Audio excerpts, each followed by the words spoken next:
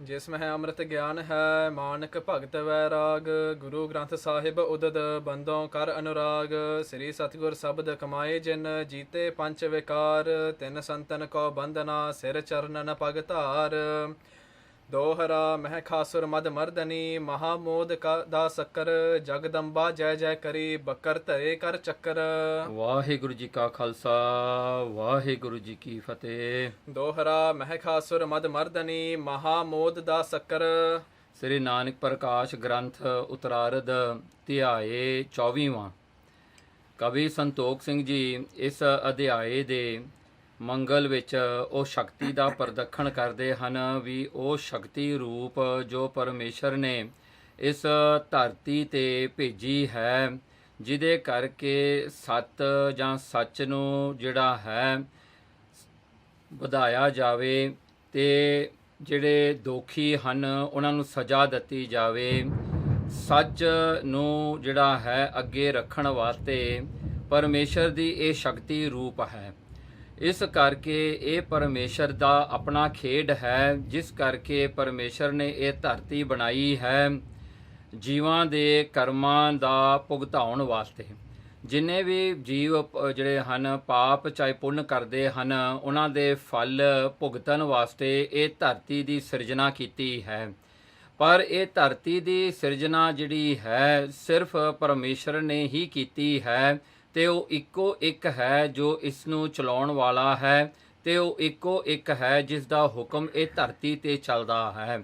ਇਸ ਕਰਕੇ ਕਵੀ ਸੰਤੋਖ ਸਿੰਘ ਜੀ ਇਸ ਮੰਗਲ ਵਿੱਚ ਕਹਿੰਦੇ ਹਨ, ਮਹਿ ਖਾਸੁਰ ਮਦ ਮਰਦਨੀ। ਦੇਖੋ ਮਹਿ ਖਾਸੁਰ ਜੋ ਇੱਕ ਦੈਂਤ ਹੈ ਉਸ ਦਾ ਮਦ ਹੰਕਾਰ ਨੂੰ ਮੱਲਣ ਵਾਲੀ। ਮਹਾਮੋਦ ਦਾ ਸ਼ੱਕਰ।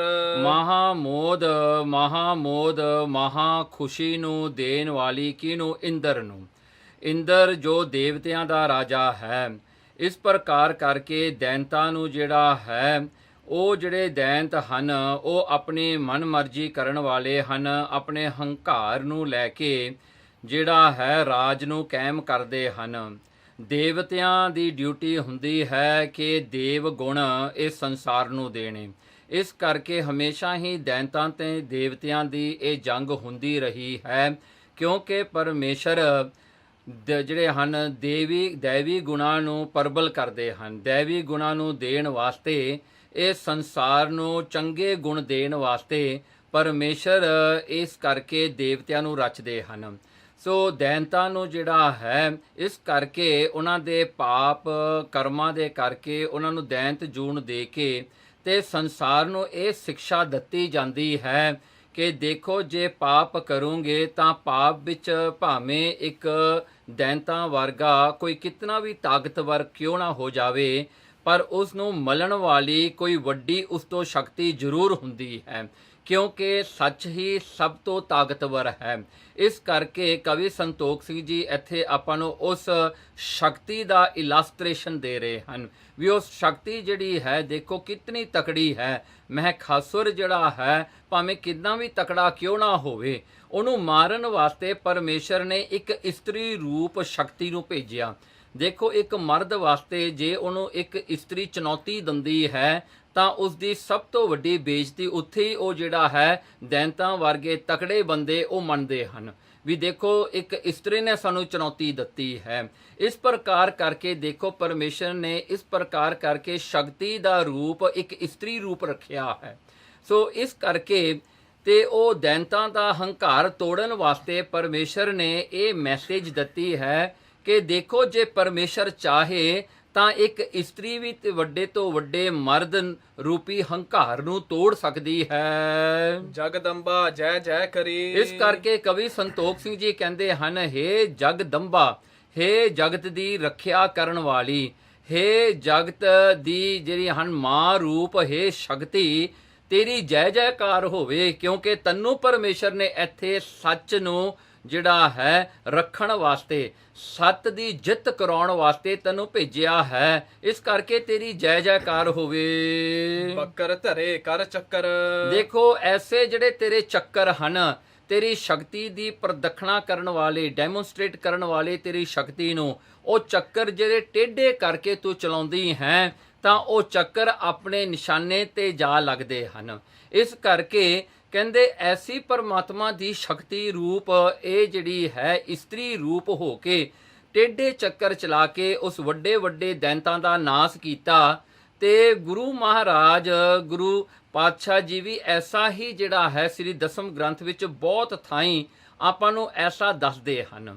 ਸੋ ਚੰਡੀ ਚਰਿੱਤਰ ਦੀ ਬਾਣੀ ਭਾਵੇਂ ਹੋਵੇ ਤੇ ਉਸ ਦੇ ਵਿੱਚ ਤੇ ਹੋਰ ਵੀ ਕਈ ਬਾਣੀਆਂ ਹਨ ਤੇ ਉਹਨਾਂ ਦੇ ਵਿੱਚ ਮਹਾਰਾਜ ਨੇ ਇਹੀ ਆਪਾਂ ਨੂੰ ਸਮਝਾਇਆ ਹੈ, ਦੇਖੋ ਪਰਮਾਤਮਾ ਦੀ ਤਾਕਤ ਕੈਸੀ ਹੈ, ਪਰਮਾਤਮਾ ਦੀ ਸ਼ਕਤੀ ਕੈਸੀ ਹੈ। ਸੋ ਇਸ ਕਰਕੇ ਇੱਥੋਂ ਹੁਣ ਸ਼ੁਰੂ ਕਰਕੇ ਕਵੀ ਸੰਤੋਖ ਸਿੰਘ ਜੀ ਨੇ ਜਿਵੇਂ ਪਿਛਲੇ 23ਵੇਂ ਅਧਿਆਏ ਦੇ ਵਿੱਚ ਆਪਾਂ ਨੂੰ ਉਹ ਜਿਹੜੀਆਂ ਸਾਖੀਆਂ ਦੱਸਣੀਆਂ ਕੀਤੀਆਂ ਹਨ, ਜਿਸ ਤਰ੍ਹਾਂ ਗੁਰੂ ਨਾਨਕ ਸਾਹਿਬ ਸੱਚੇ ਪਾਤਸ਼ਾਹ ਜੀ ਭਾਈ ਮਰਦਾਨੇ ਨੂੰ ਦੱਸਦੇ ਹਨ। ਤੇ ਉਹ ਸ਼ਬਦ ਹੁਣ ਜਿਹੜੀ ਵਿਆਖਿਆ ਅੱਜ ਆਪਾਂ ਕਰਨੀ ਹੈ ਇਸ 24ਵੇਂ ਅਧਿਆਏ ਵਿੱਚ ਉਹ ਹੈ, ਰੋਵ ਹੈ ਪਾਂਡਵ ਭਏ ਮਜੂਰ ਜਿਨ ਕੈ ਸੁਆਮੀ ਰਹਿਤ ਹਦੂਰ। ਇਹ ਪੰਕਤੀ ਦੇ ਅਰਥ ਕਰਦਿਆਂ ਹੋਇਆਂ ਜਿਹੜੀ ਸਾਖੀ ਹੈ ਉਸ ਦੀ ਵਿਚਾਰ ਅੱਜ ਆਪਾਂ ਇਸ ਅਧਿਆਇ ਵਿੱਚ ਕਰਨੀ ਹੈ। ਸ੍ਰੀ ਬਾਲਾ ਸੁੰਦਰ ਵਾਚ ਚੌਪਈ ਅਬ ਸੁਨ ਪਾਂਡਵ ਕੇਰ ਕਹਾਣੀ। ਹੁਣ ਗੁਰੂ ਨਾਨਕ ਸਾਹਿਬ ਸੱਚੇ ਪਾਤਸ਼ਾਹ ਜੀ ਭਾਈ ਮਰਦਾਨੇ ਨੂੰ ਕਹਿੰਦੇ ਹਨ ਕਿ ਤੂੰ ਹੁਣ ਸੁਣ, ਇਹ ਪਾਂਡਵਾਂ ਦੀ ਜਿਹੜੀ ਕਹਾਣੀ ਤੈਨੂੰ ਦੱਸਣੀ ਹੈ। ਜਿਨ ਢਿਗ ਰਹਿਤ ਕ੍ਰਿਸ਼ਨ ਗੁਣ ਖਾਨੀ। ਜਿਨ੍ਹਾਂ ਦੇ ਹਦੂਰ, ਜਿਨ੍ਹਾਂ ਦੇ ਸਾਹਮਣੇ ਕ੍ਰਿਸ਼ਨ ਭਗਵਾਨ ਜਿਹੜੇ ਕਿ ਦੁਆਪਰ ਯੁੱਗ ਦੇ ਅਵਤਾਰ ਹਨ, 16 ਕਰਾਂ ਸੰਪੂਰਨ, ਜਿਨ੍ਹਾਂ ਦੇ ਕੋਲ ਰਹਿੰਦੇ ਸਨ, ਜਿਨ੍ਹਾਂ ਦੇ ਸਾਹਮਣੇ ਰਿਹਾ ਕਰਦੇ ਸਨ। ਸਰਬ ਦਿਸ਼ਾ ਜੀਤੀ ਇੱਕ ਬਾਰੀ। ਸਰਬ ਦਿਸ਼ਾ, ਉਹ ਜਿਨ੍ਹਾਂ ਨੇ ਸਾਰੀਆਂ ਦਿਸ਼ਾ ਜਿਹੜੀਆਂ ਹਨ, ਸਾਰੀ ਡਾਇਰੈਕਸ਼ਨ, ਕਿਉਂਕਿ 10 ਡਾਇਰੈਕਸ਼ਨ ਹੁੰਦੇ ਹਨ, ਇਹ ਸਾਰੀ ਹੀ 10 ਦੇ 10 ਜਿਨ੍ਹਾਂ ਨੇ ਜਿੱਤ ਲਏ ਸਨ। ਰਾਜਸੂਅ ਮਖ ਕੀਨੋ ਭਾਰੀ। ਦੇਖੋ ਇਹੀ ਉਹ ਪਾਂਡਵ ਹਨ ਜਿਨ੍ਹਾਂ ਨੇ ਰਾਜਸੂਅ ਇੱਕ ਯੱਗ ਹੈ, ਜਿਨ੍ਹਾਂ ਨੇ ਬਹੁਤ ਭਾਰਾ ਕੀਤਾ। ਅਮਿਤ ਪਦਾਰਥ ਘਰ ਮਹਿ ਆਏ। ਅਮਿਤ ਮਿਨਨ ਤੋਂ ਪਰੇ ਪਦਾਰਥ ਇਹਨਾਂ ਦੇ ਘਰ ਦੇ ਵਿੱਚ ਪ੍ਰਾਪਤ ਸਨ, ਇਹਨਾਂ ਨੂੰ ਸਾਰੇ ਪਦਾਰਥ ਮਿਲਦੇ ਸਨ। ਸਭ ਦਿਸ ਕੇ ਨ੍ਰਿਪ ਪਾਏ ਲਗਾਏ। ਸਾਰੇ ਹੀ ਰਾਜਿਆਂ ਦੇ ਰਾਜੇ, ਜੋ ਵੱਡੇ ਛੋਟੇ ਰਾਜੇ, ਇਹਨਾਂ ਦੇ ਚਰਨੀ ਆ ਲੱਗੇ ਸਨ, ਪਾਂਡਵਾਂ ਦੇ ਪੈਰੀ ਪੈਂਦੇ ਸਨ ਆ ਕੇ ਸਾਰੇ ਰਾਜ। ਮਤਲਬ ਕਿ ਇਹਨਾਂ ਨੂੰ ਆਪਣਾ ਵੱਡਾ ਰਾਜਾ ਜਾਂ ਇਹਨਾਂ ਦਾ ਜਿਹੜਾ ਪਾਵਰ ਹੈ ਉਹਨਾਂ ਨੇ ਐਕਨੋਲੇਜ ਕੀਤਾ, ਇਹਨਾਂ ਦਾ ਵੱਡਾਪਨ ਉਹਨਾਂ ਨੇ ਐਕਨੋਲੇਜ ਕਰਕੇ ਇਹਨਾਂ ਨੂੰ ਆਪਣਾ ਵੱਡਾ ਮੰਨਿਆ ਤੇ ਬਾਕੀ ਸਾਰੇ ਰਾਜੇ ਇਹਨਾਂ ਦੇ ਚਰਨੀ ਆ ਲੱਗੇ ਸਨ। ਦੁਰਯੋਧਨ ਕੇ ਢਿਗ ਇੱਕ ਕਾਲਾ। ਦੁਰਯੋਧਨ ਦੀ ਇੱਕ ਵਾਰ ਦੀ ਗੱਲ ਹੈ, ਕਿਉਂਕਿ ਇਹ ਇੱਕੋ ਇੱਕ ਪਰਿਵਾਰ ਹੈ। ਇੱਕ ਪਰਿਵਾਰ ਦੇ ਵਿੱਚ ਜਿਹੜੇ ਹਨ 2 ਭਰਾਵਾਂ ਤੋਂ ਅੱਗੇ 2 ਪਰਿਵਾਰ ਜਿਹੜੇ ਵਧੇ ਸਨ, ਇੱਕ ਕੌਰਵ ਸਨ, ਇੱਕ ਜਿਹੜੇ ਹਨ ਪਾਂਡਵ ਸਨ। ਸੋ ਇਹ ਜਿਹੜੇ ਕੌਰਵ ਸਨ ਜਿਨ੍ਹਾਂ ਦਾ ਪਿਤਾ ਧਿਤਰਾਸ਼ਟਰ ਸੀਗਾ, ਇਹ ਪਾਂਡਵ ਜਿਹੜੇ ਸਨ ਇਹਨਾਂ ਦਾ ਜਿਹੜਾ ਹਨ ਪਿਤਾ ਪਾਂਡਵ ਜਿਹੜਾ ਹੈ ਪਾਂਡੂ ਸੀਗਾ। ਸੋ ਇਹ 2 ਭਰਾ ਸਨ। ਸੋ ਜਿਹੜਾ ਧਿਤਰਾਸ਼ਟਰ ਜਿਹੜਾ ਹੈ ਇਹ ਜਿਹੜਾ ਹਨ ਜਨਮ ਤੋਂ ਅੰਨਾ ਸੀ ਤੇ ਪਾਂਡੂ ਜਿਹੜਾ ਸੀ ਇਸ ਨੂੰ ਰਾਜ ਦਿੱਤਾ ਗਿਆ, ਭਾਵੇਂ ਛੋਟਾ ਸੀ ਉਮਰ ਤੋਂ, ਪਰ ਪਾਂਡੂ ਦੀ ਉਮਰ ਛੋਟੀ ਹੋਣ ਕਰਕੇ ਉਹਨੇ ਪਹਿਲਾਂ ਹੀ ਜਿਹੜਾ ਹੈ ਉਹਨੇ ਸੰਸਾਰ ਨੂੰ ਛੱਡ ਦਿੱਤਾ, ਮਰ ਗਿਆ। ਤੋ ਉਹ ਰਾਜ ਜਿਹੜਾ ਸੀ ਧਿਤਰਾਸ਼ਟਰ ਦੇ ਹੱਥ ਆਇਆ। ਧਿਤਰਾਸ਼ਟਰ ਦੇ ਹੱਥ ਆਉਂਦਿਆਂ ਕੌਰਵ ਜਿਹੜੇ ਸਨ ਉਹਨਾਂ ਦਾ ਜਿਹੜਾ ਹੈ ਬਲ ਜ਼ਿਆਦੇ ਚੜ ਗਿਆ। ਸੋ ਪਾਂਡਵਾਂ ਦੇ ਨਾਲ ਸ਼ਰੀਕ ਹੋਣ ਕਰਕੇ ਉਹਨਾਂ ਦਾ ਜਿਹੜਾ ਝਗੜਾ ਵੱਧ ਗਿਆ। ਸੋ ਇੱਕ ਵਾਰ ਦੀ ਗੱਲ ਹੈ, ਇਹ ਕੌਰਵਾਂ ਦੇ ਵਿੱਚੋਂ ਧਿਤਰਾਸ਼ਟਰ ਰਾਜੇ ਦਾ ਸਭ ਤੋਂ ਵੱਡਾ ਪੁੱਤਰ ਦਾ ਨਾਂ ਸੀ ਦੁਰਯੋਧਨ। ਸੋ ਦੁਰਯੋਧਨ ਨੇ ਇੱਕ ਵਾਰ ਐਸਾ ਕੀਤਾ, ਗਏ ਤਹਾਂ ਜਹ ਸਭਾ ਵਿਸਾਲਾ। ਵੱਡੀ ਸਭਾ ਲਾਈ ਬੈਠੇ ਸਨ, ਬਹੁਤ ਵੱਡਾ ਇਹਨਾਂ ਦਾ ਰਾਜ ਦੀਵਾਨ ਲੱਗਿਆ ਹੋਇਆ ਸੀ। ਬੈਠ ਜੂਪ ਤਿਨ ਸੰਗ ਮਚਾਵਾ। ਉਸ ਰਾਜ ਦੀਵਾਨ ਦੇ ਵਿੱਚ ਉਹਨਾਂ ਨੇ ਜੁਆ ਖੇਡਣ ਦਾ ਸੋਚਿਆ ਕਿ ਦੁਰਯੋਧਨ ਨੇ ਪਹਿਲਾਂ ਹੀ ਮਿੱਥਿਆ ਹੋਇਆ ਸੀ ਕਿ ਮੈਂ ਪਾਂਡਵਾਂ ਨੂੰ ਹਰਾਉਣਾ ਹੈ, ਜੋ ਇਹਨਾਂ ਦਾ ਹੱਕ ਬਣਦਾ ਹੈ ਉਹ ਮੈਂ ਇਹਨਾਂ ਤੋਂ ਲੈ ਲੈਣਾ ਹੈ। ਇਸ ਪ੍ਰਕਾਰ ਕਰਕੇ ਉਹਨਾਂ ਨੇ ਇੱਕ ਖੇਡ ਰਚੀ, ਜਿਹੜੀ ਖੇਡ ਦੇ ਵਿੱਚ ਉਹਨਾਂ ਨੇ ਦਾਅ ਲਾਉਣੇ ਸ਼ੁਰੂ ਕੀਤੇ, ਜਿਹਨੂੰ ਆਪਾਂ ਗੈਂਬਲਿੰਗ ਕਹਿ ਦਈਏ। ਸੋ ਗੈਂਬਲਿੰਗ ਕੋਈ ਵੀ ਤਰੀਕੇ ਨਾਲ ਹੋ ਸਕਦੀ ਹੈ। ਇਹਨਾਂ ਨੇ ਕੀ ਕੀਤਾ, ਇੱਕ ਜੁਆ ਖੇਡਣ ਦਾ ਤਰਤੀਬ ਬਣਾਈ ਕਿ ਇਹ ਜੁਆ ਖੇਡਿਆ ਜਾਵੇ। ਪ੍ਰਥਮ ਗਲਾਹ ਦਰਬ ਕੋ ਲਾਵਾ। ਸੋ ਦੇਖੋ ਪ੍ਰਥਮ ਜਿਹੜਾ ਹੈ ਜਿਹੜਾ ਹੈ ਦਾਊ ਲਾਉਣਾ ਹੁੰਦਾ ਹੈ। ਜਿਵੇਂ ਇਹ ਖੇਡ ਜਿਹੜਾ ਸੀਗਾ ਸਰਪੰਚ ਦਾ ਵੀ ਕਹਿ ਦਿੰਦੇ ਹਾਂ, ਉਹਦੇ ਵਿੱਚ ਦਾਊ ਸੱਟਿਆ ਜਾਂਦਾ ਹੈ। ਜਿਹਨੂੰ ਜਿਹੜਾ ਹੈ ਡਾਡੂ ਵੀ ਕਹਿੰਦੇ ਹਾਂ, ਜਾਂ ਹੋਰ ਜਿਹੜੀਆਂ ਬੋਲੀਆਂ ਦੇ ਵਿੱਚ ਬਹੁਤ ਕੁਝ ਜਿਹੜਾ ਹਨ ਜਿਨ੍ਹਾਂ ਦੇ ਵਿੱਚ ਨੰਬਰ ਹੁੰਦੇ ਹਨ। ਉਹ ਐਸਾ ਬਣਿਆ ਹੁੰਦਾ, ਹਰ ਪਾਸੇ ਉਹਦੇ ਨੰਬਰ ਲੱਗੇ ਹੁੰਦੇ ਨੇ। ਸੋ 1 ਤੋਂ ਲੈ ਕੇ 6 ਤੱਕ ਵੀ ਹੁੰਦੇ ਨੇ, ਤਾਂ ਵੱਧ ਘੱਟ ਵੀ ਹੁੰਦੇ ਨੇ। ਸੋ ਇਹ ਦਾਊ ਜਿਹੜਾ ਹੈ ਉਹਨਾਂ ਨੇ ਜਿਹੜਾ ਹੈ ਲਾਉਣਾ ਕੀਤਾ।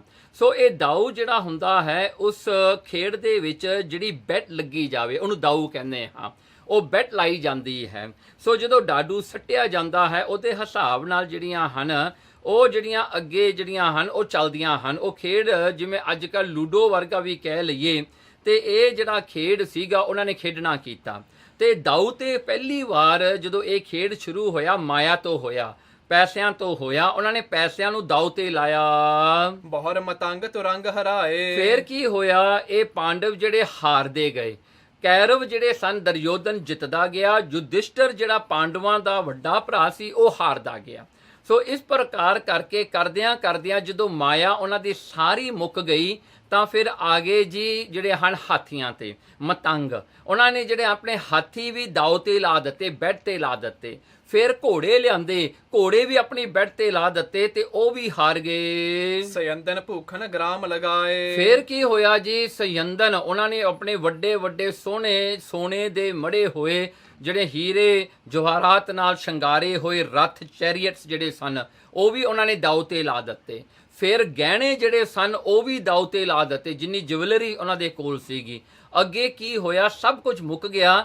ਫਿਰ ਉਹਨਾਂ ਦੇ ਹਿੱਸੇ ਵਿੱਚ ਜਿਹੜੇ ਵਿਲੇਜਸ ਆਉਂਦੇ ਸਨ, ਜਿਹੜੀ ਲੈਂਡ ਉਹਨਾਂ ਦੀ ਪ੍ਰਾਪਰਟੀ ਸੀਗੀ ਉਹ ਵੀ ਉਹਨਾਂ ਨੇ ਬੈਠ ਤੇ ਲਾ ਦਿੱਤੀ, ਦਾਉ ਤੇ ਲਾ ਦਿੱਤੀ। ਨਗਰ ਦੇਸ ਸਗਰੋ ਜਿਤਵਾਵਾ। ਫਿਰ ਕੀ ਹੋਇਆ ਜੀ, ਸ਼ਹਿਰ ਜਿਹੜਾ ਹਨ ਸ਼ਹਿਰ ਵੀ ਉਹਨਾਂ ਨੇ ਦਾਉ ਤੇ ਲਾ ਦਿੱਤੇ ਤੇ ਸਾਰਿਆਂ ਵਿੱਚ ਉਹ ਹਾਰ ਗਏ। ਪਾਂਡਵ ਜਿਹੜੇ ਹਨ ਹਾਰਦੇ ਗਏ। ਉਹਨਾਂ ਨੇ ਆਪਣੀ ਮਾਇਆ ਤੋਂ ਲੈ ਕੇ ਨਗਰ ਵੀ ਆਪਣਾ ਗਵਾ ਲਿਆ। ਵਿਪਨ ਜਾਵਨੋ ਪੁਨ ਠਹਿਰਾਵਾ। ਫਿਰ ਕੀ ਹੋਇਆ ਜੀ, ਉਹਨਾਂ ਨੇ ਜਦੋਂ ਸਭ ਕੁਝ ਹਾਰ ਗਏ ਉਸ ਵੇਲੇ ਇਹ ਜਿਹੜਾ ਹਨ ਤੈਅ ਹੋਇਆ ਕਿ ਇਹਨਾਂ ਨੂੰ ਹੁਣ ਬਨਵਾਸ ਦਿੱਤਾ ਜਾਵੇ, ਇਹਨਾਂ ਨੂੰ ਇੱਥੋਂ ਕੱਢਿਆ ਜਾਵੇ, ਕਿਉਂਕਿ ਇਹ ਕੰਗਾਲ ਹੋ ਗਏ, ਹੁਣ ਇਹਨਾਂ ਕੋਲ ਕੁਝ ਵੀ ਨਹੀਂ ਰਿਹਾ। ਦੁਰਯੋਧਨ ਨੇ ਜਿਹੜਾ ਹੈ ਜੂਏ ਵਿੱਚ ਸਭ ਕੁਝ ਜਿੱਤ ਲਿਆ ਤੇ ਪਾਂਡਵਾਂ ਨੇ ਸਭ ਕੁਝ ਹਾਰ ਲਿਆ। ਹਾਰਨ ਕਰਕੇ ਇਹਨਾਂ ਦਾ ਇਹ ਤੈਅ ਹੋਇਆ ਵੀ ਤੁਸੀਂ ਹੁਣ ਇਸ ਸ਼ਹਿਰ ਵਿੱਚ ਰਹਿ ਨਹੀਂ ਸਕਦੇ, ਕਿਉਂਕਿ ਬਾਕੀ ਦੇ ਨੇੜੇ ਤੇੜੇ ਸ਼ਹਿਰ ਸਾਰੇ ਦੁਰਯੋਧਨ ਦੇ ਕਬਜ਼ੇ ਵਿੱਚ ਆ ਗਏ, ਕਿਉਂਕਿ ਇਹਨਾਂ ਨੇ ਸਾਰੇ ਹੀ ਰਾਜ ਜਿੱਤੇ ਹੋਏ ਸਨ। ਸੋ ਕਿਤੇ ਵੀ ਜਾਣ ਵਾਸਤੇ ਥਾਂ ਨਹੀਂ ਬਚਿਆ। ਇਸ ਕਰਕੇ ਇਹਨਾਂ ਨੂੰ ਇਹ ਜਿਹੜਾ ਹੈ ਫੈਸਲਾ ਸੁਣਾਇਆ ਗਿਆ ਕਿ ਤੁਸੀਂ ਬਨਵਾਸ ਜਾਣਾ ਹੈ ਤੇ ਇਹ ਤੈਅ ਹੋ ਗਿਆ। ਦ੍ਰੁਪਦ ਸੁਤਾ ਜਬ ਹੀ ਦੇ ਹਾਰੀ। ਫਿਰ ਦੇਖੋ ਗੱਲ ਇੱਥੇ ਤੱਕ ਨਹੀਂ ਮੁੱਕੀ। ਪਾਂਡਵਾਂ ਨੇ ਸੋਚਿਆ ਕਿ ਅਸੀਂ ਵਾਪਸ ਜਿੱਤ ਲਈਏ। ਸੋ ਕਿਉਂਕਿ ਜਦੋਂ ਗੈਂਬਲਿੰਗ ਹੁੰਦੀ ਆ ਨਾ, ਜੋ ਜੂਆ ਕੋਈ ਖੇਡਦਾ ਹੁੰਦਾ ਹੈ ਨਾ, ਉਹਦੀ ਆਸ ਬਣੀ ਰਹਿੰਦੀ ਹੈ ਕਿ ਮੈਂ ਹੁਣ ਵੀ ਜਿੱਤ ਲਿਆ, ਕਿਉਂਕਿ ਪਹਿਲਾਂ ਜਦੋਂ ਸ਼ੁਰੂ ਕੀਤਾ ਤਾਂ ਉਦੋਂ ਤਾਂ ਕੁਝ ਨਹੀਂ ਹਾਰਿਆ ਹੁੰਦਾ, ਉਦੋਂ ਤਾਂ ਬੰਦਾ ਕੌਨਫੀਡੈਂਟਲੀ ਖੇਡਦਾ ਹੈ। ਜਦੋਂ ਹਾਰਦਾ ਜਾਂਦਾ ਹੈ ਤਾਂ ਉਹ ਸੋਚਦਾ ਹੈ ਕਿ ਵੀ ਮੈਂ ਕਿਵੇਂ ਨਾ ਕਿਵੇਂ ਹਾਰੀ ਹੋਈ ਚੀਜ਼ ਮੁੜ ਕੇ ਜਿੱਤ ਲਵਾਂ। ਇਸ ਲਾਲਚ ਜਾਂ ਇਸ ਆਸ ਦੇ ਪਿੱਛੇ ਲੱਗ ਕੇ ਉਹ ਹੋਰ ਬਹੁਤ ਕੁਝ ਗਵਾ ਲੈਂਦਾ ਹੈ। ਕੀ ਹੋਇਆ, ਉਸ ਵੇਲੇ ਉਹਨਾਂ ਨੇ ਅਖੀਰਲੀ ਚੀਜ਼ ਉਹਨਾਂ ਕੋਲ ਬਾਕੀ ਰਹਿ ਗਈ ਸੀ, ਕਿਉਂਕਿ ਦੁਰਯੋਧਨ ਨੂੰ ਜਿਹੜਾ ਹੈ ਵੈਰ ਸੀਗਾ ਜਿਹੜਾ ਹੈ ਇਹ ਦ੍ਰੋਪਦੀ ਦੇ ਨਾਲ। ਕਿਉਂਕਿ ਇੱਕ ਵਾਰ ਦ੍ਰੋਪਦੀ ਨੇ ਇਹ ਗੱਲ ਜਿਹੜੀ ਹੈ, ਜਦੋਂ ਦੁਰਯੋਧਨ ਪਾਂਡਵਾਂ ਦੇ ਘਰ ਵਿੱਚ ਆਇਆ ਤਾਂ ਉਹ ਜਿਹੜਾ ਹੈ ਘਰ ਦਾ ਜਿਹੜਾ ਹੈ ਡਿਜ਼ਾਈਨ ਕੁਝ ਐਸਾ ਬਣਾਇਆ ਜਿੱਥੇ ਹਰ ਇੱਕ ਚੀਜ਼ ਸ਼ੀਸ਼ੇ ਦੀ ਤਰ੍ਹਾਂ ਦਿਸਦੀ ਸੀ ਤੇ ਹਰ ਇੱਕ ਚੀਜ਼ ਇਲਸਟ੍ਰੇਟਿਵ ਸੀਗੀ। ਜਿਹੜੀ ਹੈ ਉਹ ਦਿਸਦੀ ਨਹੀਂ, ਜਿਹੜੀ ਸੀ ਉਹ ਹੋਰ ਤਰ੍ਹਾਂ ਦਿਸਦੀ ਹੈ। ਸੋ ਇਸ ਤਰ੍ਹਾਂ ਦਾ ਉਹਨਾਂ ਨੇ ਮਹਿਲ ਪਾਇਆ ਹੋਇਆ ਸੀ ਤੇ ਦੁਰਯੋਧਨ ਜਿਹੜਾ ਸੀ ਉਹਦੇ ਵਿੱਚ ਉਹਨੇ ਸੋਚਿਆ ਕਿ ਉਹ ਧਰਤੀ ਅਸਲ ਵਿੱਚ ਪਾਣੀ ਸੀ, ਉਹਦੇ ਵਿੱਚ ਡਿੱਗ ਪਿਆ। ਦ੍ਰੋਪਦੀ ਨੇ ਉਹਨੂੰ ਡਿੱਗਦਿਆਂ ਹੋਇਆਂ ਹੱਸਦਿਆਂ ਹੋਇਆਂ ਦ੍ਰੋਪਦੀ ਨੇ ਮਖੌਲ ਕੀਤਾ ਤੇ ਇਹ ਤਾਨਾ ਮਾਰਿਆ, ਕਹਿੰਦੀ ਅੰਨੇ ਦਾ ਪੁੱਤਰ ਅੰਨਾ ਹੀ ਰਿਹਾ। ਸੋ ਇਹ ਗੱਲ ਸੁਣ ਕੇ ਦੁਰਯੋਧਨ ਨੇ ਉਸ ਦਿਨ ਤੋਂ ਵੈਰ ਰੱਖਿਆ ਕਿ ਇਹ ਦ੍ਰੋਪਦੀ ਨੂੰ ਨਹੀਂ ਮੈਂ ਛੱਡਣਾ, ਜੋ ਪਾਂਡਵਾਂ ਦੀ ਇੱਕੋ ਇੱਕ ਘਰ ਵਾਲੀ ਹੈ। ਸੋ ਇਹਨੂੰ ਪੰਚਾਇਨ ਕਹਿੰਦੇ ਹਨ ਵੀ ਇਹ 5 ਪਤੀਆਂ ਦੀ ਇੱਕ ਘਰ ਵਾਲੀ ਹੈ। ਸੋ ਇਹਨੂੰ ਜਿਹੜਾ ਹੈ ਉਸਨੇ ਵੈਰ ਕੱਢਣ ਵਾਸਤੇ ਜਾਣ ਬੁੱਝ ਕੇ ਦੁਰਯੋਧਨ ਨੇ ਕਿਹਾ ਕਿ ਪਾਂਡਵ ਜਿਹੜੇ ਹਨ ਉਹਨਾਂ ਦੇ ਭਰਾ ਹੀ ਲੱਗਦੇ ਸਨ, ਕਿਉਂਕਿ ਚਾਚੇ ਦੇ ਪੁੱਤਰ ਸਨ। ਉਹ ਕਹਿਣ ਲੱਗਾ ਵੀ ਦ੍ਰੋਪਦੀ ਤੁਹਾਡੇ ਕੋਲ ਹੈਗੀ, ਹੁਣ ਉਹਨੂੰ ਦਾਉ ਤੇ ਲਾ ਦਿਓ। ਦੇਖੋ ਜੁਆ ਕੀ ਕੁਝ ਨਹੀਂ ਕਰਾਉਂਦਾ ਬੰਦੇ ਤੋਂ। ਉਹਨਾਂ ਨੇ 5 ਨੇ ਆਪਣੀ ਘਰ ਵਾਲੀ ਦ੍ਰੋਪਦੀ ਨੂੰ ਦਾਉ ਤੇ ਲਾਤਾ, ਬੈਠ ਤੇ ਲਾਤਾ। ਕੀ ਹੋਇਆ ਕਿ ਦ੍ਰੋਪਦੀ ਨੂੰ ਵੀ ਹਰਾ ਦਿੱਤਾ ਜੀ। ਉਹ ਦੁਰਯੋਧਨ ਜਿੱਤ ਗਿਆ ਉਹਨਾਂ ਦੀ ਘਰਵਾਲੀ ਨੂੰ ਵੀ। ਮੰਦ ਮਤੀ ਹਰਖੇ ਔਰ ਭਾਰੀ। ਇਹ ਖੋਡੀ ਮੱਤ ਵਾਲਾ ਦੁਰਯੋਧਨ ਜਿਹੜਾ ਹੈ ਉਹ ਬੜਾ ਖੁਸ਼ ਹੋਇਆ ਵੀ ਮੇਰੀ ਜਿੱਤ ਹੋ ਗਈ, ਮੈਂ ਤਾਂ ਇਹਨਾਂ ਦੀ ਜਿਹੜੀ ਘਰਵਾਲੀ ਤੋਂ ਜਿਹੜਾ ਬਦਲਾ ਲੈਣਾ ਸੀ ਉਹ ਵੀ ਮੈਂ ਹੁਣ ਰੱਜ ਕੇ ਲਵਾਂਗਾ। ਰਿਤ ਯੁਤ ਹੁਤੀ ਕੇਸ ਗਹਿ ਆਨੀ। ਉਸ ਵੇਲੇ ਜਿਹੜੀ ਦ੍ਰੋਪਦੀ ਜਿਹੜੀ ਹੈ ਬਿਲਕੁਲ ਜਿਹੜੀ ਹੈ ਉਸ ਵੇਲੇ ਜਿਹੜੇ ਹਨ ਉਹਨਾਂ ਨੂੰ ਕੇਸਾਂ ਤੋਂ ਘੜੀਸ ਕਰਕੇ ਦਰਬਾਰ ਵਿੱਚ ਲਿਆਂਦਾ ਗਿਆ।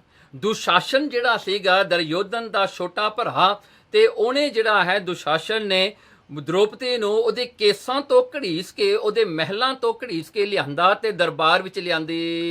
ਕਿਨਹੋ ਛੁਰਾਵਨ ਕੀ ਨਾ ਬਖਾਨੀ। ਹੁਣ ਦੇਖੋ 5 ਜਿਹੜੇ ਹਨ ਬਲੀ ਪਤੀ ਬੈਠੇ ਹਨ ਦ੍ਰੋਪਦੀ ਦੇ ਦਰਬਾਰ ਦੇ ਵਿੱਚ, ਦੀਵਾਨ ਦੇ ਵਿੱਚ, ਤੇ ਹੋਰ ਵੀ ਬੜੇ ਮੰਤਰੀ ਉਹਨਾਂ ਦੇ ਬੈਠੇ ਹਨ, ਮਿਨਿਸਟਰਸ ਬੈਠੇ ਹਨ। ਧ੍ਰਿਤਰਾਸ਼ਟਰ ਰਾਜਾ ਤਖਤ ਤੇ ਬੈਠਾ ਹੈ, ਪਰ ਅੱਜ ਜਦੋਂ ਦ੍ਰੋਪਦੀ ਨੂੰ ਕੇਸਾਂ ਤੋਂ ਬੇਇੱਜ਼ਤ ਕਰਕੇ ਖਿੱਚ ਕੇ ਲਿਆਂਦਾ, ਕਿਸੇ ਨੇ ਵੀ ਜਿਹੜਾ ਹੈ ਉਹਨੂੰ ਛਡਾਇਆ ਨਹੀਂ, ਕਿਉਂਕਿ ਕੋਈ ਵੀ ਛਡਾ ਨਹੀਂ ਸਕਦਾ ਸੀ, ਕਿਉਂਕਿ ਹਾਰ ਦਿੱਤਾ ਸੀ। ਉਹ ਦੁਰਯੋਧਨ ਦੀ ਪ੍ਰਾਪਰਟੀ ਬਣ ਚੁੱਕੀ ਸੀ ਦ੍ਰੋਪਦੀ, ਇਸ ਕਰਕੇ ਉਹਨੂੰ ਕੋਈ ਵੀ ਛਡਾ ਨਹੀਂ ਸਕਦਾ ਸੀ ਉੱਥੇ। ਨਾ ਕਿਸੇ ਨੇ ਛਡਾਇਆ, ਨਾ ਕਿਸੇ ਨੇ ਕੁਝ ਕਿਹਾ। ਠਾਂਡੀ ਕਰਕੇ ਸਭਾ ਮਝਾਰੀ। ਦ੍ਰੋਪਦੀ ਨੂੰ ਸਾਰੇ ਦਰਬਾਰ ਦੇ ਸਾਹਮਣੇ ਖੜੀ ਕਰ ਦਿੱਤਾ ਬੇਇੱਜ਼ਤ ਕਰਕੇ। ਕਹਿਣ ਲਗੇ ਦੇਹੋ ਚੀਰ ਉਤਾਰੀ। ਉਹਨਾਂ ਨੇ ਜਿਹੜਾ ਹੈ ਦੁਰਯੋਧਨ ਕਹਿਣ ਲੱਗਾ ਦ੍ਰੋਪਦੀ ਨੂੰ, ਦੇਖ ਤੂੰ ਮੈਨੂੰ ਇਹ ਤਾਨਾ ਮਾਰਿਆ ਸੀ ਨਾ, ਮੈਂ ਅੱਜ ਉਹਦਾ ਬਦਲਾ ਲੈਣਾ ਹਾਂ।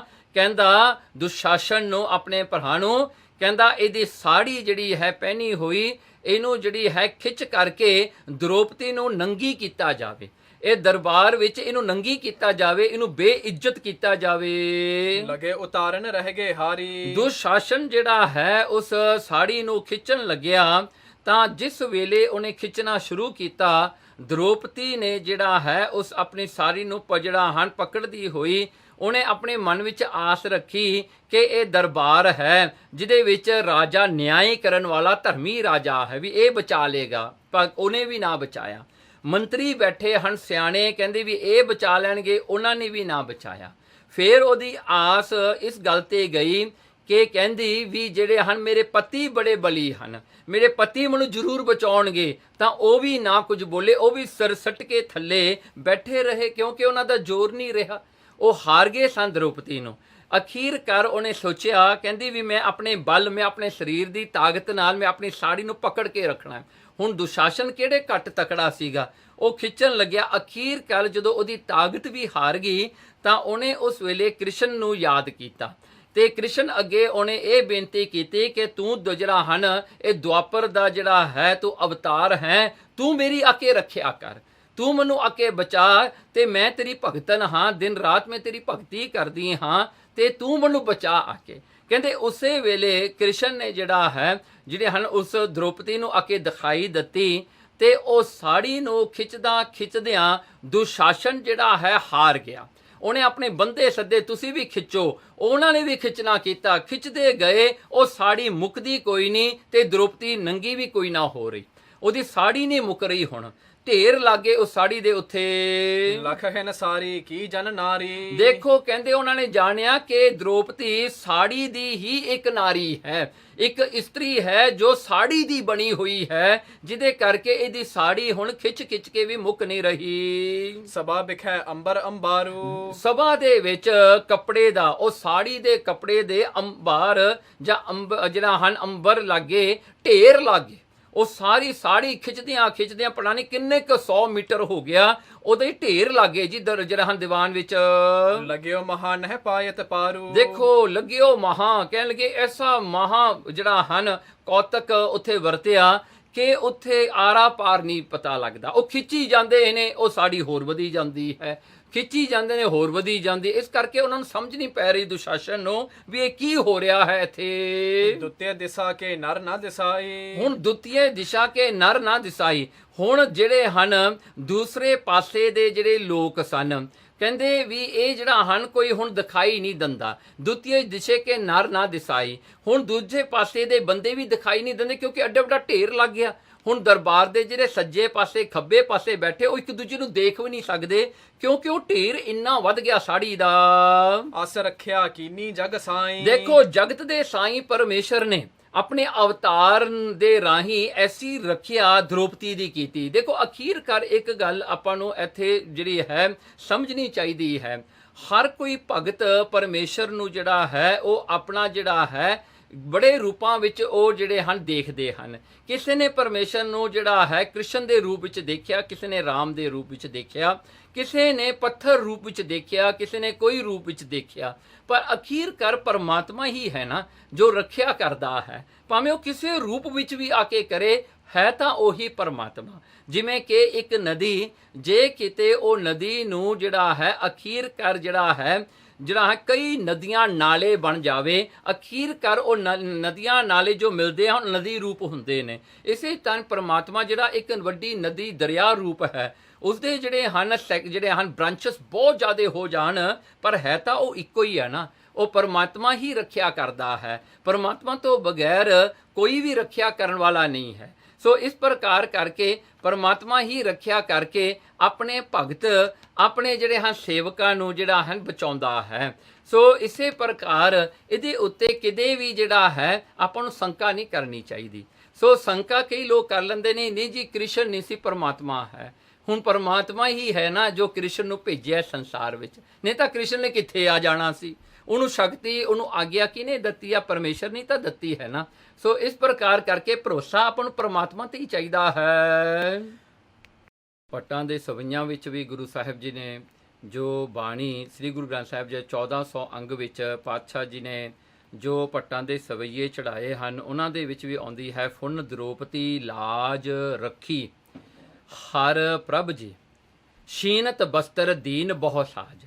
ਦੇਖੋ ਐਸਾ ਗੁਰੂ ਮਹਾਰਾਜ ਪਰਮੇਸ਼ਰ ਨੇ ਹੀ ਲਾਜ ਰੱਖੀ, ਗੁਰਬਾਣੀ ਦਾ ਵੀ ਐਸਾ ਕਹਿਣਾ ਹੈ। ਸੋ ਇਸ ਪ੍ਰਕਾਰ ਕਰਕੇ ਜਗ ਤੇ ਈਸ਼ਵਰ, ਜਗ ਦੇ ਮਾਲਕ ਨੇ ਰੱਖਿਆ ਕੀਤੀ। ਬਹੁਰੋ ਗਮਨੇ ਵਿਪਨ ਮਝਾਰਾ।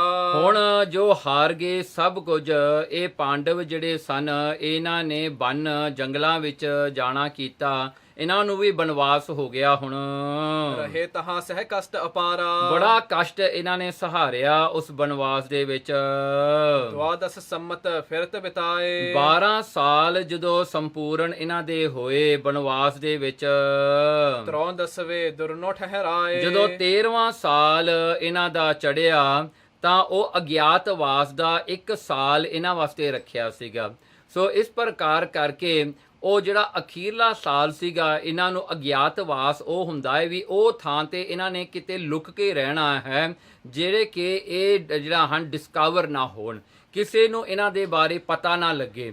ਤੇ ਉਹ ਸ਼ਰਤ ਸੀਗੀ, ਜੇ ਕਿਤੇ ਅਗਿਆਤਵਾਸ ਦੇ ਵਿੱਚ ਉਹ 1 ਸਾਲ ਦੇ ਵਿੱਚ ਜੇ ਅਗਰ ਕਿਸੇ ਨੇ ਵੀ ਪਾਂਡਵਾਂ ਤੋਂ ਇੱਕ ਨੂੰ ਵੀ ਪਹਿਚਾਣ ਲਿਆ ਤਾਂ ਉਹ ਕੀ ਹੋਵੇਗਾ, 13 ਸਾਲ ਦਾ ਬਨਵਾਸ ਫਿਰ ਸ਼ੁਰੂ ਹੋ ਜਾਣਾ ਹੈ। ਉਹ ਸਾਈਕਲ ਫੇਰ ਜਿਹੜਾ ਹੈ ਇਨੀਸ਼ੀਏਟ ਹੋ ਜਾਣਾ, ਉਸ ਜਿਹੜਾ ਹਨ ਉਹਨੇ ਫੇਰ ਸ਼ੁਰੂ ਹੋ ਜਾਣਾ।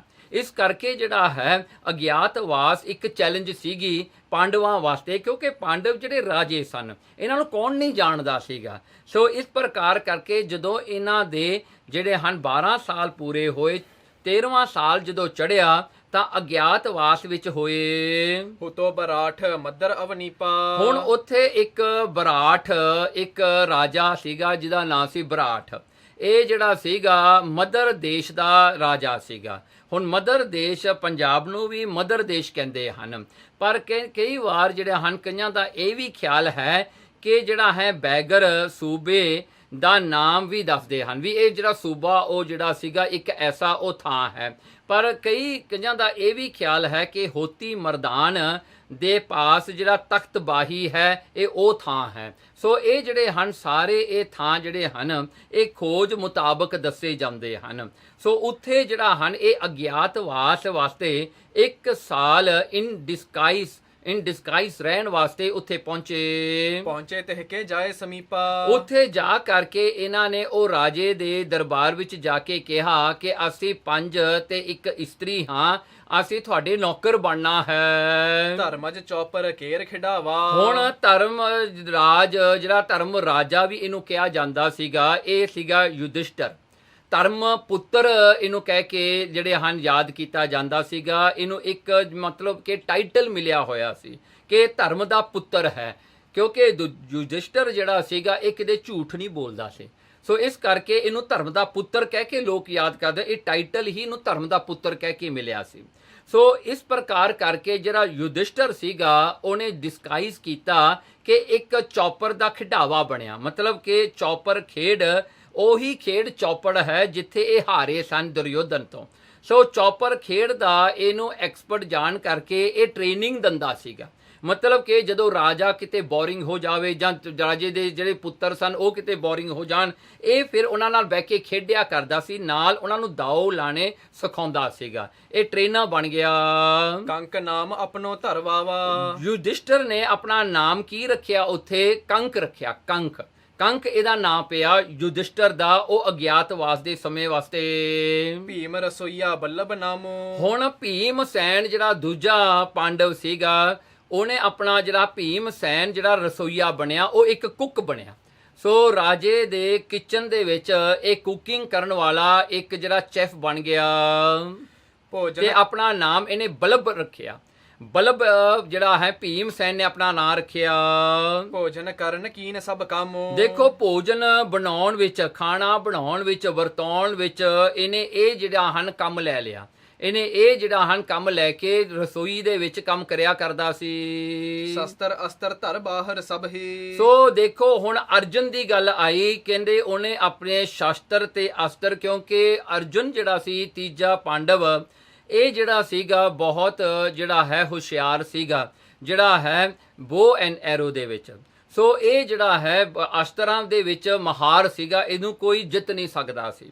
ਅਰਜੁਨ ਨੇ ਆਪਣੇ ਅਸਤਰ ਤੇ ਸ਼ਸਤਰ ਬਾਹਰ ਰੱਖ ਕੇ ਭਾਵ ਹੰਡੜਾ ਅਰਜਨ ਤਬ ਹੀ, ਉਹ ਹਿਜੜਾ ਜਿਹੜਾ ਹੈ ਉਹਨੇ ਆਪਣੇ ਆਪ ਨੂੰ ਹਿਜੜੇ ਦੇ ਵਿੱਚ ਡਿਸਗਾਈਜ਼ ਕੀਤਾ ਤੇ ਆਪਣਾ ਨਾਮ ਜਿਹੜਾ ਹੈ ਵੀ ਹੰਡੜਾ ਰੱਖਿਆ। ਵੀ ਹੰਡੜਾ ਆਪਣਾ ਨਾਮ ਰੱਖ ਕੇ ਇੱਕ ਹਿਜੜਾ ਬਣ ਕੇ ਉਹਦੇ ਵਿੱਚ ਉਹਨੇ ਰਾਜ ਦੇ ਵਿੱਚ ਕੀ ਕੰਮ ਕੀਤਾ? ਉਤਰਾ ਹੋਤੇ ਬਰਾਠ ਕੁਮਾਰੀ। ਦੇਖੋ ਉਸ ਰਾਜੇ ਦੀ ਪੁੱਤਰੀ ਸੀਗੀ ਜਿਹਦਾ ਨਾਂ ਸੀ ਉਤਰਾ। ਉਤਰਾ ਜਿਹੜੀ ਰਾਜੇ ਦੀ ਕੁਮਾਰੀ ਸੀ, ਪੁੱਤਰੀ ਸੀ, ਲੱਗਿਓ ਸਿਖਾਵਨ ਤਹ ਨ੍ਰਿਤਕਾਰੀ। ਉਹਨੂੰ ਨ੍ਰਿਤਕਾਰੀ ਸਿਖਾਉਣ ਲੱਗਿਆ। ਨ੍ਰਿਤਕਾਰੀ ਹੁੰਦੀ ਆ ਜਿਹੜੀ ਹਨ ਕਲਾਸੀਕਲ ਡਾਂਸਿੰਗ ਜਿਹੜੀ ਹੁੰਦੀ ਹੈ, ਉਹਨੂੰ ਕਲਾਸੀਕਲ ਡਾਂਸਿੰਗ ਸਿਖਾਉਣ ਲੱਗਿਆ, ਉਹਦਾ ਟ੍ਰੇਨਰ ਬਣਿਆ। ਬਾਜਪਾਲ ਕੋ ਬੇਖ ਬਣਾਈ। ਸੋ ਬਾਜਪਾਲ ਨਾਂ ਰੱਖਿਆ ਚੌਥੇ ਪਾਂਡਵ ਨੇ, ਜਿਹਦਾ ਨਾਂ ਸੀ ਨਕੁਲ। ਨਕੁਲ ਜਿਹੜਾ ਸੀ ਉਹਨੇ ਆਪਣਾ ਨਾਮ ਬਾਜਪਾਲ ਰੱਖਿਆ। ਰਹਿਓ ਨਕੁਲ ਰਿਪ ਕੇ ਢਿਗ ਜਾਈ। ਉਹ ਜਿਹੜਾ ਸੀ ਨਕੁਲ ਜਿਹੜਾ ਬਾਜਪਾਲ ਬਣ ਕੇ ਉਹ ਰਾਜੇ ਦੇ ਨੇੜੇ ਰਿਹਾ ਕਰਦਾ ਸੀਗਾ। ਸੋ ਰਾਜੇ ਦਾ ਜਿਹੜਾ ਹੈ ਸੇਵਾਦਾਰ ਵੀ ਬਣਿਆ ਤੇ ਉਹਦੇ ਘੋੜਿਆਂ ਦੇ ਤਬੇਲਾ ਸੰਭਾਲਿਆ ਕਰਦਾ ਸੀ, ਮਤਲਬ ਕਿ ਘੋੜਿਆਂ ਦੀ ਸੰਭਾਲ ਕਰਿਆ ਕਰਦਾ ਸੀ। ਜਿੱਥੇ ਵੀ ਰਾਜੇ ਨੇ ਜਾਣਾ, ਰਾਜੇ ਨੂੰ ਜਿਹੜਾ ਹੈ ਘੋੜਾ ਤਿਆਰ ਕਰਕੇ ਦੇਣਾ ਤੇ ਜਿਹੜਾ ਹਨ ਘੋੜੇ ਦੀ ਦੇਖਭਾਲ ਕਰਨੀ, ਉਹਦੀ ਲਿੱਦ ਚੱਕਣੀ, ਉਹ ਸਾਰਾ ਕੰਮ ਇਹ ਜਿਹੜਾ ਹਨ ਬਾਜਪਾਲ ਬਣ ਕੇ ਨਕੁਲ ਕਰਿਆ ਕਰਦਾ ਸੀ। ਭਾ ਗੋਪਾਲ ਤਬਹਿ ਸਹਦੇਵਾ। ਹੁਣ ਪੰਜਵਾਂ ਪਾਂਡਵ ਜਿਹੜਾ ਸੀ ਇਹਦਾ ਨਾਂ ਸੀ ਸਹਦੇਵ। ਸਹਦੇਵ ਜਿਹੜਾ ਸੀ ਇਹ ਗੋਪਾਲ ਜਿਹੜਾ ਬਣਿਆ, ਇਹਦਾ ਨਾਂ ਆਪਣਾ ਗੋਪਾਲ ਰੱਖਿਆ ਤੇ ਕੰਮ ਵੀ ਗੋਪਾਲ। ਗੋ ਮੀਨਸ ਗਾਈਆਂ ਨੂੰ ਪਾਲਣ ਵਾਲਾ, ਗੋਪਾਲ ਗਾਈਆਂ ਨੂੰ ਪਾਲਣ ਵਾਲਾ। ਉਹ ਗਾਈਆਂ ਨੂੰ ਜਿਹੜੀਆਂ ਹਨ ਰਾਜ ਸਭਾ ਵਿੱਚ ਜਿਹੜਾ ਦੁੱਧ ਵਰਤਿਆ ਜਾਂਦਾ ਸੀ, ਉਹ ਗਾਈਆਂ ਦੀ ਸੰਭਾਲ ਇਹ ਸਹਦੇਵ ਕਰਿਆ ਕਰਦਾ ਸੀਗਾ ਗੋਪਾਲ ਬਣ ਕੇ। ਦੁਰਕੈ ਰਹੇ ਨਾ ਕੋ ਲਖ ਭੇਵਾ। ਹੁਣ ਇਹ ਦੁਰ ਕੇ ਛੁਪ ਕੇ ਜਿਹੜੇ ਹਨ ਰਹਿੰਦੇ ਹਨ ਡਿਸਗਾਈਜ਼ ਦੇ ਵਿੱਚ। ਇਹ ਪੰਜ ਪਾਂਡਵ ਰਾਜਾ ਬੈਰਾਠ ਦੇ ਕੋਲ ਰਹਿੰਦੇ ਸਨ ਤੇ ਆਪੋ ਆਪਣੀਆਂ ਨੌਕਰੀਆਂ ਇਸ ਤਰ੍ਹਾਂ ਕਰਿਆ ਕਰਦੇ ਸਨ ਕਿ ਕਿਸੇ ਨੂੰ ਵੀ ਨਾ ਪਤਾ ਲੱਗੇ ਕਿ ਇਹ ਪਾਂਡਵ ਰਾਜੇ ਹਨ। ਦੋਹਰਾ ਦ੍ਰੁਪਦ ਸੁਤਾ ਹੋਏ ਸਯੰਦਰੇ ਨ੍ਰਿਪਤ ਨਾਰ ਢਿਗ ਜਾਏ। ਹੁਣ ਦ੍ਰੁਪਦ ਸੁਤਾ, ਜੋ ਦ੍ਰੁਪਦ ਰਾਜੇ ਦੀ ਪੁੱਤਰੀ ਜਿਹੜੀ ਹੈ ਦ੍ਰੋਪਦੀ। ਹੁਣ ਦ੍ਰੋਪਦੀ ਜਿਹੜੀ ਹੈ ਉਹ ਜਿਹੜੀ ਬਣੀ ਹੈ ਦਾਸੀ, ਉਹ ਨੌਕਰ ਬਣ ਗਈ ਤੇ ਨੌਕਰ ਕਿਹਦੀ? ਉਸ ਰਾਣੀ ਦੀ। ਹੁਣ ਰਾਣੀ ਨੂੰ ਤਿਆਰ ਕਰਨਾ, ਰਾਣੀ ਦੇ ਜਿਹੜਾ ਹਨ ਕੰਮਕਾਰ ਕਰਨੇ, ਰਾਣੀ ਦੀ ਅਸਿਸਟੈਂਟ ਬਣਨਾ, ਰਾਣੀ ਦੇ ਕੱਪੜੇ ਦੇਖਣੇ, ਉਹ ਸਾਰਾ ਕੰਮ ਜਿਹੜਾ ਹੈ ਦ੍ਰੋਪਦੀ ਕਰਨ ਲੱਗੀ। ਸੇਵ ਕਰਨ ਪਰਸੋਂ ਰਹੇ ਜਿਹ ਤਨ ਰੁਚਰ ਸੁਹਾਏ। ਦੇਖੋ ਸੇਵ ਕਰਨ ਪਰਸੋਂ ਉਹ ਰਾਣੀ ਦੀ ਇਤਨੀ ਸੇਵਾ ਵਿੱਚ ਜਿਹੜੀ ਹਨ ਰੁੱਝ ਗਈ ਕਿ ਜਿਹ ਤਨ ਰੁਚ ਸੁਹਾਏ। ਪਰ ਦ੍ਰੋਪਦੀ ਜਿਹੜੀ ਹੈ ਇਤਿਹਾਸ ਨੇ ਲਿਖਿਆ ਕਿ ਬੜੀ ਸੁੰਦਰ ਸੀਗੀ। ਸੋ ਇਹਨੇ ਜਿਹੜਾ ਹੈ ਰਾਣੀ ਦੀ ਸੇਵਾ ਕਰਨ ਲੱਗੀ। ਚੌਪਈ ਨਾਗਨ ਸਮ ਲਟਕੀ ਲਟ ਜਾਂ ਕੀ। ਦੇਖੋ ਐਸਾ ਜਿਹੜਾ ਹਨ ਕਵੀ ਸੰਤੋਖ ਸਿੰਘ ਜੀ ਹੁਣ ਸੁੰਦਰਤਾ ਦਾ ਅਲੰਕਾਰ ਬਣਦੇ ਹਨ। ਕਹਿੰਦੇ ਦ੍ਰੋਪਦੀ ਇੰਨੀ ਸੁੰਦਰ ਸੀ ਕਿ ਕਹਿੰਦੇ ਵੀ ਇਹਦੀ ਜਿਹੜੇ ਵਾਲ ਸਨ ਉਹ ਜਿਹੜੇ ਹਨ ਗੁੱਤ ਉਸਦੀ ਐਂ ਲੱਗਦੀ ਸੀ ਜਿਵੇਂ ਕਾਲਾ ਨਾਗ ਹੁੰਦਾ ਹੈ। ਮਦਨ ਧਨੁਖ ਪ੍ਰਿਕੁੱਟੀ ਸੁਠ ਬਾਕੀ। ਉਸ ਦੀਆਂ ਜਿਹੜੀਆਂ ਹਨ ਪਰਵੱਟੇ ਜਿਹੜੇ ਸਨ ਉਹ ਧਨੁਖ ਵਰਗੇ ਸਨ। ਸੋ ਧਨੁਖ ਵਰਗੇ ਨੈਚੁਰਲੀ ਉਹਦੇ ਆਈਬ੍ਰੋ ਇੰਨੇ ਸੁੰਦਰ ਸਨ ਟੇਢੇ। ਕੁੰਦ ਰਦਨ ਬਦਨ ਸਸ ਰਾਂਕਾ। ਹੁਣ ਮਰਤਬਾਨ ਦਾ ਫਲ ਹੁੰਦਾ ਹੈ ਜਾਂ ਫੁੱਲ ਵੀ ਕਿਹਾ ਜਾਂਦਾ ਹੈ, ਜਾਂ ਇੱਕ ਭਾਂਡਾ ਹੁੰਦਾ ਜਿਹੜਾ ਕਾਲੇ ਰੰਗ ਦਾ ਹੁੰਦਾ ਜਿਹਦੇ ਵਿੱਚ ਮੁਰੱਬਾ ਪਾਇਆ ਜਾਂਦਾ ਚਿੱਟੇ ਰੰਗ ਦਾ। ਸੋ ਜਿਵੇਂ ਚਿੱਟਾ ਮੁਰੱਬਾ ਉਸ ਕਾਲੇ ਡੱਬੇ ਵਿੱਚ ਸੁੰਦਰ ਲੱਗਦਾ, ਇਸ ਤਰ੍ਹਾਂ ਉਹਨਾਂ ਦੇ ਜਿਹੜੇ ਹਨ ਦ੍ਰੋਪਦੀ ਦੇ ਦੰਦ ਦੀ ਗੱਲ ਕਰਦੇ ਹਨ। ਉਹਦੇ ਦੰਦ ਇੰਨੇ ਚਿੱਟੇ ਸਨ। ਉਦਰ ਸਤਰ ਵੱਲ ਮਨੋਹਰ ਜਾਂ ਕਾ। ਉਹਨਾਂ ਦੇ ਢਿੱਡ ਦੇ ਉੱਤੇ 3 ਵੱਲ ਪੈਂਦੇ ਸਨ। 3 ਜਿਹੜੇ ਹਨ ਵੱਲ ਪੈ ਜਾਂਦੇ ਸਨ। ਕਿਉਂ? ਇਹ ਵੀ ਇੱਕ ਸੁੰਦਰਤਾ ਦਾ ਚਿੰਨ੍ਹ ਹੈ। ਰਤ ਰਤੀਕ ਹੋਇਆ ਜਿਤ ਦੁਖ ਦੇਖੀ। ਦੇਖੋ ਕਾਮਦੇਵ ਦੀ ਇਸਤਰੀ ਜਿਹੜੀ ਰਿਤ ਹੈ ਜਾਂ ਰਿਤੂ ਵੀ ਕਿਹਾ ਹੈ ਕਈ ਥਾਵਾਂ ਤੇ, ਉਹ ਵੀ ਜਿਹੜੀ ਦੇਖ ਕੇ ਦ੍ਰੋਪਦੀ ਨੂੰ ਉਹਨੂੰ ਵੀ ਲਾਜ ਸ਼ਰਮ ਆਉਂਦੀ ਹੈ। ਤੀਛਨ ਬਾਣ ਕਟਾਛ ਬਿਸੇਖੀ। ਦੇਖੋ ਉਸਦੀ ਜਿਹੜੀਆਂ ਨਿਗਾਹ ਜਿਹੜੀ ਹੈ, ਨੇਤਰ ਜਿਹੜੇ ਅੱਖਾਂ ਦੀ ਦੇਖਣੀ ਇੱਕ ਜਿਹੜੇ ਹਨ ਤਿੱਖੇ ਐਰੋਸ ਹਨ, ਬਨ ਹਨ, ਵੀ ਜਿਹਨੂੰ ਵੀ ਉਹ ਦੇਖਦੀ ਹੈ ਤਾਂ ਇਉਂ ਲੱਗਦਾ ਹੈ ਕਿ ਉਹ ਤਿੱਖੇ ਬਾਣ ਪ੍ਰੇਮ ਦੇ ਉਹ ਜਾ ਲੱਗਦੇ ਹਨ ਦੇਖਣ ਵਾਲੇ ਨੂੰ। ਕੁਚਾ ਬਨੇ ਜੁਗ ਕਾਮ ਨਗਾਰੇ। ਸੋ ਇਉਂ ਕਰਕੇ ਉਹਨਾਂ ਦੀ ਛਾਤੀ ਜਿਹੜੀ ਹੈ ਨਗਾਰੇ ਬਣੇ ਹੋਏ ਹਨ। ਸਭ ਜਗ ਜੀਤ ਉਲਟ ਜਨ ਡਾਰੇ। ਦੇਖੋ ਹੁਣ ਕਵੀ ਸੰਤੋਖ ਸਿੰਘ ਜੀ ਕਿੰਨਾ ਸੁੰਦਰ ਬਣਾਉਂਦੇ ਹਨ। ਕਹਿੰਦੇ ਉਹਦੀ ਸੁੰਦਰਤਾ ਜਿਹੜੀ ਐਸੀ ਹੈ ਜਿਹੜੀ ਕਿ ਸਾਰੇ ਜਗਤ ਨੂੰ ਜਿੱਤਣ ਵਾਲੀ ਹੈ। ਸਾਰੇ ਜਗਤ ਨੂੰ ਉਹ ਆਪਣੇ ਆਪ ਹੀ ਜਿੱਤਣ ਵਾਲੀ ਹੈ। ਉਹ ਦ੍ਰੋਪਦੀ ਜਿਹੜੀ ਹੈ ਐਸੀ ਸੁੰਦਰ ਹੈ ਜਿਹਨੇ ਸਾਰੀ ਸੰਸਾਰ ਦੀ ਸੁੰਦਰਤਾ ਨੂੰ ਲੁੱਟ ਲਿਆ ਹੈ। ਦੀਪ ਸਿਖਾਸੀ ਕੋਕਲ ਬੈਨੀ। ਜੋ ਜੇ ਕਹਿੰਦੇ ਐਸੀ ਜਿਹੜੀ ਹੈ ਉਸਦਾ ਜਿਹੜਾ ਪ੍ਰਭਾਵ ਐਸਾ ਹੈ ਜਿਵੇਂ ਜਿਹਨਾਂ ਦੀਵੇ ਦੀ ਲਾਟ ਉੱਤੇ ਨੂੰ ਉੱਠਦੀ ਹੈ। ਗੱਜ ਗਮਾਨ ਮ੍ਰਿਗ ਸਾਵਕ ਨੈਣੀ। ਦੇਖੋ ਹਾਥੀ ਦੀ ਚਾਲ ਵਾਲੀ ਹੈ, ਹਾਥੀ ਦੀ ਚਾਲ ਵਾਂਗੂ ਤੁਰਨ ਵਾਲੀ ਹੈ। ਤੇ ਮਿਰਗ ਦੇ ਬੱਚਿਆਂ ਦੇ ਜਿਵੇਂ ਨੇਤਰ ਹੁੰਦੇ ਅੱਖਾਂ, ਐਸੀਆਂ ਉਹਦੀਆਂ ਅੱਖਾਂ ਹਨ। ਜਮਨ ਭ੍ਰਮਰੀ ਨਾਭ ਗੰਭੀਰਾ। ਸੋ ਜਮਨ ਭਰਮੀ ਕਹਿੰਦੇ ਜਮਨਾ ਦੀ ਘੁੰਮਣ ਘੇਰੀ ਵਰਗੀ ਜਿਹੜੀ ਨਾਭ ਗੰਭੀਰ, ਐਸਾ ਜਿਹੜੀ ਉਸਦੀ ਧੁਨੀ ਵੀ ਹੈ। ਕਹਿੰਦੇ ਐਸਾ ਉਹਦਾ ਸਰੀਰ ਦੀ ਸੁੰਦਰਤਾ ਨੂੰ ਵਰਣਨ ਕਰਦੇ ਹਨ। ਨਖਨ ਬਿਲੋਕਤ ਲਾਜਤ ਹੀਰਾ। ਦੇਖੋ ਉਹਦੇ ਨੌ ਜਿਹੜੇ ਹਨ, ਉਹਦੇ ਨੇਲਸ ਜਿਹੜੇ ਹਨ, ਉਹਨਾਂ ਨੂੰ ਦੇਖ ਕਰਕੇ ਕਹਿੰਦੇ ਨਖਣ ਬਿਲੋਕਤ ਲੱਜਤ ਹੀਰਾ। ਹੀਰੇ ਜਿਹੜੇ ਹਨ ਉਹ ਵੀ ਸ਼ਰਮਸਾਰ ਹੁੰਦੇ ਹਨ ਕਿਉਂਕਿ ਉਹਦੇ ਨੌ ਜ਼ਿਆਦੇ ਚਮਕਾਰ ਪਾਉਂਦੇ ਹਨ।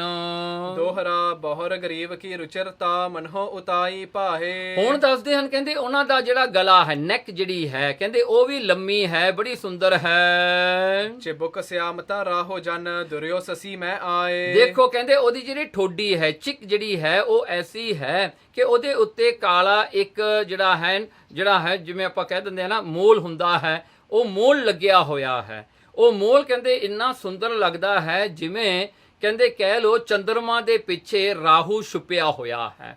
ਇਸ ਪ੍ਰਕਾਰ ਕਰਕੇ ਉਹ ਜਿਹੜਾ ਹੈ ਬੜਾ ਸੁੰਦਰ ਹੈ। ਚੌਪੇ ਜਿਹੇ ਆਗੇ ਦਾਸੀ ਬਹੁ ਹੋਵਤ। ਦੇਖੋ ਜੇ ਆਗੇ ਕਹਿਣ ਲੱਗੇ, ਦੇਖੋ ਦ੍ਰੋਪਦੀ ਜਦੋਂ ਰਾਣੀ ਸੀ ਇਹਦੇ ਅੱਗੇ ਪਿੱਛੇ ਨੌਕਰ ਰਾਣੀਆਂ ਭੱਜੀਆਂ ਫਿਰਦੀਆਂ ਸਨ, ਦਾਸੀਆਂ। ਸੇਵਹਿ ਕਰ ਬੰਦੇ ਮੁਖ ਜੋਵਤ। ਦੇਖੋ ਉਹ ਇਹ ਦ੍ਰੋਪਦੀ ਹੈ ਜਿਹਦੀ ਸੇਵਾ ਜਿਹੜੀਆਂ ਹਨ ਦਾਸੀਆਂ ਝੁਕ ਝੁਕ ਕੇ ਕਰਦੀਆਂ ਸਨ, ਜਿਹਦੇ ਆਗਿਆ ਵਿੱਚ ਰਿਹਾ ਕਰਦੀਆਂ ਸਨ। ਸੋ ਬਿਰਾਠ ਨ੍ਰਿਪ ਕੀ ਰਜਧਾਨੀ। ਪਰ ਅੱਜ ਦੇਖੋ ਅਗਿਆਤਵਾਸ ਦੇ ਵਿੱਚ ਦ੍ਰੋਪਦੀ ਆਪ ਨੌਕਰ ਬਣ ਗਈ, ਆਪ ਦਾਸੀ ਬਣ ਗਈ ਰਾਣੀ ਦੀ। ਬਨ ਸਯੰਦਰੀ ਬੇਖ ਦੁਰਾਨੀ। ਦੇਖੋ ਬਨ ਸਯੰਦਰੀ ਕਹਿਣਗੇ, ਸਯੰਦਰੀ ਬਣ ਕੇ, ਦਾ ਨਾਂ ਵੀ ਸਯੰਦਰੀ ਸੀਗਾ ਉਸ ਵੇਲੇ। ਸਯੰਦਰੀ ਦਾ ਮਤਲਬ ਹੁੰਦਾ ਦਾਸੀ। ਸੋ ਸਯੰਦਰੀ ਬਣ ਕੇ ਜਿਹੜਾ ਹਨ ਆਪਣੇ ਭੇਖ ਨੂੰ ਲੁਕਾ ਕੇ ਤੇ ਉਸ ਰਾਣੀ ਦੀ ਸੇਵਾ ਵਿੱਚ ਲੱਗੀ ਹੋਈ ਹੈ। ਰਹਿਤ ਦ੍ਰੋਪਦੀ ਬਹਿਨ ਉਚਾਰੇ। ਦੇਖੋ ਰਹਿਤ ਦ੍ਰੋਪਦੀ ਬਹਿਨ ਉਚਾਰੇ। ਦੇਖੋ ਇਹ ਹਮੇਸ਼ਾ ਜਿਹੜੀ ਹੈ ਦ੍ਰੋਪਦੀ ਨੇ ਇੱਕੋ ਗੱਲ ਕਰਿਆ ਕਰਦੀ ਸੀਗੀ ਤੇ ਸਾਰਿਆਂ ਨੂੰ, ਕਿਉਂਕਿ ਕਿਸੇ ਨੇ ਪੁੱਛੇ ਲੈਣਾ ਗੱਲਾਂ ਬਾਤਾਂ ਵਿੱਚ, ਤੇਰਾ ਵਿਆਹ ਨਹੀਂ ਹੋਇਆ, ਕੌਣ ਆ ਤੇਰਾ ਪਤੀ, ਕਹਿੰਦੇ ਤੂੰ ਕਿੱਥੇ ਰਹਿਣ ਵਾਲੀ ਹੈ। ਸੋ ਦ੍ਰੋਪਦੀ ਇੱਕੋ ਗੱਲ ਕਿਹਾ ਕਰਦੀ ਸੀ, ਗੰਧਰਬ ਮੋਹੇ ਪੰਚ ਰਖਵਾਰੇ। ਦੇਖੋ ਕਹਿੰਦੀ ਮੇਰਾ ਜਿਹੜਾ ਪਤੀ ਹੈ ਉਹ ਗੰਧਰਬ ਹੈ। ਗੰਧਰਬ ਜਿਹੜੇ ਹਨ ਇੱਕ ਨਹੀਂ ਪੰਜ ਮੇਰੇ ਪਤੀ ਹਨ ਤੇ ਉਹ ਗੰਧਰਬ ਹਨ। ਹੁਣ ਗੰਧਰਬ ਜਿਹੜੇ ਹਨ ਇਹਨਾਂ ਦਾ ਜਿਹੜਾ ਅਰਥ ਜਿਹੜਾ ਹੈ ਜਿਹੜਾ ਸਿੱਧਾ ਅਰਥ ਲਈਏ ਤਾਂ ਇਹਦਾ ਅਰਥ ਬਣਦਾ ਹੈ ਸੁਗੰਧ ਨੂੰ ਅੰਗੀਕਾਰਨ ਕਰਨ ਵਾਲੇ, ਜਾਂ ਸੁਗੰਧੀ ਨੂੰ ਜਿਹੜਾ ਹੈ ਸੁਗੰਧੀ ਨੂੰ, ਖੁਸ਼ਬੂ ਨੂੰ ਦਾ ਜਿਹੜਾ ਪਿਆਰ ਕਰਨ ਵਾਲੇ। ਜਾਂ ਇਉਂ ਮੰਨ ਲਈਏ ਕਿ ਕਹਿੰਦੇ ਵੀ ਜਿਹੜੇ ਗਾਉਣ ਵਾਲੇ ਉਹਨਾਂ ਨੂੰ ਗੰਧਰਵ ਕਿਹਾ ਜਾਂਦਾ ਹੈ। ਹੁਣ ਐਸਾ ਹੈ ਕਿ ਸਵਰਗਾਂ ਦੇ ਵਿੱਚ 6333 ਮੰਨੇ ਹਨ ਵੀ ਇੰਨੇ ਗੰਧਰਵ ਹਨ ਸਵਰਗਾਂ ਦੇ ਵਿੱਚ, ਜਿਨ੍ਹਾਂ ਵਿੱਚੋਂ 8 ਜਿਹੜੇ ਹਨ ਵੱਡੇ ਮੰਨੇ ਹਨ, ਜਿਨ੍ਹਾਂ ਨੂੰ ਹਾਹਾ, ਹੂਹੂ, ਚਿਤਰਥ, ਹੰਸ ਜਿਹੜਾ ਹਨ, ਵਿਸ਼ਵਾਵਸ ਤੇ ਅੱਗੇ ਗੋਮਿਆ ਤੇ ਅੱਗੇ ਆਉਂਦਾ ਹੈ ਤੁੰਬਰ ਤੇ ਨੰਦ। ਸੋ ਇਹ ਜਿਹੜੇ ਹਨ 6 ਪ੍ਰਧਾਨ ਮੰਨੇ ਹਨ। ਪਰ ਇਹਨਾਂ ਦੇ ਵਿੱਚੋਂ ਇੱਕ ਗੱਲ ਹੈ ਕਿ ਇਹ ਗੰਧਰਵ ਜਿਹੜੇ ਹਨ ਇਹ ਬਰਮਾ ਤੋਂ ਪੈਦਾ ਹੋਏ ਹਨ, ਐਸਾ ਵਿਸ਼ਨ ਪੁਰਾਣ ਵਿੱਚ ਲਿਖਿਆ ਹੋਇਆ ਹੈ। ਮਤਲਬ ਕਿ ਇਹ ਸਵਰਗਾਂ ਵਿੱਚ ਰਹਿਣ ਵਾਲੇ ਹਨ। ਸੋ ਦ੍ਰੋਪਦੀ ਨੇ ਹਮੇਸ਼ਾ ਇਹੀ ਗੱਲ ਕਰਨੀ ਕਿ ਮੇਰੇ ਜਿਹੜੇ ਪਤੀ ਹਨ ਉਹ ਗੰਧਰਵ ਹਨ, ਜੋ ਇਹ ਧਰਤੀ ਤੇ ਨਹੀਂ ਰਹਿੰਦੇ, ਉਹ ਸਵਰਗਾਂ 'ਚ ਰਹਿਣ ਵਾਲੇ ਹਨ। ਕਾਮ ਦ੍ਰਿਸ਼ਟ ਮੋਕੋ ਜੋ ਦੇਖੇ, ਕਹਿੰਦੇ ਕਿ ਕਾਮ ਦੀ ਦ੍ਰਿਸ਼ਟੀ ਨਾਲ ਜੇ ਕਿਤੇ ਮੈਨੂੰ ਕੋਈ ਦੇਖ ਲਵੇ ਭੁੱਲ ਭੁਲੇਖੇ ਦੇ ਵਿੱਚ, ਮ੍ਰਿਤਕ ਕਰਤ ਸੋ ਬਲੀ ਬਸੇਖੇ। ਦੇਖੋ ਮੇਰੇ ਪਤੀ ਬੜੇ ਵੱਡੇ ਬਲੀ ਹਨ, ਉਹ ਤਾਂ ਜਿਹੜਾ ਹਨ ਜੇ ਕਿਤੇ ਮੇਰੇ ਤੇ ਕੋਈ ਟੇਢੀ ਨਿਗਾਹ, ਮਾੜੀ ਨਿਗਾਹ ਨਾਲ ਮੈਨੂੰ ਕੋਈ ਦੇਖ ਲਵੇ ਨਾ, ਮੇਰੇ ਪਤੀ ਨਹੀਂ ਉਹਨੂੰ ਕਿਤੇ ਵੀ ਛੱਡਦੇ, ਉਹਨੂੰ ਮਾਰ ਦਿੰਦੇ ਹਨ। ਸਭਨ ਸੁਨਾਏ ਦੀਨ ਅਸਬਾਨੀ, ਐਸਾ ਹੀ ਦ੍ਰੋਪਦੀ ਕਹਿੰਦੀ ਰਹੀ ਸਾਰਿਆਂ ਨੂੰ ਹਰ ਵੇਲੇ, ਸੇਵ ਕਰਨ ਰਾਣੀ ਕੀ ਠਾਨੀ, ਤੇ ਹਰ ਵੇਲੇ ਦਿਨ ਰਾਤ ਰਾਣੀ ਦੀ ਸੇਵਾ ਵਿੱਚ ਲੱਗੀ ਹੋਈ ਹੈ। ਕਿਤਕ ਦਿਵਸ ਜਬ ਰਹਿਤ ਬਿਤਾਏ, ਹੁਣ ਕੁਝ ਕੁ ਦਿਨ ਬੀਤ ਗਏ ਐਸਾ ਕਰਦਿਆਂ ਹੋਇਆਂ, ਕੁਝ ਕੁ ਮਹੀਨੇ ਬੀਤ ਗਏ। ਇਸੇ ਤਰ੍ਹਾਂ ਹੀ ਜਿਹੜੇ ਹਨ ਪਾਂਡਵ ਆਪਣੇ ਕਾਰਜ 'ਚ ਲੱਗੇ ਹੋਏ ਸਨ, ਦ੍ਰੋਪਦੀ ਆਪਣੇ ਕਾਰਜ ਵਿੱਚ ਲੱਗੀ ਹੋਈ ਸੀ। ਸੋ ਕੁਝ ਕੁ ਸਮਾਂ ਬੀਤ ਗਿਆ। ਹੁਣ ਛਪੇ ਰਹੇ ਕਿਨ ਜਾਣ ਨਾ ਪਾਏ, ਮਦਰ ਦੇਸ਼ ਵਿੱਚ ਬੈਰਾਠ ਰਾਜੇ ਦੀ ਨੌਕਰੀ ਦੇ ਵਿੱਚ ਇਹ ਛੁਪੇ ਹੋਏ ਸਨ ਅਗਿਆਤਵਾਸ ਦੇ ਸਮੇਂ ਵਿੱਚ। ਉਤੋ ਭਰਾਤ ਇੱਕ ਰਾਨੀ ਕੇਰਾ, ਦੇਖੋ ਹੁਣ ਐਸਾ ਇੱਕ ਦਿਨ ਹੋਇਆ ਕਿ ਇਹ ਰਾਣੀ ਜੋ ਬੈਰਾਠ ਰਾਜੇ ਦੀ ਰਾਣੀ ਹੈ, ਜਿਹਦੀ ਸੇਵਾਦਾਰ ਦ੍ਰੋਪਦੀ ਹੈ, ਜਿਹਦੀ ਸੇਵਕਨ ਦਾਸੀ ਹੈ, ਹੁਣ ਉਸਦਾ ਇੱਕ ਭਰਾ ਸੀਗਾ ਉਹ ਰਾਣੀ ਦਾ, ਜਾਂ ਕਹਿ ਲੈ ਬੈਰਾਠ ਰਾਜੇ ਦਾ ਸਾਲਾ ਸੀਗਾ। ਉਹ ਇੱਕ ਦਿਨ ਕ੍ਰੀਚਕ ਆਖੈ ਬਲੀ ਵਡੇਰਾ, ਉਸਦਾ ਨਾਂ ਸੀ ਕ੍ਰਿਚਕ। ਹੁਣ ਕ੍ਰਿਚਕ ਜਿਹੜਾ ਹੈ ਇਹਨੂੰ ਵੱਡੇ ਬਲ ਵਾਲਾ ਮੰਨਿਆ, ਇਹ ਵੀ ਇੱਕ ਰਾਜਾ ਸੀ ਕ੍ਰਿਚਕ। ਸੋ ਕ੍ਰਿਚਕ ਜਿਹੜਾ ਹੈ ਇਹ ਬਹੁਤ ਤਕੜਾ ਸੀ, ਇਹਦਾ ਸਟਰੈਂਥ ਜਿਹੜਾ ਬਹੁਤ ਸੀ। ਸਹਿਜ ਸੁਭਾਏ ਸੁਸਾ ਢਿਗ ਆਵਾ, ਇੱਕ ਦਿਨ ਸਹਿਜ ਸੁਭਾਅ ਦੇ ਨਾਲ ਆਪਣੀ ਭੈਣ ਨੂੰ ਮਿਲਣ ਵਾਸਤੇ ਮਦਰ ਦੇਸ਼ ਵਿੱਚ ਆ ਗਿਆ ਇਹ ਕ੍ਰਿਚਕ। ਦ੍ਰੁਪਦ ਸੁਦਾ ਕੋ ਪਿਖ ਬਰਮਾਵਾ, ਪਰ ਜਦੋਂ ਇਹਨੇ ਆਪਣੀ ਭੈਣ ਨੂੰ ਮਿਲਣ ਗਿਆ ਤਾਂ ਉੱਥੇ ਇਹਨੇ ਦ੍ਰੋਪਦੀ ਤੇ ਆਪਣੀ ਨਿਗਾਹ ਚਲੀ ਗਈ। ਇਹਨੇ ਜਦੋਂ ਦ੍ਰੋਪਦੀ ਵੱਲ ਦੇਖਿਆ ਉੱਥੇ ਹੀ ਇਹ ਜਿਹੜਾ ਹੈ ਭਰਮ ਗਿਆ, ਉਹੀ ਦ੍ਰੋਪਦੀ ਦੇ ਉੱਤੇ ਹੀ ਇਹ ਜਿਹੜਾ ਢਹਿ ਗਿਆ। ਜਿਵੇਂ ਲਵ ਐਟ ਦਾ ਫਰਸਟ ਸਾਈਟ ਦਾ ਕੰਮ ਹੋ ਗਿਆ, ਇਹ ਉੱਥੇ ਹੀ ਜਿਹੜਾ ਲੋਟਪੋਟ ਹੋ ਗਿਆ। 10 ਸਹੰਸਰ ਗੱਜ ਬਲ ਜਿਸ ਮਾਹੀ, ਹੁਣ ਕ੍ਰਿਚਕ ਜਿਹੜਾ ਸੀਗਾ ਇਹ ਐਸਾ ਸੀਗਾ, ਇਹਦਾ ਮੰਨਣਾ ਹੈ ਕਹਿੰਦੇ ਇਹਦੇ ਵਿੱਚ ਜਿਹੜਾ ਬਲ ਤਾਕਤ ਸੀ ਨਾ, ਕਹਿੰਦੇ 10,000 ਹਾਥੀ ਜਿੰਨੀ ਇਹਦੇ ਵਿੱਚ ਤਾਕਤ ਸੀਗੀ। ਤੇ ਐਸਾ ਜਿਹੜਾ ਹੈ 10 ਸਹੰਸਰ ਗੱਜ, ਕਹਿੰਦੇ 10,000 ਹਾਥੀਆਂ ਜਿੰਨਾ ਬਲ ਇਹਦੇ ਵਿੱਚ ਸੀਗਾ। ਕ੍ਰਿਚਕ ਨੂੰ ਬਹੁਤ ਤਕੜਾ ਮੰਨਿਆ ਸੀ ਤੇ ਇਹਨੂੰ ਕੋਈ ਜਿੱਤ ਨਹੀਂ ਸਕਦਾ ਸੀ ਰੈਸਲਿੰਗ ਦੇ ਵਿੱਚ, ਜਾਂ ਹੱਥੋਂ ਹੱਥ ਦੀ ਲੜਾਈ ਵਿੱਚ ਕੋਈ ਨਹੀਂ ਇਹਨੂੰ ਜਿੱਤ ਸਕਦਾ ਸੀਗਾ। ਕਈਆਂ ਦਾ ਇਹ ਵੀ ਖਿਆਲ ਹੈ ਕਿ 10,000 ਹਾਥੀਆਂ ਦੀ ਸੈਨਾ ਇਹਦੇ ਕੋਲ ਸੀ, ਵੀ ਮਤਲਬ ਕਿ ਇਹਦਾ ਜਿਹੜੀ ਤਾਕਤ ਇੰਨੀ ਜ਼ਿਆਦਾ ਸੀ, ਬਹੁਤ ਵੱਡਾ ਰਾਜਾ ਸੀ। ਪ੍ਰਭਤਾ ਮਦ ਤੇ ਸੁਧ ਬੁੱਧ ਨਾਹੀ, ਪਰ ਦੇਖੋ ਇਹ ਪ੍ਰਭਤਾ ਜਦੋਂ ਇਹ ਜਿਹੜੀ ਹਨ ਜੋ ਤਾਕਤ ਆਉਂਦੀ ਹੈ ਨਾ, ਤਾਕਤ ਦਾ ਹੰਕਾਰ ਵੀ ਨਾਲ ਆਉਂਦਾ ਹੈ। ਤਾਕਤ ਦੇ ਹੰਕਾਰ ਕਰਕੇ ਉਹ ਇੱਕ ਹੰਕਾਰ ਇੱਕ ਨਸ਼ਾ ਹੈ, ਇਸ ਕਰਕੇ ਮਦ ਕਿਹਾ ਹੈ। ਇਹ ਜਿਹੜਾ ਹੰਕਾਰ ਦਾ ਨਸ਼ਾ ਹੁੰਦਾ ਹੈ ਇਹ ਸੁੱਧ ਬੁੱਧ ਬੰਦੇ ਦੀ ਭੁਲਾ ਦਿੰਦਾ ਹੈ, ਫਿਰ ਉਹਨੂੰ ਰੱਬ ਨਹੀਂ ਚੇਤੇ ਰਹਿੰਦਾ। ਉਹ ਕਹਿੰਦਾ ਮੇਰੇ ਸਾਹਮਣੇ ਕਿਹਨੇ ਆ ਜਾਣਾ, ਜੋ ਮਰਜ਼ੀ ਮੈਂ ਕਰ ਸਕਦਾ ਹਾਂ। ਲਖੇ ਬਿਲੋਚਨ ਜਬਰਤ ਨਾਰੇ, ਜਦੋਂ ਉਹਨੇ ਦ੍ਰੋਪਦੀ ਵੱਲ ਆਪਣੇ ਜਿਹੜੇ ਹਨ ਨੇਤਰਾਂ ਨਾਲ ਦੇਖਿਆ, ਰਤਨਾ ਵਰਗੇ ਜੋ ਲਾਲ ਨੇਤਰ ਹਨ ਦ੍ਰੋਪਦੀ ਦੇ, ਇਹਨੇ ਜਦੋਂ ਦੇਖੇ ਉਹ ਜਿਹੜੇ ਹਨ ਕਾਮ ਦੇ ਬਾਣ ਐਰੋ ਸੀਗੇ, ਇਹਦੇ ਜਾ ਲੱਗੇ ਕ੍ਰਿਚਕ ਦੇ। ਮਨਹੁ ਸੁਭਟਕਿਨ ਬਾਣ ਪ੍ਰਹਾਰੇ, ਦੇਖੋ ਜਿਹੜਾ ਹਨ ਕ੍ਰਿਚਕ ਜਿਹੜਾ ਇੰਨਾ ਤਾਕਤਵਰ ਹੈ, 10,000 ਹਾਥੀ ਜਿੰਨੀ ਇਹਦੀ ਤਾਕਤ ਹੈ, ਪਰ ਅੱਜ ਇੱਕ ਦ੍ਰੋਪਦੀ ਦੀ ਨਿਗਾਹ ਦੇਖਣ ਦੇ ਨਾਲ ਇਹ ਉਸੇ ਵੇਲੇ ਘਾਇਲ ਹੋ ਗਿਆ। ਮਾਨੋ ਕੋਈ ਫੌਜ ਦੇ ਵਿੱਚ ਕੋਈ ਲੜਾਈ ਦੇ ਵਿੱਚ ਗਿਆ ਤੇ ਦੁਸ਼ਮਣ ਫੌਜ ਨੇ ਇਹਦੇ ਉੱਤੇ ਵਾਰ ਕਰ ਦਿੱਤਾ, ਇਹ ਤਾਂ ਘਾਇਲ ਹੋ ਗਿਆ, ਵੁੰਡਟ ਹੋ ਗਿਆ ਜੀ ਉੱਥੇ। ਮਦਨ ਉਦਦ ਹੋਇ ਮਗਨ ਅਧੀਰੂ, ਹੁਣ ਅੰਦਰੋਂ ਕਾਮ ਦਾ ਸਮੁੰਦਰ ਜਿਹੜਾ ਹੈ ਇਹ ਉਹ ਉਛਾਲਾਂ ਮਾਰਨ ਲੱਗ ਪਿਆ। ਸੋ ਜਿਹੜਾ ਹਨ ਇਹਦਾ ਧੀਰਜ ਜਿਹੜਾ ਹੈ ਉਹ ਵੀ ਚਲਿਆ ਗਿਆ। ਹੁਣ ਇਹਨੇ ਜਿਹੜਾ ਕ੍ਰਿਚਕ ਨੇ ਆਪਣਾ ਸਭ ਕੁਝ ਹਾਰ ਲਿਆ ਜੀ ਆਪਣੇ ਆਪ ਤੋਂ। ਪਹੁੰਚੇ ਕਿਉਂ ਵਿਵੇਕ ਜੋ ਤੀਰੂ। ਹੁਣ ਦੇਖੋ ਇਹ ਡੁੱਬਦਾ ਹੋਇਆ ਕਾਮ ਦੀ ਨਦੀ ਦੇ ਵਿੱਚ ਇਹਨੂੰ ਗਿਆਨ ਦਾ ਕਿਨਾਰਾ ਹੁਣ ਕਿਵੇਂ ਮਿਲੇ। ਘਾਇਲ ਜਿਉ ਤੇ ਛਿਨ ਤਰਫਾਵਾ। ਹੁਣ ਦੇਖੋ ਜਿਵੇਂ ਕੋਈ ਵੁੰਡਡ ਬੰਦਾ ਹੁੰਦਾ ਹੈ ਨਾ, ਜਿਹੜਾ ਹੈ ਜਿਹਦੇ ਸੱਟ ਲੱਗੀ ਹੋਵੇ, ਜਿਹਦੇ ਕੋਈ ਪ੍ਰਹਾਰ ਲੱਗਿਆ ਹੋਵੇ ਯੁੱਧ ਦੇ ਵਿੱਚ, ਉਹ ਤੜਫਦਾ ਹੈ। ਇਸੇ ਤਰ੍ਹਾਂ ਹੀ ਕ੍ਰਿਚਕ ਹੁਣ ਤੜਫਣ ਲੱਗਿਆ। ਕਾਮਾਤੁਰ ਹੋਏ ਬਚਨ ਅਲਾਵਾ। ਕਾਮਾਤੁਰ ਹੁਣ ਕਾਮ ਦੇ ਜਿਹੜੇ ਹਨ ਕਾਮ ਦੇ ਵਿੱਚ ਫਸਿਆ ਹੋਇਆ, ਲਸਟ ਦੇ ਵਿੱਚ ਇਹ ਫਸਿਆ ਹੋਇਆ ਹੁਣ ਕ੍ਰਿਚਕ ਜਿਹੜਾ ਹੈ ਇਸ ਤਰ੍ਹਾਂ ਜਿਹੜਾ ਹਨ ਹੋਰੇ ਤਰ੍ਹਾਂ ਦੇ ਜਿਹੜੀਆਂ ਗੱਲਾਂ ਕਰਨ ਲੱਗਿਆ।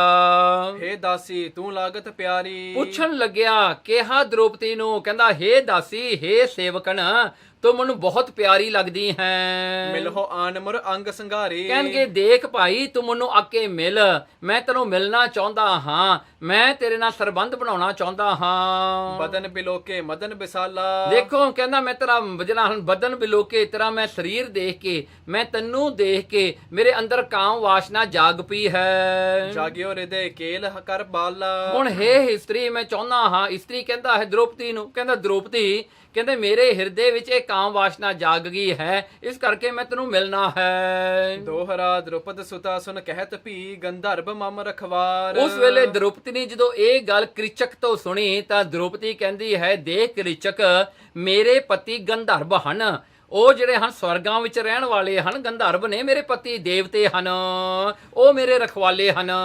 ਕਾਮ ਦ੍ਰਿਸ਼ਟ ਜੇ ਦੇਖਹੀਂ ਕਰ ਹੈ ਸੇ ਤੋਰ ਸੰਘਾਰ। ਕਹਿਣਗੇ ਹੇ ਕ੍ਰਿਚਕ ਦੇਖੀ, ਜੇ ਤੂੰ ਇਹ ਕਾਮ ਦੀ ਨਿਗਾਹ ਨਾਲ ਮੇਰੇ ਵੱਲ ਦੇਖਿਆ, ਗਲਤ ਤਰੀਕੇ ਨਾਲ ਮੇਰੇ ਵੱਲ ਦੇਖਿਆ, ਤਾਂ ਮੇਰੇ ਪਤੀ ਤੈਨੂੰ ਮਾਰ ਦੇਣਗੇ, ਉਹ ਤੈਨੂੰ ਛੱਡਣਗੇ ਕੋਈ ਨਹੀਂ। ਚੌਪੇ ਮਦ ਨੁਮਦ ਹੋਏ ਕਛੂ ਨਾ ਮਾਨਾ। ਦੇਖੋ ਹੁਣ ਇਹ ਜਿਹੜਾ ਹੈ ਨਾ ਕ੍ਰਿਚਕ ਜਿਹੜਾ ਹੈ ਹੁਣ ਇਹਦੀ ਮਤ ਨਹੀਂ ਚੱਲਦੀ, ਇਹਦੀ ਬੁੱਧੀ ਕੰਮ ਨਹੀਂ ਕਰ ਰਹੀ, ਇਹਦੀ ਮਤ ਮਾਰੀ ਗਈ ਉਸ ਵੇਲੇ। ਹੁਣ ਇਹ ਗੱਲ ਕਿਵੇਂ ਸੁਣ ਸਕਦਾ ਸੀ? ਦੂਜਾ ਤਾਂ ਇਹਨੂੰ ਹੰਕਾਰ ਸੀ ਵੀ ਮੇਤੋਂ ਤਾਂ ਤਕੜਾ ਕੋਈ ਹੈ ਹੀ ਨਹੀਂ।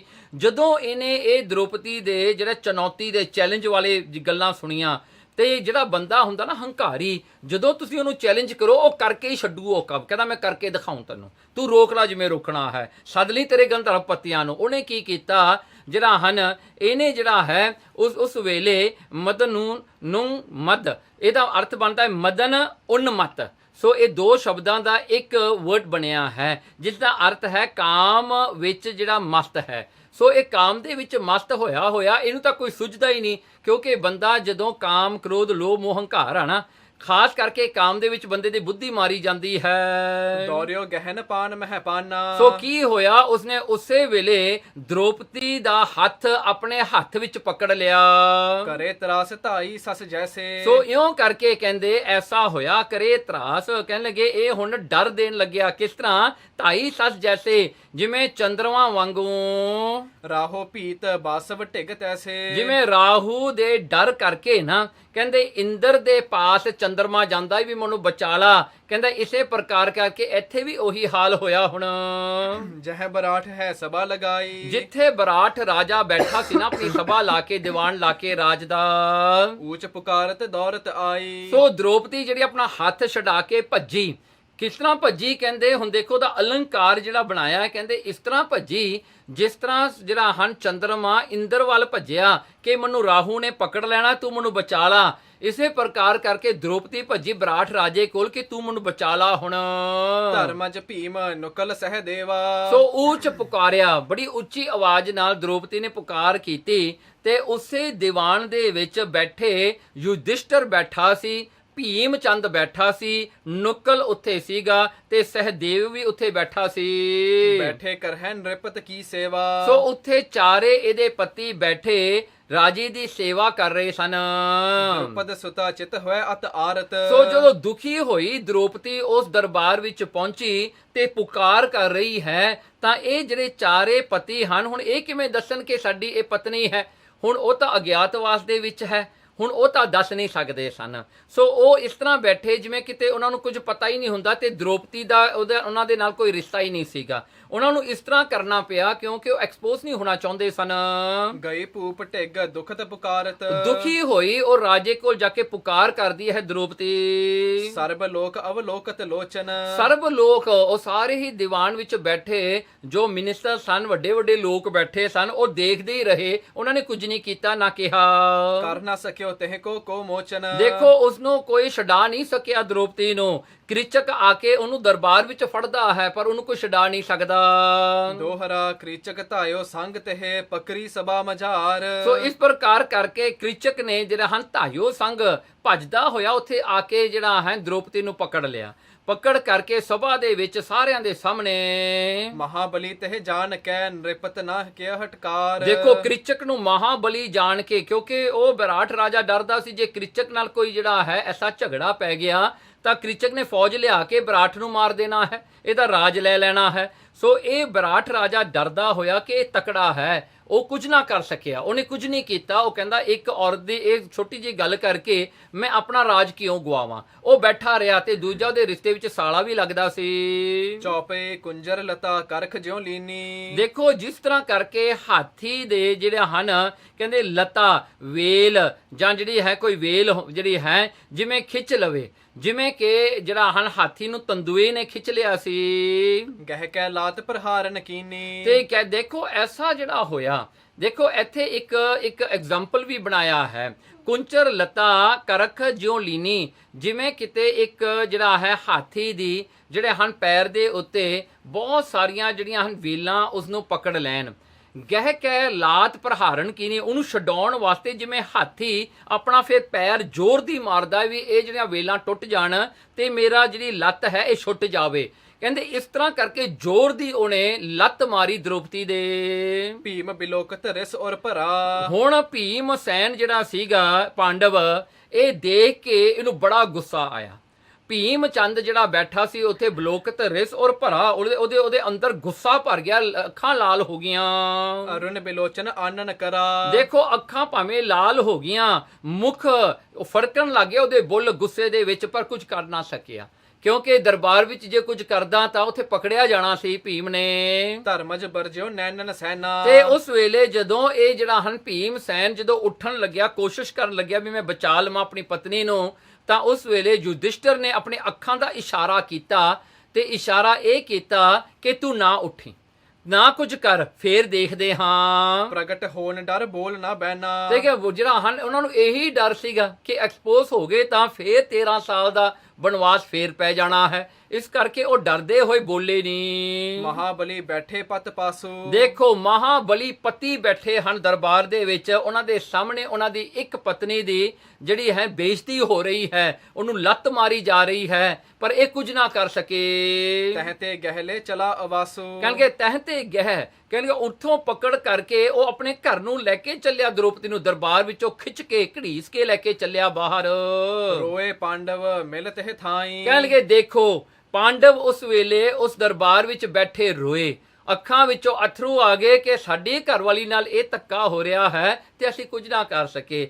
ਪਾਂਡਵ ਰੋਵੇ ਹੋਏ ਮਜੂਰ, ਇਸ ਕਰਕੇ ਮਜਬੂਰੀ ਦੇ ਵਿੱਚ ਮਜਬੂਰ ਹੋਏ ਉਹ ਰਾਜੇ ਦੇ ਨੌਕਰੀ ਕਰਦਿਆਂ ਹੋਇਆਂ ਕਹਿਣ ਲਗੇ ਉਹ ਜਿਹੜੇ ਹਨ ਐਸੇ ਮਜਬੂਰ ਹੋਏ ਤੇ ਉਹ ਰੋਣ ਤੋਂ ਬਗੈਰ ਕੁਝ ਕਰ ਨਾ ਸਕੇ। ਹੋਣ ਹਾਰ ਨਹਿ ਟਲੇ ਟਲਾਈ। ਦੇਖੋ ਜਿਹੜਾ ਹੋਣਾ ਹੈ, ਜੋ ਪਰਮੇਸ਼ਰ ਨੇ ਨੇਤ ਲਿਖੀ ਹੈ ਉਹ ਹੁਣਿਓ ਹੀ ਹੈ, ਉਹਨੂੰ ਕੌਣ ਟਾਲ ਸਕਦਾ ਹੈ। ਅਧਿਕ ਦੁਖੀ ਹੋਏ ਮਨ ਮਾਹੀ। ਅਧਿਕ ਬਹੁਤ ਸਾਰੇ ਦੁਖੀ ਹੋਏ ਇਹ ਪਾਂਡਵ ਆਪਣੇ ਮਨ ਦੇ ਵਿੱਚ।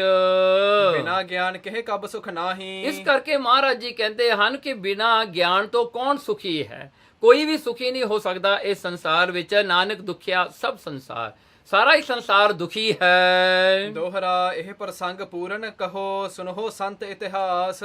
ਉਸ ਵੇਲੇ ਜਿਹੜਾ ਹੈ ਕਵੀ ਸੰਤੋਖ ਸਿੰਘ ਜੀ ਦੇ ਇੱਥੇ ਲਿਖਦੇ ਹਨ, ਭਾਵੇਂ ਇੱਥੋਂ ਤੱਕ ਉਹ ਪੰਕਤੀ ਦੇ ਅਰਥ ਹੋ ਗਏ ਸਨ। ਕਹਿਣ ਲੱਗੇ ਹੁਣ ਉਹ ਜਿਹੜੇ ਪੰਕਤੀ ਗੁਰਬਾਣੀ ਦੀ ਆਈ ਹੈ ਉਹ ਤਾਂ ਪੂਰੀ ਹੋ ਗਈ, ਇੱਥੇ ਉਹਦੇ ਅਰਥ ਹੋ ਗਏ, ਪਰ ਇੱਥੇ ਕਵੀ ਸੰਤੋਖ ਸਿੰਘ ਜੀ ਕਹਿੰਦੇ ਅਸੀਂ ਤੁਹਾਨੂੰ ਪੂਰਾ ਇਤਿਹਾਸ ਦੱਸਦੇ ਹਾਂ। ਹੇ ਸੰਤ ਜਨੋ, ਇਹ ਇਤਿਹਾਸ ਪੂਰਾ ਸੁਣੋ, ਬਾਅਦ ਵਿੱਚ ਕੀ ਹੋਇਆ। द्रुपद सुता दुख आतुरी कहत नृपत के पास। ਉਸ ਵੇਲੇ ਇਹ ਜਿਹੜੀ ਹੈ ਦ੍ਰੋਪਦੀ, ਇਹ ਬੜੀ ਦੁਖੀ ਹੋਈ। ਦੁਖੀ ਹੋ ਕੇ ਇਹਨੇ ਜਿਹੜੇ ਹਨ ਦ੍ਰੁਪਦ ਸੁਤਾ ਦੁੱਖ ਅਤੁਰਿਕ, ਬਹੁਤ ਜ਼ਿਆਦਾ ਦੁਖੀ ਹੋਈ ਤੇ ਜਾ ਕੇ ਨਿਰਪਤ ਰਾਜੇ ਨੂੰ ਜਾ ਕੇ ਕਿਹਾ, ਇਸਨੇ ਬੇਨਤੀ ਕੀਤੀ, ਰਾਜੇ ਨੂੰ ਤਾਨਾ ਵੀ ਮਾਰਿਆ। चौपे त्रिग भूपत तू बड़ो कुधर्मी। ਕਹਿਣ ਲੱਗੇ, ਦੇਖ ਰਾਜਨ, ਮੈਂ ਤੇਰੇ ਸਾਹਮਣੇ ਮਨੂੰ ਘੜੀਸ ਕੇ ਲੈ ਕੇ ਜਾ ਰਿਹਾ ਹੈ ਇਹ ਕ੍ਰਿਚਕ, ਤੇਰੇ ਦਰਬਾਰ ਦੇ ਸਾਹਮਣੇ, ਤੇਰੇ ਅੱਖਾਂ ਦੇ ਸਾਹਮਣੇ ਤ੍ਰਿਗ ਭੂਪਤ, ਤ੍ਰਿਗ ਹੈ ਤੇਰਾ ਰਾਜ। ਤੂੰ ਐਸਾ ਕਸ ਹੈ ਤੇਰਾ ਐਸਾ ਰਾਜ, ਜਿਹੜੀ ਕਿ ਇੱਕ ਇਸਤਰੀ ਦੀ ਵੀ ਤੂੰ ਲਾਜ ਨਾ ਰੱਖ ਸਕਿਆ।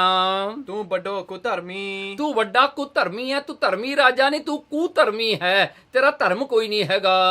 लखी सभा सब तोर कुकर्मी। ਫੇਰ ਸਭਾ ਵੱਲ ਦੇਖ ਕੇ ਦ੍ਰੋਪਦੀ ਕਹਿੰਦੀ, ਹੇ ਸਭਾ, ਤੁਹਾਨੂੰ ਵੀ ਤ੍ਰਿਗ ਹੈ। ਇਹ ਕੀ ਕੁਕਰਮੀ ਭੈੜੇ ਕਰਮ ਵਾਲੇ ਹੋ ਤੁਸੀਂ ਸਾਰੇ, ਤੁਹਾਡੇ ਸਾਹਮਣੇ ਇਹ ਕੁਝ ਹੋ ਰਿਹਾ ਤੇ ਤੁਸੀਂ ਚੁੱਪ ਬੈਠੇ ਹੋ। बामी अगी दुष्ट मत वारो। ਦੇਖੋ ਕਹਿੰਦੇ ਇਹ ਟੇਢਾ ਪਾਪੀ ਕ੍ਰਿਚਕ ਜਿਹੜਾ ਦੁਸ਼ਟ ਭੈੜੀ ਮਤ ਵਾਲਾ। त्रिग तुम है नह करत निवारो। ਦੇਖੋ ਇਹ ਸਾਰੇ ਤੁਸੀਂ ਤ੍ਰਿਗ ਹੋ ਇੱਥੇ ਬੈਠੇ, ਕਸ ਹੈ ਤੁਹਾਡਾ ਇੱਥੇ ਬਹਿਣਾ, ਜਿਹੜਾ ਕਿ ਇਹਨੂੰ ਨਹੀਂ ਤੁਸੀਂ ਰੋਕ ਸਕਦੇ ਇੱਕ ਪਾਪੀ ਨੂੰ। सभा बिखे बैसे त्रिग तिनको। ਫਿਰ ਸਾਰਿਆਂ ਨੂੰ ਜਿਹੜੇ ਹਨ ਧਰਕਾਰ ਪਾਈ ਉਹ ਸਭਾ ਵਿੱਚ ਬੈਠਿਆਂ ਨੂੰ ਦ੍ਰੋਪਦੀ ਨੇ। देखो छीन भयो बल जिनको।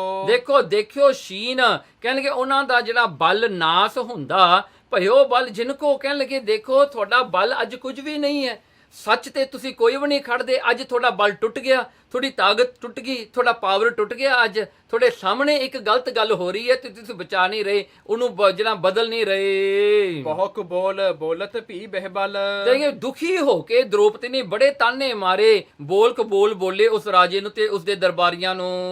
चलियो ऐंचले बल कर निज थल। ਬਸ ਕ੍ਰਿਚਕ ਨੇ ਕਿਹੜੀ ਕੋਈ ਗੱਲ ਸੁਣਨੀ ਸੀ ਉੱਥੇ, ਉਹ ਘੜੀਸ ਕੇ ਲੈ ਗਿਆ ਦ੍ਰੋਪਦੀ ਨੂੰ, ਕਿਉਂਕਿ ਉਹਨਾਂ ਵਾਸਤੇ ਤਾਂ ਇੱਕ ਦਾਸੀ ਹੈ, ਇੱਕ ਨੌਕਰਾਣੀ ਹੈ, ਵੀ ਇਹਦੀ ਕੀ ਕੀਮਤ ਹੈ। ਸੋ ਉਹ ਘੜੀਸ ਕੇ ਲੈ ਗਿਆ ਜੀ ਖਿੱਚ ਕੇ। ਸਰਬ ਦਿਸਨ ਤੇ ਆਸ ਚੁਕਾਈ। ਉਸ ਵੇਲੇ ਦ੍ਰੋਪਦੀ ਨੇ ਸਾਰੀਆਂ ਹੀ ਆਸਾਂ ਛੱਡ ਦਿੱਤੀਆਂ ਵੀ ਮੈਨੂੰ ਨਹੀਂ ਹੁਣ ਕੋਈ ਬਚਾ ਸਕਦਾ। ਛੁੱਟਨ ਹੇਤ ਨਿਜ ਕੀਨ ਉਪਾਈ। ਫਿਰ ਉਹਨੇ ਇੱਕ ਉਪਾਅ ਕੀਤਾ। ਦ੍ਰੋਪਦੀ ਨੇ ਸੋਚਿਆ ਕਿ ਮੈਨੂੰ ਹੀ ਕੁਝ ਕਰਨਾ ਪੈਣਾ ਹੈ ਹੁਣ ਆਪਣੇ ਛੁੱਟਣ ਵਾਸਤੇ।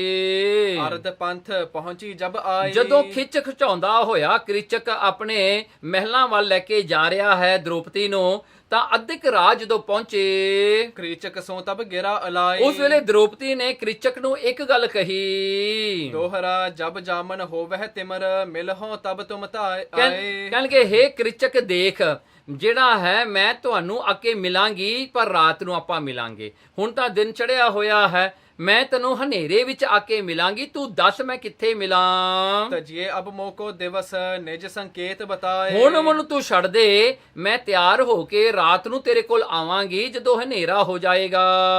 ਚੌਪੇ ਇਸ ਬਿਦ ਸੁਨ ਕ੍ਰਿਚਕ ਹਰਖਾਨਾ। ਤੇ ਕਹਿੰਦੀ ਇਹ ਵੀ ਦੱਸਦੀ ਕਿੱਥੇ ਮਿਲਣਾ ਹੈ।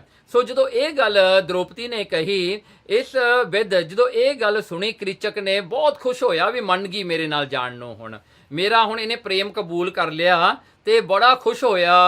ਬਿਗਸ ਬਦਨ ਤੇ ਬਚਨ ਬਖਾਨਾ। ਬਹੁਤ ਖੁਸ਼ ਹੋਇਆ ਤੇ ਆਪਣੇ ਜਿਹੜਾ ਹਨ ਮੂੰਹ ਤੋਂ ਕਹਿਣ ਲੱਗਾ ਕ੍ਰਿਚਕ, ਨਿਸਾ ਹੋਤ ਸੂਨੀ ਛਟ ਸਾਰੂ। ਦੇਖ ਕਹਿੰਦਾ ਜਿਹੜਾ ਦਾਸੀ, ਕਹਿੰਦਾ ਜਦੋਂ ਰਾਤ ਹੋਈ ਨਾ, ਹਨੇਰਾ ਹੋਇਆ, ਤੂੰ ਚਾਟਸਾਲ ਆ ਜੀ ਸਕੂਲ ਦੇ ਵਿੱਚ, ਜਿੱਥੇ ਪਾਠਸ਼ਾਲਾ ਕਹਿ ਲਈਏ, ਚਾਟਸਾਲ ਕਹਿ ਲਈ, ਜਿੱਥੇ ਚਾਟੜੇ ਪੜ੍ਹਦੇ ਹਨ, ਜਿੱਥੇ ਚਾਟੜਿਆਂ ਦਾ ਸਟੂਡੈਂਟ ਦਾ ਪੜ੍ਹਨ ਵਾਲਾ ਥਾਂ ਹੈ, ਜਿਹਨੂੰ ਆਪਾਂ ਅੱਜ ਕੱਲ੍ਹ ਸਕੂਲ ਕਹਿੰਦੇ ਹਾਂ। ਕਹਿੰਦੇ ਤੂੰ ਸਕੂਲ ਵਾਲੇ ਥਾਂ ਤੇ ਆ ਜੀ ਰਾਤ ਵੇਲੇ। ਤਹਾਂ ਆਏ ਮਿਲ ਮੋਹੇ ਸੰਘਾਰੂ। ਕਹਿਣ ਲੱਗੇ ਉੱਥੇ ਮੇਰੇ ਕੋਲ ਆ ਜੀ ਤੇ ਮੇਰੇ ਕੋਲ ਜਿਹੜਾ ਹੈ ਤੂੰ ਆਉਣਾ ਕਰੀ ਉਸ ਸੁੰਨਸਾਨ ਜਿਹੜਾ ਥਾਂ ਤੇ, ਕਿਉਂਕਿ ਚਾਟਸਾਲ ਖਾਲੀ ਹੁੰਦੀ ਹੈ, ਸਕੂਲ ਖਾਲੀ ਹੋ ਜਾਣਾ, ਸਾਰਿਆਂ ਨੇ ਮੁੜ ਜਾਣਾ ਤੇ ਮੈਂ ਉੱਥੇ ਤੇਰੀ ਉਡੀਕ ਕਰਾਂਗਾ। ਜੇ ਜਾਮਨ ਕੋ ਨਹਿ ਤੁਮ ਆਈ। ਦੇਖੋ ਉਹਨੇ ਇੱਕ ਵਾਰਨਿੰਗ ਵੀ ਦਿੱਤੀ ਕ੍ਰਿਚਕ ਨੇ, ਜੇ ਤੂੰ ਰਾਤ ਵੇਲੇ ਮੇਰੇ ਕੋਲ ਨਾ ਆਈ ਤਾਂ ਫਿਰ ਹੋਰ ਪਈ ਤੇ ਲਿਓ ਗਹਾਈ। ਫਿਰ ਮੈਂ ਤੈਨੂੰ ਦਿਨ ਚੜੇ, ਮੈਂ ਤੈਨੂੰ ਖਿੱਚ ਕੇ ਤੇਰੇ ਘਰ ਤੋਂ ਮੈਂ ਲੈ ਜਾਵਾਂਗਾ ਤੈਨੂੰ, ਫਿਰ ਨਹੀਂ ਮੈਂ ਤੈਨੂੰ ਛੱਡਾਂਗਾ। ਛੁੱਟੀ ਸਿੰਘ ਤੇ ਮਿਰਗੀ ਜੈਸੇ। ਦੇਖੋ ਜਿਵੇਂ ਇੱਕ ਸ਼ੇਰ ਦੇ ਪੰਜੇ ਤੋਂ ਕੋਈ ਮਿਰਗੀ, ਕੋਈ ਡੀਅਰ ਜਿਹੜੀ ਹੈ ਉਹ ਛੁੱਟੀ ਹੋਵੇ। ਗਮਨਿਓ ਸਦਨ ਵਿਖੈ ਤਜ ਤੈਸੇ। ਉਹ ਭੱਜੀ ਜੀ, ਦ੍ਰੋਪਦੀ ਭੱਜੀ ਆਪਣੇ ਘਰ ਨੂੰ, ਜਿੱਥੇ ਜਿਹੜੇ ਹਨ ਪਾਂਡਵਾਂ ਦੇ ਨਾਲ ਜਿਹੜੇ ਉਹਨਾਂ ਦੇ ਜਿਹੜੇ ਹਨ ਸਰਵਨ ਕੁਆਟਰਸ ਬਣੇ ਹੋਏ ਸਨ, ਤੇ ਉੱਥੇ ਭੱਜੀ ਜੀ ਦ੍ਰੋਪਦੀ। ਬਿਖਰੇ ਬਾਰ ਬਦਨ ਕੁਮਲਾਨੋ। ਦੇਖੋ ਕਿਸ ਤਰ੍ਹਾਂ ਦੀ ਹਾਲਤ ਹੈ ਦ੍ਰੋਪਦੀ ਦੀ, ਉਹਦੇ ਵਾਲ ਜਿਹੜੇ ਹਨ ਸਾਰੇ ਬਿਖਰੇ ਹੋਏ ਹਨ, ਖੁੱਲੇ ਹਨ। ਸੋ ਉਹਦੇ ਜਿਹੜੇ ਹਨ, ਜਿਹੜੇ ਵਾਲ ਜਿਹੜੇ ਹਨ ਖਿੰਡੇ ਹੋਏ ਹਨ। ਘਿਰਿਓ ਤਮੀ ਪਤ ਤਮ ਮੈਂ ਮਾਨੋ। ਘਿਰਿਓ ਤੇਰੀ ਮਤ ਕਹਿਣ ਲੱਗੇ ਇਸ ਤਰ੍ਹਾਂ ਲੱਗਦਾ ਹੈ ਮਾਨੋ ਚੰਦਰਮਾ ਨੂੰ ਜਿਹੜਾ ਹੈ ਹਨੇਰੇ ਨੇ ਘੇਰ ਲਿਆ ਹੁੰਦਾ ਹੈ, ਕਿਉਂਕਿ ਉਹਦੇ ਵਾਲ ਉਹਦੇ ਜਿਹੜੇ ਹਨ ਮੂੰਹ ਦੇ ਸਾਹਮਣੇ ਆਉਂਦੇ ਹਨ। ਮੂੰਹ ਜਿਹੜਾ ਹੈ ਉਸਦਾ ਚੰਦਰਮਾ ਵਰਗਾ ਹੈ ਤੇ ਜਿਹੜੇ ਕਾਲੇ ਬੱਦਲ ਵਰਗੇ ਵਾਲ ਉਹਨੂੰ ਜਿਹੜੇ ਉਹਦੇ ਮੂੰਹ ਨੂੰ ਢੱਕਦੇ ਹਨ, ਖਿਲਰੇ ਹੋਏ ਹਨ। ਸੂਕੇ ਅਦਰ ਸਿਥਲ ਸਭ ਅੰਗਾ। ਉਸਦਾ ਜਿਹੜੇ ਬੁੱਲ ਹਨ ਸੁੱਕੇ ਪਏ ਹਨ ਦ੍ਰੋਪਦੀ ਦੇ, ਤੇ ਉਹਦਾ ਜਿਹੜਾ ਸਾਰਾ ਹੀ ਬਦਨ ਸਰੀਰ ਢਿੱਲਾ ਪਿਆ ਹੋਇਆ ਹੈ। ਲਪਟ ਧੂਲ ਤਨ ਭਇਓ ਕੁਰੰਗਾ। ਤੇ ਉਹਦਾ ਸਰੀਰ ਸਾਰਾ ਧੂਲ ਡਸ ਦੇ ਨਾਲ ਭਰਿਆ ਹੋਇਆ, ਕਿਉਂਕਿ ਖਿੱਚ ਕੇ ਲਿਆਂਦਾ ਨਾ, ਕ੍ਰਿਚਕ ਉਹਨੂੰ ਖਿੱਚ ਕੇ ਲੈ ਕੇ ਗਿਆ। ਸਾਰਿਆ ਉਹਦਾ ਸਰੀਰ ਜਿਹੜਾ ਹੈ ਜਿਹੜਾ ਡਸ ਦੇ ਨਾਲ ਭਰਿਆ ਹੋਇਆ ਹੈ। ਕੁਰੰਗ ਉਹਦੇ ਸਰੀਰ ਦਾ ਜਿਹੜਾ ਹਨ ਡੱਬ ਕਾਲਾ ਜਿਹੜੇ ਹਨ ਕਾਲਖ ਉਹਦੇ ਲੱਗੀ ਹੋਈ ਹੈ। ਦੋਹਰਾ ਭੂਪ ਉਠਾ ਸਭ ਸਭਾ ਸੋ ਹੋਤ ਭਈ ਜਬ ਰੈਨ। ਹੁਣ ਦੇਖੋ ਉਹ ਸਭਾ ਜਿਹੜੀ ਹੈ ਉਹਦੇ ਵਿੱਚੋਂ ਰਾਜਾ ਉੱਠ ਖੜਿਆ ਜੋ ਸ਼ਾਮਾਂ ਪਈਆਂ। ਦੀਵਾਨ ਜਿਹੜਾ ਉਹਨਾਂ ਦਾ ਸਮਾਪਤ ਹੋਇਆ, ਮਤਲਬ ਕਿ ਉਹਦਾ ਦਾ ਜਿਹੜਾ ਹੈ ਕੌਂਗਰੀਗੇਸ਼ਨ ਜਿਹੜੀ ਉਹਨਾਂ ਦੀ ਹੁੰਦੀ ਸੀ ਰਾਜ ਸਭਾ ਦੇ ਵਿੱਚ, ਉਹ ਬੰਦ ਹੋ ਗਈ। ਬੰਦ ਹੋ ਕੇ ਸਾਰੇ ਆਪਣੇ ਆਪਣੇ ਘਰਾਂ ਨੂੰ ਚਲੇ ਗਏ ਰਾਤ ਵੇਲੇ। ਔਰ ਬੇਸੂਰ ਪਾਂਡਵ ਗਏ ਜਹ ਤਿਨ ਕੇ ਐਨ। ਹੁਣ ਇਹ ਜਿਹੜੇ ਪਾਂਡਵ ਸਨ ਇਹ ਗੁੱਸੇ ਦੇ ਵਿੱਚ, ਬਹੁਤ ਇਹਨਾਂ ਨੂੰ ਗੁੱਸਾ ਹੈ ਜਿਹੜਾ ਇਹ ਦਿਖਾ ਨਹੀਂ ਸਕਦੇ ਸਨ। ਇਹ ਵੀ ਗੁੱਸੇ ਦੇ ਵਿੱਚ ਆਪੋ ਆਪਣੇ ਘਰਾਂ ਨੂੰ ਕੁਆਟਰਸ ਨੂੰ ਚਲੇ ਗਏ। ਚੌਪੇ ਭੋਜਨ ਕਰਨ ਹੁਤੀ ਜਹ ਥਾਈ। ਜਿੱਥੇ ਇਹ ਰਲ ਕੇ ਸਾਰੇ ਜਿੰਨੇ ਨੌਕਰ ਸਨ ਜਾਂ ਸਰਵੈਂਟ ਸਨ ਇੱਕ ਥਾਂ ਤੇ ਬਹਿ ਕੇ ਇਹ ਡਾਈਨਿੰਗ ਕਰਦੇ ਸਨ, ਮਤਲਬ ਕਿ ਇੱਕ ਥਾਂ ਤੇ ਬਹਿ ਕੇ ਇਹਨਾਂ ਨੂੰ ਲੰਗਰ ਜਾਂ ਇਹਨਾਂ ਨੂੰ ਖਾਣਾ ਮਿਲਿਆ ਕਰਦਾ ਸੀਗਾ ਤੇ ਉੱਥੇ ਬਹਿ ਕੇ ਇਕੱਠੇ ਖਾਂਦੇ ਸਨ। ਉਹ ਜਿਹੜਾ ਡਾਈਨਿੰਗ ਹਾਲ ਹੈ ਉਹਦੇ ਵਿੱਚ ਇਹ ਪਹੁੰਚ ਗਏ। ਬੈਠਿਓ ਭੀਮ ਤਹਾਂ ਪਛਤਾਈ। ਉੱਥੇ ਬੈਠਾ ਭੀਮ ਸੈਨ ਜਿਹੜਾ ਹੈ ਬੜਾ ਪਛਤਾਉਂਦਾ ਹੈ, ਬੜਾ ਪਛਤਾਵਾ ਇਹਨੂੰ ਹੋ ਰਿਹਾ ਹੈ ਕਿ ਮੇਰੇ ਸਾਹਮਣੇ ਐਸਾ ਦ੍ਰੋਪਦੀ ਨਾਲ ਕੀਤਾ ਤੇ ਮੈਂ ਕੁਝ ਨਾ ਕਰ ਸਕਿਆ। ਹੋਏ ਤਿਮਰ ਦ੍ਰੋਪਦੀ ਆਈ। ਜਦੋਂ ਹਨੇਰਾ ਹੋਇਆ ਤਾਂ ਦ੍ਰੋਪਦੀ ਵੀ ਉੱਥੇ ਹੀ ਆ ਗਈ। ਰੋਏ ਭੀਮ ਕੇ ਘਰ ਲਪਟਾਈ। ਉਹਨੇ ਆ ਕੇ ਆਪਣੇ ਪਤੀ ਭੀਮ ਸੈਨ ਨੂੰ ਜਿਹੜਾ ਹੈ ਜੱਫੀ ਪਾ ਕੇ ਦ੍ਰੋਪਦੀ ਬੜੀ ਰੋਈ, ਬਹੁਤ ਰੋਣ ਲੱਗੀ। ਤਾਰ ਬ੍ਰਿਖ ਜਿਉ ਲਤਾ ਸੋ ਲਾਗੀ। ਦੇਖੋ ਤਾਰ ਕਹਿਣ ਲੱਗੇ ਤਾਰ ਬਿਰਖ, ਜਿਵੇਂ ਤਾੜ ਕੇ ਬ੍ਰਿਛ ਨੂੰ ਜਿਹੜਾ ਹੈ ਵੇਲ ਜਿਹੜੀ ਹੈ ਉਹ ਪਕੜ ਲੈਂਦੀ ਹੈ। ਜਿਵੇਂ ਇੱਕ ਵੇਲ ਇੱਕ ਦਰਖਤ ਦੇ ਆਲੇ ਦੁਆਲੇ ਉਹਨੂੰ ਚੰਗੀ ਤਰ੍ਹਾਂ ਪਕੜ ਕੇ ਉੱਤੇ ਨੂੰ ਚੜ੍ਹਦੀ ਹੈ, ਇਸੇ ਤਰ੍ਹਾਂ ਹੀ ਦ੍ਰੋਪਦੀ ਨੇ ਆ ਕੇ ਭੀਮ ਸੈਨ ਨੂੰ ਜਿਹੜਾ ਹੈ ਆ ਕੇ ਜੱਫੀ ਵਿੱਚ ਲੈ ਲਿਆ। ਰੋਵਤ ਜਨ ਧੋਵਤ ਦੁਖ ਦਾਗੀ। ਦੇਖੋ ਇੰਨਾ ਉਹ ਰੋਈ ਦ੍ਰੋਪਦੀ ਜਿਸ ਤਰ੍ਹਾਂ ਕਿ ਆਪਣੇ ਦੁੱਖਾਂ ਦੀ ਮੈਲ ਨੂੰ ਧੋਂਦੀ ਹੈ। ਮੁਖ ਤੇ ਵਾਕ ਨਾ ਜਾਏ ਬਖਾਨਾ। ਫਿਰ ਗਦ ਹੋ ਗਈ ਬਾਣੀ ਜਿਹੜੀ ਹੈ ਉਸਦੀ ਦ੍ਰੋਪਦੀ ਦੀ, ਉਹ ਕੁਝ ਬੋਲ ਨਾ ਸਕੀ। ਸੋ ਜਿਹੜੇ ਹਨ ਉਹ ਬੋਲਣ ਦੀ ਕੋਸ਼ਿਸ਼ ਕਰਦੀ ਹੈ ਪਰ ਉਹਦੀ ਆਵਾਜ਼ ਨਹੀਂ ਬਾਹਰ ਨਿਕਲਦੀ। ਗਦ ਗਿਰਾ ਪਰਮ ਡਰ ਮਾਨਾ। ਸੋ ਗਦ ਗਿਰਾ ਹੋਣ ਕਰਕੇ ਜਿਹੜਾ ਹੈ ਉਹਨੇ ਜਿਹੜਾ ਕਿਉਂ ਹੋਇਆ ਪਰਮ ਡਰ ਮਾਨਾ, ਉਹਨੂੰ ਬੜਾ ਡਰ ਪਿਆ ਹੋਇਆ ਸੀ ਦ੍ਰੋਪਦੀ ਨੂੰ ਵੀ ਅੱਜ ਰਾਤ ਨੂੰ ਜੇ ਮੈਂ ਨਾ ਉਹਦੀ ਗੱਲ ਕ੍ਰਿਚਕ ਦੀ ਮੰਨੀ ਤਾਂ ਭਲਕੇ ਸਵੇਰੇ ਮੈਨੂੰ ਉਹਨੇ ਚੁੱਕ ਕੇ ਲੈ ਜਾਣਾ ਹੈ। ਸੋ ਇਹ ਡਰ ਉਹਨੂੰ ਲੱਗਿਆ ਹੋਇਆ ਹੈ। ਧਰ ਧੀਰਜ ਪੁਨ ਬੈਨ ਉਚਾਰੇ। ਫੇਰ ਧੀਰਜ ਨੂੰ ਧਾਰ ਕੇ ਦ੍ਰੋਪਦੀ ਬੋਲੀ ਥੋੜਾ ਹੌਸਲਾ ਕਰਕੇ। ਪਾਂਚੋ ਪਤ ਤੁਮ ਮੋ ਰਖਵਾਰੇ। ਦੇਖੋ ਕਹਿੰਦੇ ਤੁਸੀਂ ਪੰਜ ਮੇਰੇ ਪਤੀ ਹੋ, ਜੋ ਮੇਰੀ ਰਖਵਾਲੀ ਕਰਨਾ ਤੁਹਾਡਾ ਫਰਜ਼ ਹੈ। ਮਹਾਸੂਰ ਅਤ ਬਲੀ ਤਨੁਰ ਧਰ। ਫੇਰ ਕਹਿਣ ਲੱਗੇ ਦੇਖੋ ਮੇਰੇ ਪਤੀ ਤੁਸੀਂ ਬਲ ਵਾਲੇ ਹੋ, ਤਕੜੇ ਹੋ। ਦੇਖੋ ਅਰਜਨ ਵਰਗਾ ਧਨੁਖ ਧਾਰੀ ਹੈ, ਜੋ ਦੁਨੀਆ ਉਹਨੂੰ ਮੰਨਦੀ ਹੈ, ਉਹ ਵੀ ਮੇਰਾ ਪਤੀ ਹੈ। ਕਹਿੰਦੇ ਭੀਮ ਸੈਨ ਜਿਹੜਾ ਹੈ ਉਹ ਗਧਾ ਜਿਹੜਾ ਹੈ ਉਹ ਚਲਾਉਣ ਵਾਲਾ ਹੈ, ਬੜਾ ਤਕੜਾ ਹੈ ਜਿਹੜਾ ਹੈ। ਕਹਿੰਦੇ ਫੇਰ ਜਿਹੜੇ ਮੇਰੇ ਪਤੀ ਇੰਨੇ ਤਕੜੇ ਨੇ, ਕਹਿੰਦੇ ਮੇਰੀ ਰਖਵਾਲੀ ਕਿਉਂ ਨਹੀਂ ਕਰਦੇ। ਤੁਮ ਹੋਵਤ ਸਤ ਟਾਰਤ ਬਲ ਕਰ। ਕਹਿਣ ਲੱਗੇ ਦੇਖੋ ਤੁਮ ਹੋਵਤ ਤੁਸੀਂ ਹੁੰਦੇ ਹੋ ਸਤ ਟਾਰਤ ਜਿਹੜਾ ਹਨ ਸੱਤਾ ਨੂੰ ਟਾਲਣ ਵਾਲੇ। ਕਹਿੰਦੇ ਵੀ ਉਹ ਕ੍ਰਿਚਕ ਦੀ ਤਾਕਤ ਨੂੰ ਤੁਸੀਂ ਮੁਕਾ ਸਕਦੇ ਆ, ਤੁਸੀਂ ਤਾਂ ਜ਼ਿਆਦਾ ਤਕੜੇ ਹੋ ਕ੍ਰਿਚਕ ਤੋਂ। ਕ੍ਰਿਚਕ ਤੁਹਾਡੇ ਸਾਹਮਣੇ ਕੀ ਚੀਜ਼ ਹੈ। ਦੋਹਰਾ ਕਹਾ ਮਿਲਣ ਸੰਕੇਤ ਕੋ ਜੋ ਨਾ ਜਾਓ ਤਹਿ ਪਾਸ। ਉਸ ਵੇਲੇ ਜਿਹੜਾ ਹਨ ਭੀਮ ਜਿਹੜਾ ਹਨ ਸੈਨ ਨੇ ਇਹ ਕਿਹਾ ਕਿ ਦੇਖੇ ਦ੍ਰੋਪਦੀ ਨੂੰ ਕਹਿੰਦਾ ਕਹਾਂ ਮਿਲਣ ਸੰਕੇਤ ਕੋ, ਕਹਿੰਦਾ ਤੂੰ ਮੈਨੂੰ ਦੱਸ ਅੱਜ ਕ੍ਰਿਚਕ ਨੇ ਤੈਨੂੰ ਰਾਤ ਨੂੰ ਕਿੱਥੇ ਮਿਲਣਾ ਹੈ, ਉਹ ਥਾਂ ਉਹ ਜਗ੍ਹਾ ਮੈਨੂੰ ਦੱਸ ਦੇ। ਤੇ ਫੇਰ ਕਹਿੰਦੇ ਤੂੰ ਨਹੀਂ ਉੱਥੇ ਜਾਣਾ। ਭੋਰ ਪਈ ਲੈ ਜਾਵਈ ਗਹਿ ਕਰ ਆਪਨ ਆਵਾਸ। ਤੇ ਦ੍ਰੋਪਦੀ ਕਹਿੰਦੀ ਹੈ ਨਹੀਂ ਮੈਨੂੰ ਜਾਣਾ ਪੈਣਾ ਹੈ, ਜੇ ਮੈਂ ਨਾ ਗਈ ਤਾਂ ਉਹਨੇ ਮੈਨੂੰ ਖਿੱਚ ਕੇ ਲੈ ਜਾਣਾ ਸਵੇਰੇ, ਮੈਨੂੰ ਉਹਨੇ ਜਿਹੜਾ ਹੈ ਚੱਕ ਕੇ ਹੀ ਲੈ ਜਾਣਾ ਹੈ, ਮੈਨੂੰ ਜਾਣਾ ਹੀ ਪੈਣਾ। ਇਹ ਨਹੀਂ ਹੋ ਸਕਦਾ ਕਿ ਮੈਂ ਉੱਥੇ ਨਾ ਜਾਵਾਂ। ਸਵਈਆ ਸੀਤਲ ਸਵਾਸ ਭਰੇ ਕਹਿ ਬੈਨ। ਦੇਖੋ ਸੀਤਲ ਠੰਡੇ ਠੰਡੇ ਸਵਾਸ ਲੈਣ ਲੱਗੀ ਦ੍ਰੋਪਦੀ ਹੁਣ, ਬਿਲੋਚਨ ਤੇ ਜਲ ਨਾ ਠਹਿਰਾਈ। ਤੇ ਅੱਖਾਂ ਤੋਂ ਅਥਰੂ ਚੱਲਦੇ ਹਨ ਦ੍ਰੋਪਦੀ ਦੇ ਦੁੱਖ ਵਿੱਚ।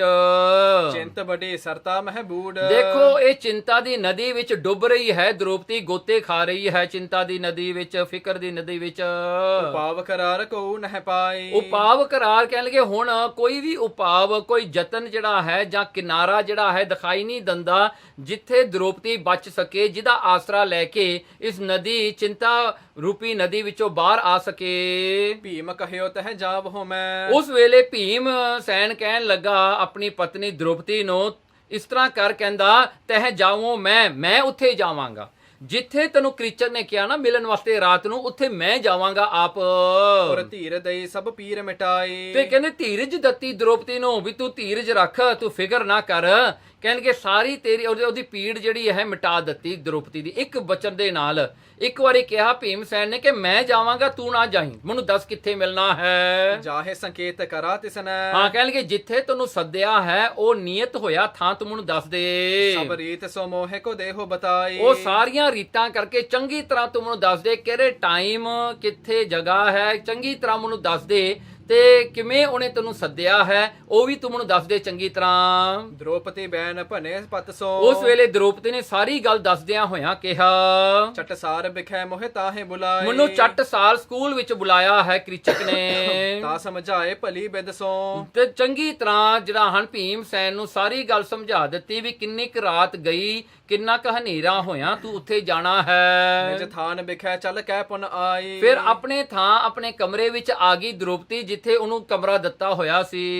ਭੋਜਨ ਖਾਏ ਅਘਾਏ ਕਹਿ ਭੀਮ। ਫਿਰ ਹੁਣ ਥੋੜਾ ਜਿਹਾ ਹੌਸਲਾ ਹੋਇਆ, ਦ੍ਰੋਪਦੀ ਨੇ ਵੀ ਜਿਹੜਾ ਹੈ ਖਾਣਾ ਖਾਦਾ ਤੇ ਜਿਹੜਾ ਪਾਂਡਵਾਂ ਨੇ ਵੀ ਛਕਿਆ ਜੀ ਆਪਣਾ।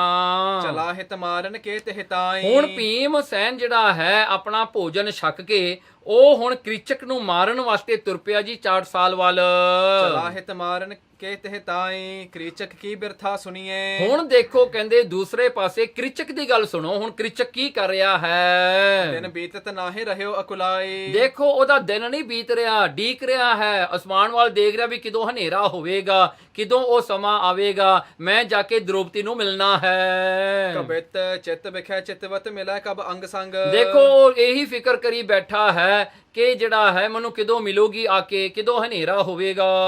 ਕਰੋ ਮਨ ਭਾਇਓ ਕਬ ਦਿਵਸ ਬਿਹਾਏ ਹੈ। ਵੀ ਮੈਂ ਆਪਣਾ ਮਨ ਭਾਉਂਦਾ ਕੁਕਰਮ ਜਿਹੜਾ ਹੈ ਮੈਂ ਕਿਸ ਤਰ੍ਹਾਂ ਕਰਾਂਗਾ, ਜਿਹੜਾ ਹੈ ਉਹ ਸਮਾਂ ਕਿਦੋਂ ਆਵੇਗਾ, ਕਿਦੋਂ ਦਿਨ ਬੀਤੇਗਾ। ਮੀਨ ਸਮ ਤਰਫਤ ਕਾਮ ਸੋ ਪੀੜਤ ਅਤ। ਦੇਖੋ ਇਹ ਜਿਹੜਾ ਹੈ ਮੱਛੀ ਜਿਵੇਂ ਪਾਣੀ ਤੋਂ ਬਗੈਰ ਤੜਫਦੀ ਹੈ, ਇਹ ਕਾਮ ਅਵਸਥਾ ਦੇ ਵਿੱਚ ਤੜਫ ਰਿਹਾ ਹੈ, ਪੀੜਤ ਦੁਖੀ ਹੋ ਰਿਹਾ ਹੈ। ਮੋਹ ਕੋ ਸੁਖ ਦੈਨੀ ਕਬ ਦਰਸ ਦਿਖਾਏ ਹੈ। ਦੇਖੋ ਕਹਿੰਦੇ ਡੀਕ ਰਿਹਾ ਹੈ, ਉਹ ਡੀਕ ਕਰ ਰਿਹਾ ਉਸ ਸਮੇਂ ਦੀ ਕਿਦੋਂ ਮੈਨੂੰ ਇਹ ਜਿਹੜਾ ਹਨ ਸੁਖ ਦੇਣ ਵਾਲੀ ਦ੍ਰੋਪਦੀ ਮੇਰੀ ਕਾਮ ਵਾਸ਼ਨਾ ਨੂੰ ਆ ਕੇ ਪੂਰੀ ਕਰੇਗੀ। ਚੈਨ ਨਾ ਪਰਤ ਇਤ ਉਤ ਹੂੰ ਕੋ ਵਿਚਰਤ।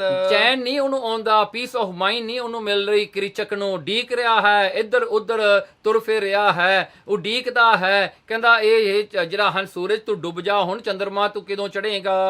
ਵਿਯੋਗ ਤੇ ਤਪਤ ਮਾਨੋ ਅਬ ਜਰ ਜਾਏ ਹੈ। ਵਿਯੋਗ ਕਹਿੰਦੇ ਕਿ ਦ੍ਰੋਪਦੀ ਦੇ ਵਿਛੋੜੇ ਕਰਕੇ ਉਹ ਜਿਹੜਾ ਦੁੱਖ ਕ੍ਰਿਚਕ ਨੂੰ ਹੋ ਰਿਹਾ ਹੈ ਉਹ ਤਾਂ ਇਸ ਤਰ੍ਹਾਂ ਦਾ ਹੈ ਜਿਵੇਂ ਉਹਦੇ ਹਿਰਦੇ ਨੂੰ ਅੰਦਰੋਂ ਅੱਗ ਸਾੜ ਰਹੀ ਹੈ ਵਿਜੋਗ ਦੀ। ਐਸੀ ਗਤ ਭਈ ਮਤ ਚਿੱਤ ਤੇ ਬਿਸਰ ਗਈ। ਦੇਖੋ ਐਸੀ ਉਹਦੀ ਗਤੀ ਹਾਲਾਤ ਹੋਈ ਜਿਹਦੇ ਕਰਕੇ ਉਹਦੀ ਮਤ ਸਾਰੀ ਹੀ ਵਿਸਰ ਗਈ, ਉਹਦੀ ਇੰਟੈਲੈਕਟ ਵਿਸਰ ਗਈ, ਸੋਚਣ ਦੀ ਸ਼ਕਤੀ ਮੁੱਕ ਗਈ। ਹੋਵਤ ਪਰ ਦੁੱਖ ਕੇ ਸੋ ਉਠਿਓ ਹਰ ਖਾਏ ਹੈ। ਜਦੋਂ ਸਾਂਝ ਪਈ, ਜਦੋਂ ਜਿਹੜਾ ਹੈ ਸੂਰਜ ਸਨਸੈਟ ਦਾ ਸਮਾਂ ਆਇਆ ਤਾਂ ਜਿਹੜਾ ਹਨ ਚਿੱਤ ਦੇ ਵਿੱਚ ਸੋਚਦਾ ਵੀ ਹੁਣ ਖੁਸ਼ੀ ਹੋਈ ਵੀ ਆ ਗਿਆ ਸਮਾਂ ਨੇੜੇ ਹੁਣ।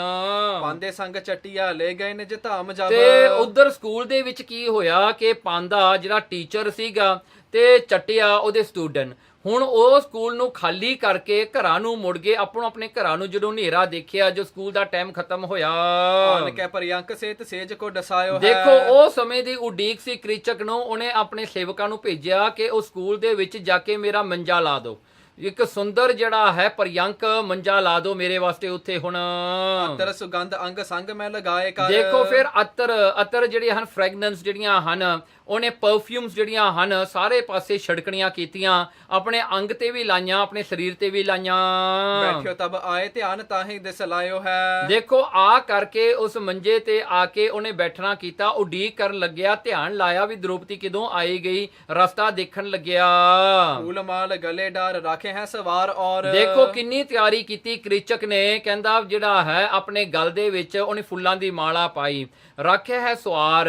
ਕਹਿੰਦੇ ਸਾਰੇ ਹੀ ਜਿਹੜੇ ਹਨ ਤਰ੍ਹਾਂ ਤਰ੍ਹਾਂ ਦੇ ਜਿਹੜੇ ਹਨ ਖੁਸ਼ਬੂਦਾਰ ਜਿਹੜੇ ਫੁੱਲ ਹਨ, ਉਹਨੇ ਸਾਰੇ ਕਮਰੇ ਵਿੱਚ ਉੱਥੇ ਲਾਉਣਾ ਕੀਤੇ, ਕਮਰੇ ਨੂੰ ਸਜਾ ਦਿੱਤਾ ਜਿਹੜਾ ਹੈ। ਇਸ ਕਰਕੇ ਉਹਨੇ ਖੁਸ਼ਬੂ ਕੀਤੀ ਜੀ ਸਾਰੇ ਕਮਰੇ ਵਿੱਚ। ਸੁੰਦਰ ਸਮਾਜ ਕਰ ਦੇਹ ਲਿਸਕਾਇਓ ਹੈ। ਦੇਖੋ ਉਹਨੇ ਫਿਰ ਸੁੰਦਰ ਜਿਹੜੇ ਹਨ ਤੇਲ ਜਿਹੜਾ ਹਨ ਵਾਸ਼ਨਾ ਵਾਲੇ ਤੇਲ ਹੁੰਦੇ ਹਨ, ਉਹਨੇ ਆਪਣੇ ਸਰੀਰ ਤੇ ਮਲ ਕਰਕੇ ਆਪਣੇ ਸਾਰੀ ਦੇਹ ਸਰੀਰ ਨੂੰ ਚਮਕਾਇਆ, ਮਤਲਬ ਕਿ ਸਾਰੇ ਸਰੀਰ ਦੇ ਵਿੱਚੋਂ ਵਾਸ਼ਨਾ ਆਉਂਦੀ ਹੈ। ਕ੍ਰਿਚਕ ਆਪ ਵੀ ਇੱਕ ਫੁੱਲੇ ਬਣ ਗਿਆ ਸੀ, ਮੰਨ ਲਓ। ਲਾਈ ਬਹੁਤ ਦੇਰ ਕਹਿ ਦੋ ਮਤ ਗਈ ਫੇਰ। ਲਾਈ ਬਹੁਤ ਦੇਰ ਕਹਿੰਦਾ ਡੀਕਣ ਲੱਗਿਆ, ਤੇ ਡੀਕਦਿਆਂ ਜਦੋਂ ਕੋਈ ਸਮੇਂ ਨੂੰ ਡੀਕਦਾ ਹੋਵੇ ਬੰਦਾ, ਹੁਣ ਸਮਾਂ ਬੜਾ ਹੌਲੀ ਲੰਘਦਾ ਹੈ। ਇਸ ਪ੍ਰਕਾਰ ਕਰਕੇ ਲਾਈ ਬਹੁਤ ਦੇਰ, ਕਹਿਣ ਲੱਗੇ ਦ੍ਰੋਪਦੀ ਨੇ ਬੜੀ ਦੇਰ ਲਾਤੀ, ਕਹਿ ਦੋ ਮਤ ਗਈ ਫੇਰ, ਕਿਤੇ ਭੱਜ ਤਾਂ ਨਹੀਂ ਗਈ, ਇਹ ਸੋਚਣ ਲੱਗਿਆ ਕ੍ਰਿਚਕ। ਬੈਠੇ ਝੁਕ ਝੁਕ ਹੇਰ ਵੱਡੋ ਜਹਾਂ ਤਮ ਛਾਇਓ ਹੈ। ਦੇਖੋ ਹੁਣ ਇਹ ਜਿਹੜਾ ਹੈ ਕ੍ਰਿਚਕ ਝੁਕ ਕੇ ਦੇਖਦਾ ਹੈ ਰਸਤੇ ਵੱਲ, ਜੋ ਕੋ ਖੜਕਾ ਆਉਂਦਾ ਦੇਖਦਾ ਵੀ ਆ ਗਈ, ਹੁਣ ਆ ਗਈ ਹਨੇਰੇ ਦੇ ਵਿੱਚ, ਕਿਉਂਕਿ ਹਨੇਰਾ ਹੈ ਹਰ ਪਾਸੇ, ਸੋ ਹਨੇਰੇ ਦੇ ਵਿੱਚ ਇਹ ਦੇਖਦਾ ਹੈ ਧਿਆਨ ਲਾ ਕੇ, ਤੇ ਉਹ ਝੁਕ ਕੇ ਦੇਖਦਾ ਹੈ ਵੱਡੋ ਜਹਾਂ ਤਮ ਛਾਇਓ, ਜਿੱਥੇ ਵੱਡਾ ਹਨੇਰਾ ਹੈ। ਭੀਮ ਜਬ ਗਇਓ ਪਗ ਕਰਖਾ ਸੁਨੰਤ ਭਇਓ। ਹੁਣ ਭੀਮ ਜਦੋਂ ਗਿਆ, ਹੁਣ ਦ੍ਰੋਪਦੀ ਤਾਂ ਨਹੀਂ ਆਈ, ਭੀਮ ਆ ਗਿਆ ਜੀ। ਹੁਣ ਹਨੇਰੇ ਦੇ ਵਿੱਚ ਇਹ ਕ੍ਰਿਚਕ ਨੇ ਨਹੀਂ ਦੇਖਿਆ ਵੀ ਕੌਣ ਆ ਰਿਹਾ ਹੈ, ਸੋ ਭੀਮ ਜਦੋਂ ਗਿਆ, ਉਸਦੇ ਪੈਰਾਂ ਦਾ ਜਦੋਂ ਖੜਕਾ ਹੋਣ ਲੱਗਿਆ ਤੇ ਕ੍ਰਿਚਕ ਨੇ ਸੁਣਿਆ, ਜਾਨੀ ਸੁਖ ਦੈਨੀ ਅਬ ਮੇਰੇ ਢਿੱਗ ਆਈ ਹੈ। ਉਹਨੇ ਜਾਣਿਆ ਵੀ ਦ੍ਰੋਪਦੀ ਆ ਗਈ, ਮੈਨੂੰ ਸੁੱਖ ਦੇਣ ਵਾਲੀ ਮੇਰੇ ਕੋਲ ਪਹੁੰਚ ਗਈ ਹੈ। ਉਹ ਤਾਂ ਬੜਾ ਚਾਅ ਚੜਿਆ ਉਸਨੂੰ ਕ੍ਰਿਚਕ ਨੂੰ। ਹਿਰਦੈ ਹਰ ਖਾਏ ਨਿਜ ਅੰਗ ਮੈਂ ਨਾ ਮਾਏ। ਸੋ ਉਹ ਹਿਰਦੇ ਵਿੱਚ ਬੜਾ ਚਾਅ ਚੜਿਆ ਜੀ, ਛਾਲਾਂ ਮਾਰਨ ਲੱਗ ਪਿਆ, ਕਹਿੰਦਾ ਹੋ ਗਿਆ ਕੰਮ ਜੀ, ਆ ਗਈ ਜੀ, ਹੁਣ ਮੇਰਾ ਕੰਮ ਹੋ ਗਿਆ ਜੀ। ਸੋ ਨਿਜ ਅੰਗ ਮੈਂ ਨਾ ਮਾਏ, ਆਪਣੇ ਅੰਗਾਂ ਵਿੱਚ ਨਹੀਂ ਮਾਵਦਾ, ਬੜੀਆਂ ਉਹਨੂੰ ਚਾਅ ਚੜਿਆ ਜੀ। ਅਬ ਕਰੋ ਕਾਮ ਕੇਲ ਮਿਲ ਭਈ ਮਨ ਭਾਈ ਹੈ। ਕਹਿਣ ਲੱਗੇ ਹੁਣ ਮੇਰਾ ਕਾਮ ਕੇਲ ਦਾ ਕੰਮ ਜਿਹੜਾ ਸੀ, ਮੇਰਾ ਲਸਤ ਜਿਹੜਾ ਉਹ ਪੂਰਾ ਹੋਵੇਗਾ। ਹੁਣ ਉਹ ਸਮਾਂ ਆ ਗਿਆ, ਕਹਿੰਦੇ ਜਿੱਥੇ ਮੇਰਾ ਮੇਲ ਹੋਣਾ ਹੈ ਦ੍ਰੋਪਦੀ ਦੇ ਨਾਲ। ਗਏ ਤੇ ਸਮੀਪ ਹਾਥ ਗਹਿ ਨ ਚਲਾਇਓ ਹਾਥ। ਕੀ ਹੋਇਆ ਜਦੋਂ ਉਹ ਜਿਹੜਾ ਹਨ ਪੈੜਾਂ ਦਾ ਖੜਕਾ ਜਿਹੜਾ ਸੀਗਾ ਉਹ ਮੰਜੇ ਦੇ ਨੇੜੇ ਨੂੰ ਗਿਆ, ਜਦੋਂ ਭੀਮ ਚੱਲ ਕਰਕੇ ਕ੍ਰਿਚਕ ਦੇ ਵਛਾਏ ਹੋਏ ਉਹ ਬਸਤਰ ਦੇ ਮਿੰਜੇ ਦੇ ਕੋਲ ਗਿਆ, ਤਾਂ ਉਸ ਵੇਲੇ ਉਹ ਕ੍ਰਿਚਕ ਨੇ ਆਪਣਾ ਹੱਥ ਚਲਾਇਆ ਵੀ ਮੈਂ ਇੱਥੇ ਦ੍ਰੋਪਦੀ ਨੂੰ ਪਕੜ ਲਵਾਂ। ਸੋ ਜਦੋਂ ਆਪ ਹਨੇਰੇ ਵਿੱਚ ਹੱਥ ਚਲਾਉਣ ਲੱਗਿਆ, ਤਾਕੋ ਗਹਿ ਲੀਨੋ ਖੈਂਚ ਰਹਿਓ ਨਾ ਛੁਰਾਈ ਹੈ। ਉਸ ਵੇਲੇ ਉਸਦਾ ਹੱਥ ਜਿਹੜਾ ਭੀਮ ਨੇ ਫੜ ਲਿਆ। ਜਦੋਂ ਭੀਮ ਨੇ ਫੜਿਆ, ਕ੍ਰਿਚਕ ਆਪਣਾ ਹੱਥ ਛਡਾਉਂਦਾ ਹੈ ਤੇ ਉਹਨੂੰ ਖਿੱਚਦਾ ਹੈ ਵੀ ਦ੍ਰੋਪਦੀ ਨੂੰ ਖਿੱਚ ਕੇ ਮੈਂ ਮੰਜੇ ਤੇ ਲੈ ਲਵਾਂ, ਤਾਂ ਉਹ ਖਿੱਚਦਾ ਹੈ, ਉਹਦੇ ਕੋਲ ਖਿੱਚਿਆ ਨਹੀਂ ਜਾਂਦਾ, ਕਿਉਂਕਿ ਭੀਮ ਨੇ ਪਕੜਿਆ ਹੋਇਆ ਸੀ ਹੱਥ ਉਹਦਾ, ਤੇ ਉਹਦੀ ਮੱਤ ਮਾਰੀ ਹੋਈ ਸੀ। ਉਹਨੂੰ ਇਹ ਨਹੀਂ ਪਤਾ ਸੀਗਾ ਵੀ ਹੱਥ ਕੈੜਾ ਕਿਉਂ ਹੈ, ਵੀ ਦ੍ਰੋਪਦੀ ਦਾ ਹੱਥ ਹੋ ਨਹੀਂ ਸਕਦਾ। ਸੋ ਉਹ ਖਿੱਚਦਾ ਹੈ ਪਰ ਖਿੱਚਿਆ ਨਾ ਗਿਆ। ਉੱਠਿਓ ਤਬ ਠਾਂਡਾ ਭਇਓ ਕੌਰੀ ਵਿੱਚ ਗਹਿਓ ਲਿਓ। ਉਸ ਵੇਲੇ ਜਿਹੜਾ ਹੈ ਕੀ ਹੋਇਆ, ਭੀਮ ਨੇ ਉਹਨੂੰ ਖਿੱਚ ਕੇ ਉਠਾ ਲਿਆ। ਜਦੋਂ ਉੱਠਿਆ, ਭੀਮ ਨੇ ਜਿਹੜਾ ਹੈ ਜ਼ੋਰ ਦੀ ਉਹਨੂੰ ਆਪਣੀ ਜੱਫੀ ਵਿੱਚ ਲੈ ਲਿਆ। ਸੋ ਹੁਣ ਕ੍ਰਿਚਕ ਨੂੰ ਤਾਂ ਪਤਾ ਲੱਗ ਗਿਆ ਵੀ ਦ੍ਰੋਪਦੀ ਤਾਂ ਕੋਈ ਜਾਈਨ ਨਹੀਂ ਬਣ ਗਈ ਰਾਤੋਂ ਰਾਤ ਦੇ ਵਿੱਚ ਜਾਂ ਇੱਕ ਦਿਨ ਦੇ ਵਿੱਚ, ਵੀ ਅੱਡਾ ਵੱਡਾ ਸਰੀਰ ਉਹਦਾ ਕਿਵੇਂ ਹੋ ਗਿਆ। ਸੋ ਉਹਨੇ ਜਦੋਂ ਘੁੱਟ ਕੇ ਉਹਨੂੰ ਜੱਫੀ ਪਾ ਲਈ ਜੀ ਭੀਮ ਨੇ, ਵੀ ਜਿਹੜਾ ਹੈ ਤੂੰ ਜੱਫੀਆਂ ਪਾਲਦਾ ਸੀ, ਮੈਂ ਤੈਨੂੰ ਜੱਫੀਆਂ ਪਾਉਂਦਾ, ਹੁਣ ਪਾਲਾ ਜੱਫੀਆਂ ਹੁਣ ਜਿਹੜੀਆਂ ਪਾਉਣੀਆਂ ਹਨ। ਸੂਰ ਪਹਿਚਾਨਿਓ ਲੱਗੇ ਕਰਨ ਲੜਾਈ ਹੈ। ਉਹਨੇ ਜਾਣ ਲਿਆ ਜੀ ਕ੍ਰਿਚਕ ਨੇ ਵੀ ਇਹ ਤਾਂ ਹੋਰ ਕੋਈ ਆਇਆ, ਦ੍ਰੋਪਦੀ ਨਹੀਂ ਆਈ, ਇਹ ਤਾਂ ਦ੍ਰੋਪਦਾ ਹੀ ਆ ਗਿਆ ਕੋਈ। ਸੋ ਇਉਂ ਜਾ ਕੇ ਜਿਹੜਾ ਹੈ ਉਹਨੇ ਇਹ ਜਿਹੜਾ ਹੈ ਜਦੋਂ ਸੁਣਿਆ, ਉੱਥੇ ਜੰਗ ਹੋ ਗਈ ਜੀ, ਰੈਸਲਿੰਗ ਹੋ ਗਈ ਜੀ ਦੋਵਾਂ ਵਿੱਚ।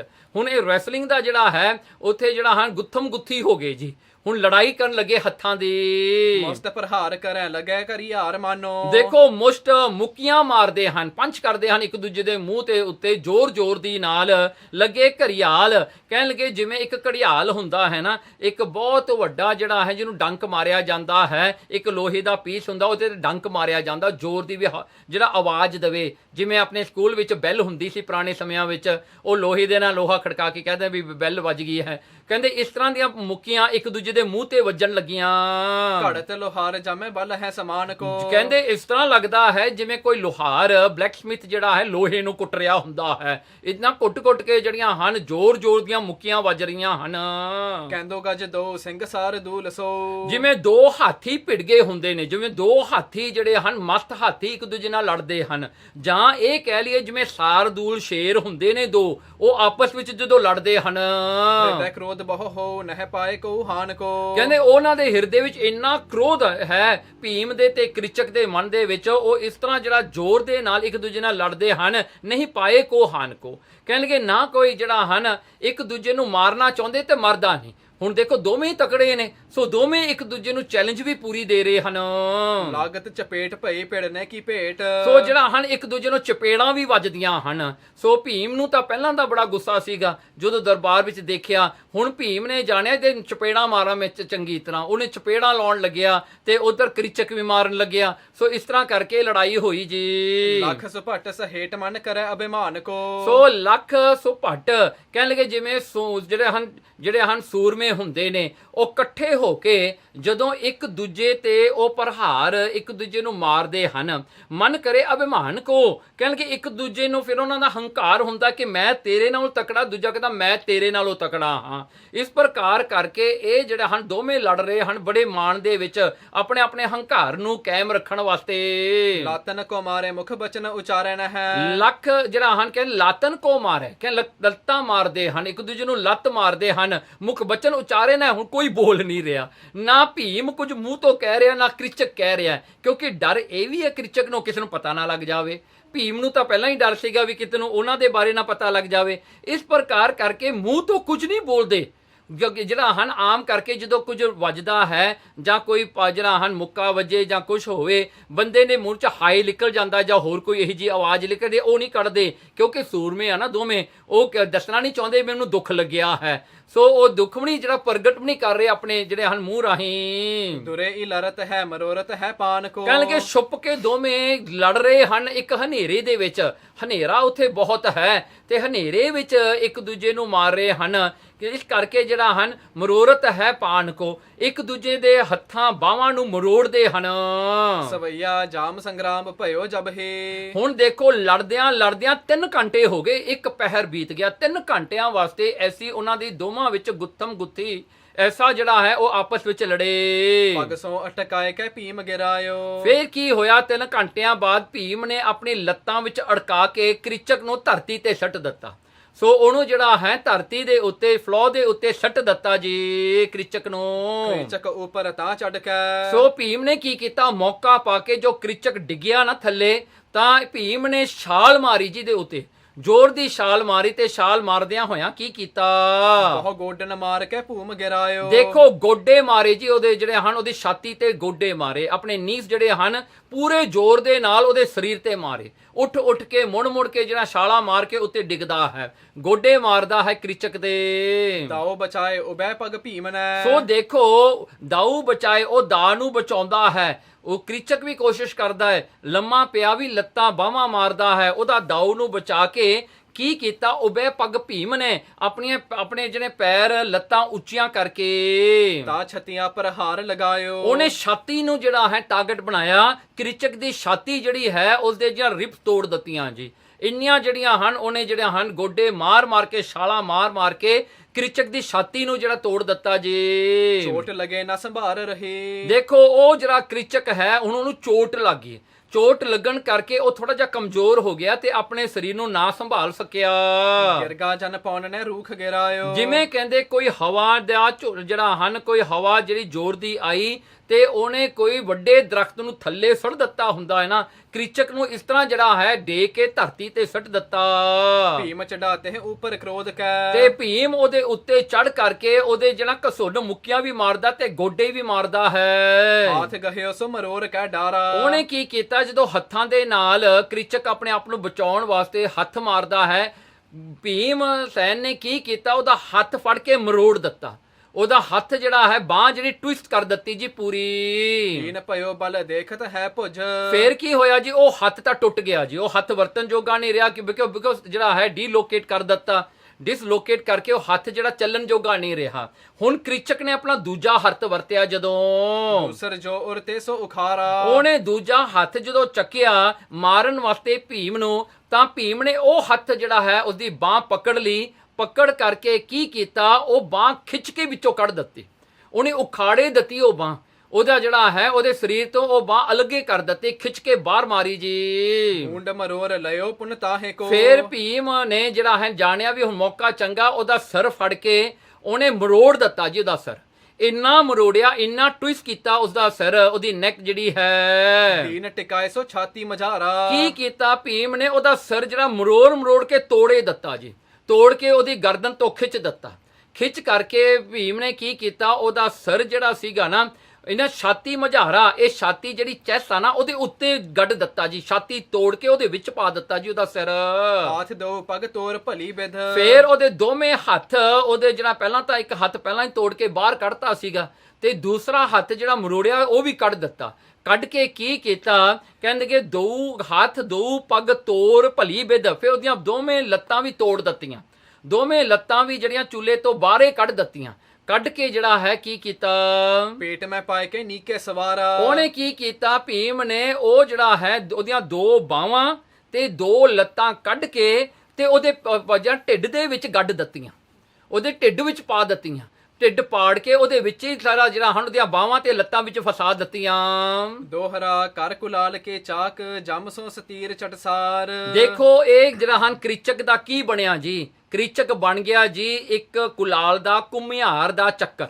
ਜਿਵੇਂ ਘੁਮਿਆਰ ਦਾ ਚੱਕਰ ਨਹੀਂ ਹੁੰਦਾ ਗੋਲ ਜਿਹਾ, ਜਿਹਦੇ ਉੱਤੇ ਉਹ ਪੁੱਟ ਰੱਖ ਕੇ ਉਹ ਘੁੰਮਦਾ ਹੈ ਤੇ ਉਹ ਪੁੱਟ ਬਣਾਉਂਦਾ ਹੈ।